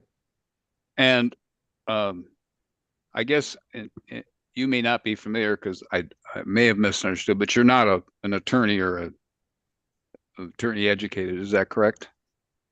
No, sir. I've worked for the judicial branch, but I'm not an attorney. Okay. Are you familiar with the collection procedures of either the collection department of Jefferson County or the state of Colorado? To a certain extent, but not to any level of expertise. Now, and if you don't know, just feel free to tell me. Would you expect them just to be sitting around on $53,000 and having no contact with or attempts to try to contact Mr. Anson over the last, 20 some years? Yeah, I couldn't say. Well, just from a side, would you think as a officer working for the state of Colorado, that seems a little unusual? Objection, speculation. I'm going to sustain that objection. Okay. I would also note that Mr. Anson has admitted the restitution is owed. Yes, that's true. Continue line of questioning. Understood. I'm not sure where we're going with it. Yep. So again, I'm not going to tell you you can't ask any more questions in this Okay. area, Mr. Henry, but I think the record's clear here. Okay. I'm just looking at my notes, Judge, just if I may have a second. You may.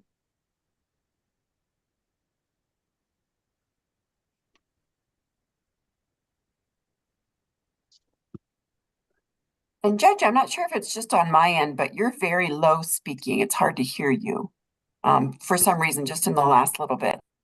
Okay. Give me a moment.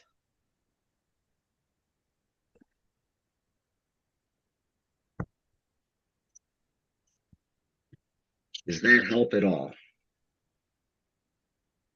It's louder, yes. Okay. Ooh, that is better. All right, good. No, Judge, I don't have any further questions. Okay, thank you. I'll turn to Mr. Cox and see if you have any redirect. Sure, just a couple. I'll try to turn on my video to make sure we're back. Mr. Riley, again, the records that you relied on were from the Colorado Judicial Branch and the court data access website. Is that correct? It is. And you have no reason to believe that they were not reliable or current? No. And did you see any record that the restitution had been satisfied?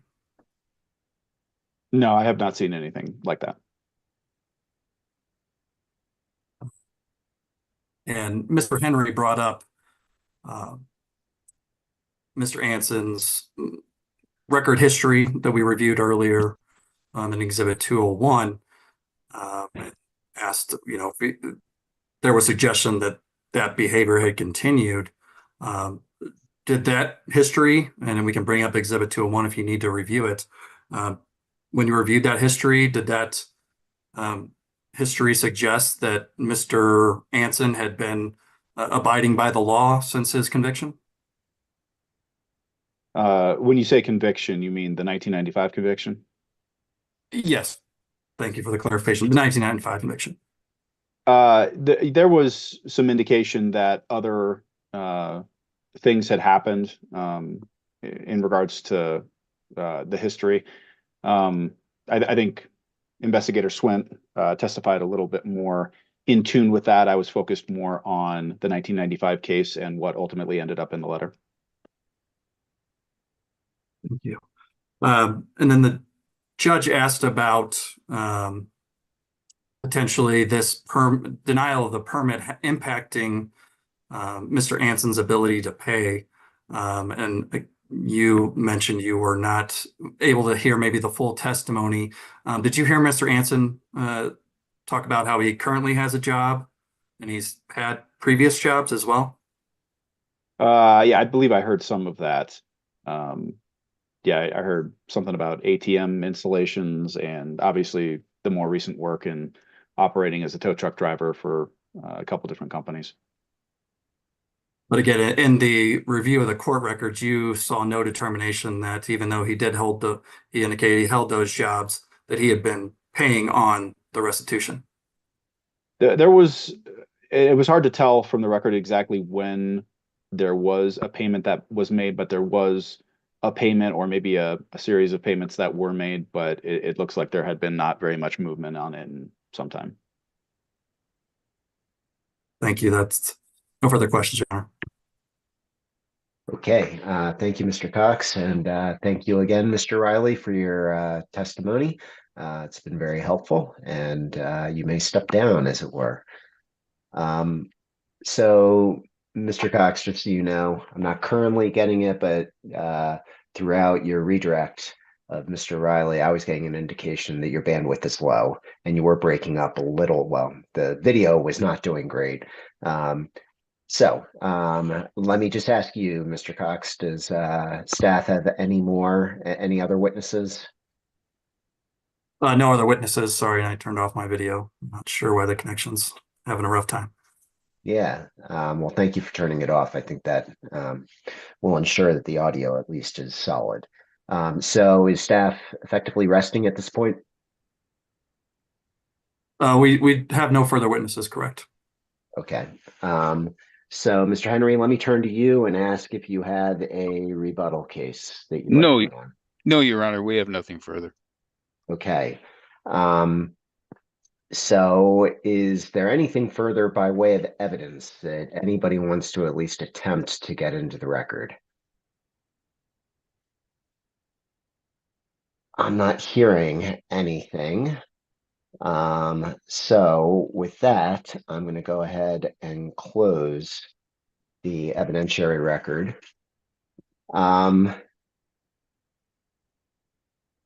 So let me ask this. Let me start with a statement, which is, well, I'll ask this first of Mr. Cox, maybe Ms. Hayden.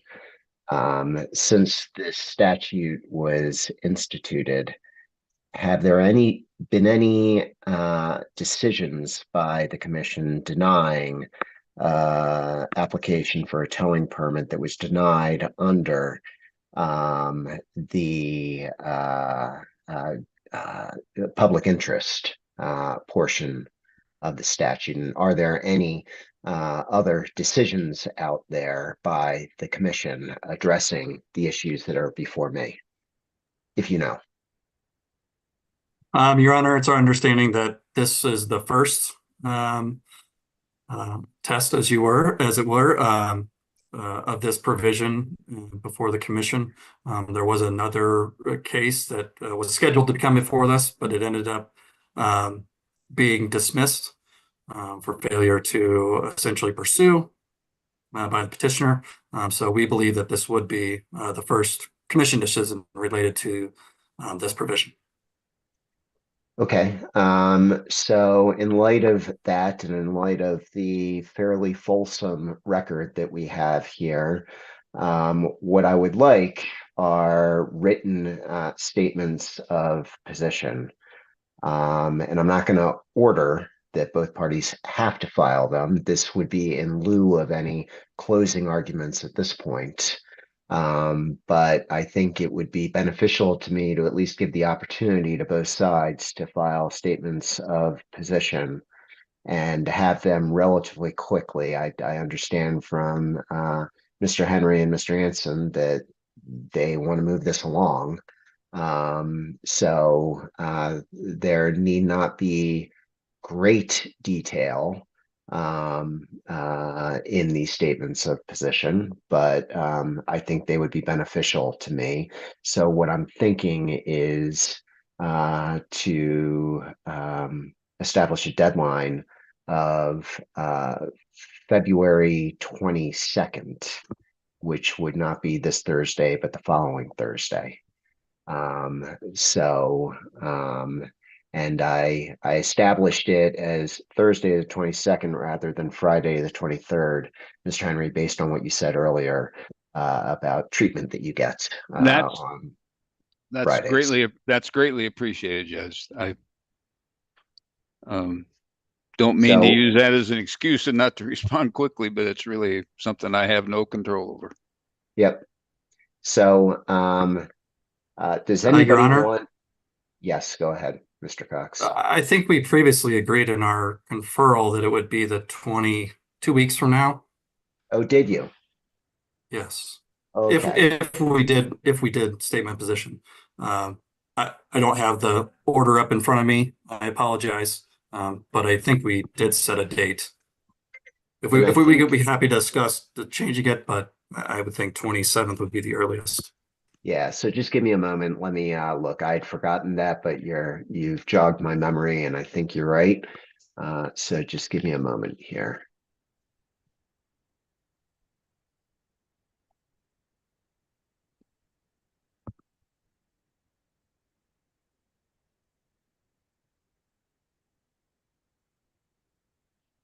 All right. Well, Mr. Henry, is that consistent with your recollection? I remember the 27th. I mean, yes, I do remember that date, Judge. That reflected my memory when that was just raised, I believe, by Mr. Cox. Okay. But I can do it's up to, if they can do it by the 22nd, I'll do it by the 22nd. If they would rather have the 27th, and we've already agreed to that, I'll agree to it. So why don't we just go ahead and hold you to the 27th? That's only, that's the following Tuesday after what I was proposing. Sure, that's fine. So let's have statements of position due by the 27th, February 27th. And Your Honor, if we could get some clarification regarding when transcripts would be ready. And I don't know the answer to that. Ms. Boulay, what's realistic and be realistic if we need to move the deadline for the statement of position and the parties believe they need the transcripts, then we'll move it. Judge, it's about 200 pages, and I will just say I will be on vacation from this Friday to next Tuesday. So I'll get it done as soon as I possibly can. What date certain would they need it? So, Mr. Cox, do you want to weigh in on that? And then I'll hear Mr. Henry on this as well. So in order to comply with the February 27th agreed date for the statements of position, when do you think you need the transcript by? Ugh. I mean, ideally we'd get it by the 20th, but it's obviously a tight turnaround and understand that she's going to be out.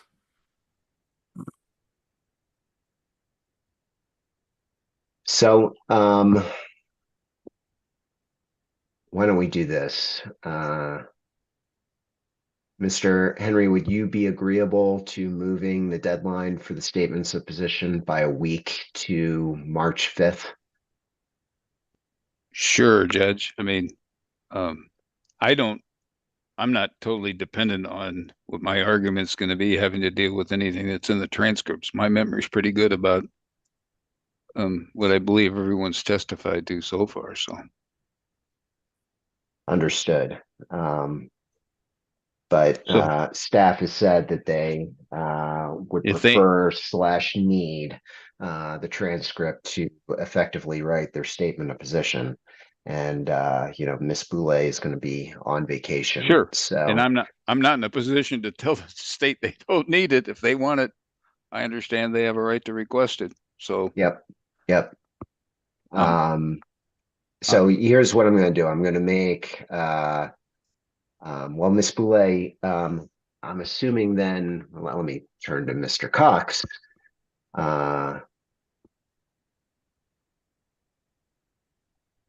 think you said the 20th is when you'd like it by, if the deadline were the following week on the 27th. So does that then mean that the date certain that you'd like, if the deadline for the statements is March 5th, is deadline for, or the date certain for the transcript would be the 27th? Yes, that would be what we'd request. Okay. And Ms. Boulay, if you need to talk to me offline about this, I'm happy to do that, to take a break. Just let me know. But the question I'm asking is whether that will work. That's absolutely doable, Judge. Okay. Great. Thank you, Ms. Boulay. So we'll make the statements of position due on March 5th. And let me just tell you the process after the statements of position. And I think you can rest assured that I'm at least going to start on the recommended decision even before I get your statements of position. I'm going to try to move this along as fast as I can. Obviously, I have other responsibilities, other proceedings, other decisions I have to write, but that's what I'm going to endeavor to do.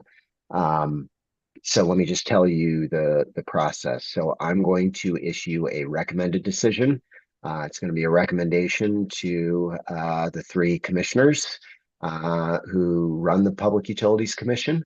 So it's going to be a recommended decision. Once it issues, whoever is dissatisfied with it, if anybody, will have 20 days to file exceptions.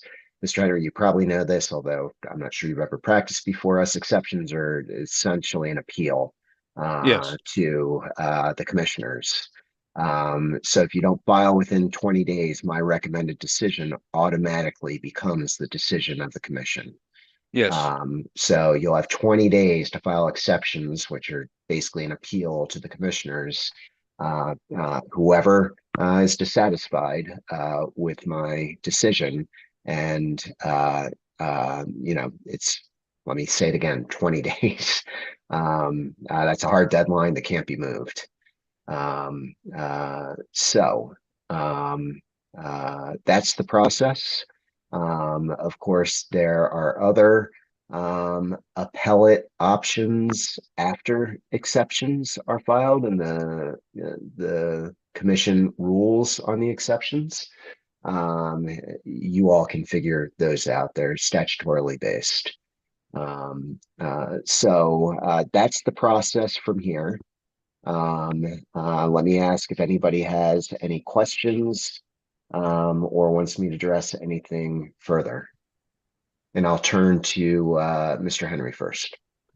Did I misunderstand, Judge? You're going to try and get that done before we get our No, you did misunderstand. I probably stated it poorly. No, I may have been taking notes at the same time and just didn't.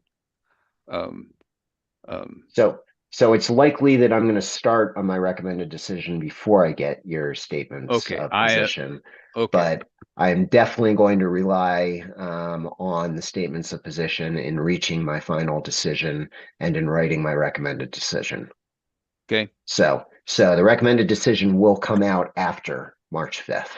Can't tell Okay. you when, but I understand that time is at least somewhat of the essence for the petitioner. So I'm going to work hard to get this done as quickly as possible. okay. So any further questions from anybody? Not by the petitioner.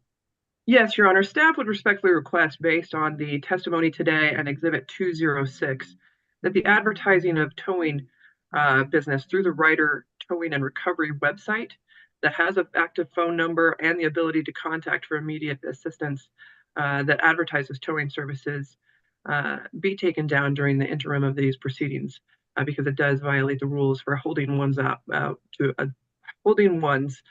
business out with the ability to tow. It violates the PUC rules.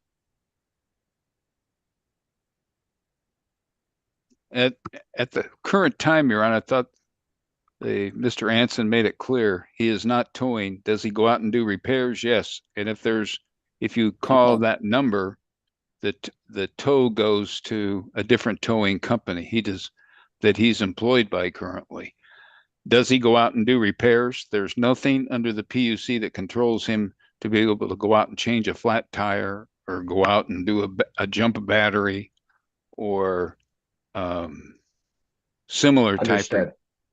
repairs. I understand. So I'm gonna, Ms. Hayden, I understand and appreciate your request. I'm gonna deny it and just advise Mr. Anson that you cannot do any tows as Ryder Towing and Recovery, and that you need to, as you stated under oath, you need to continue to refer anybody who calls requesting Ryder Towing and Recovery to do any towing related work for them. You need to refer them to your current employer and only do any such work as an employee of, is it Sean's Towing?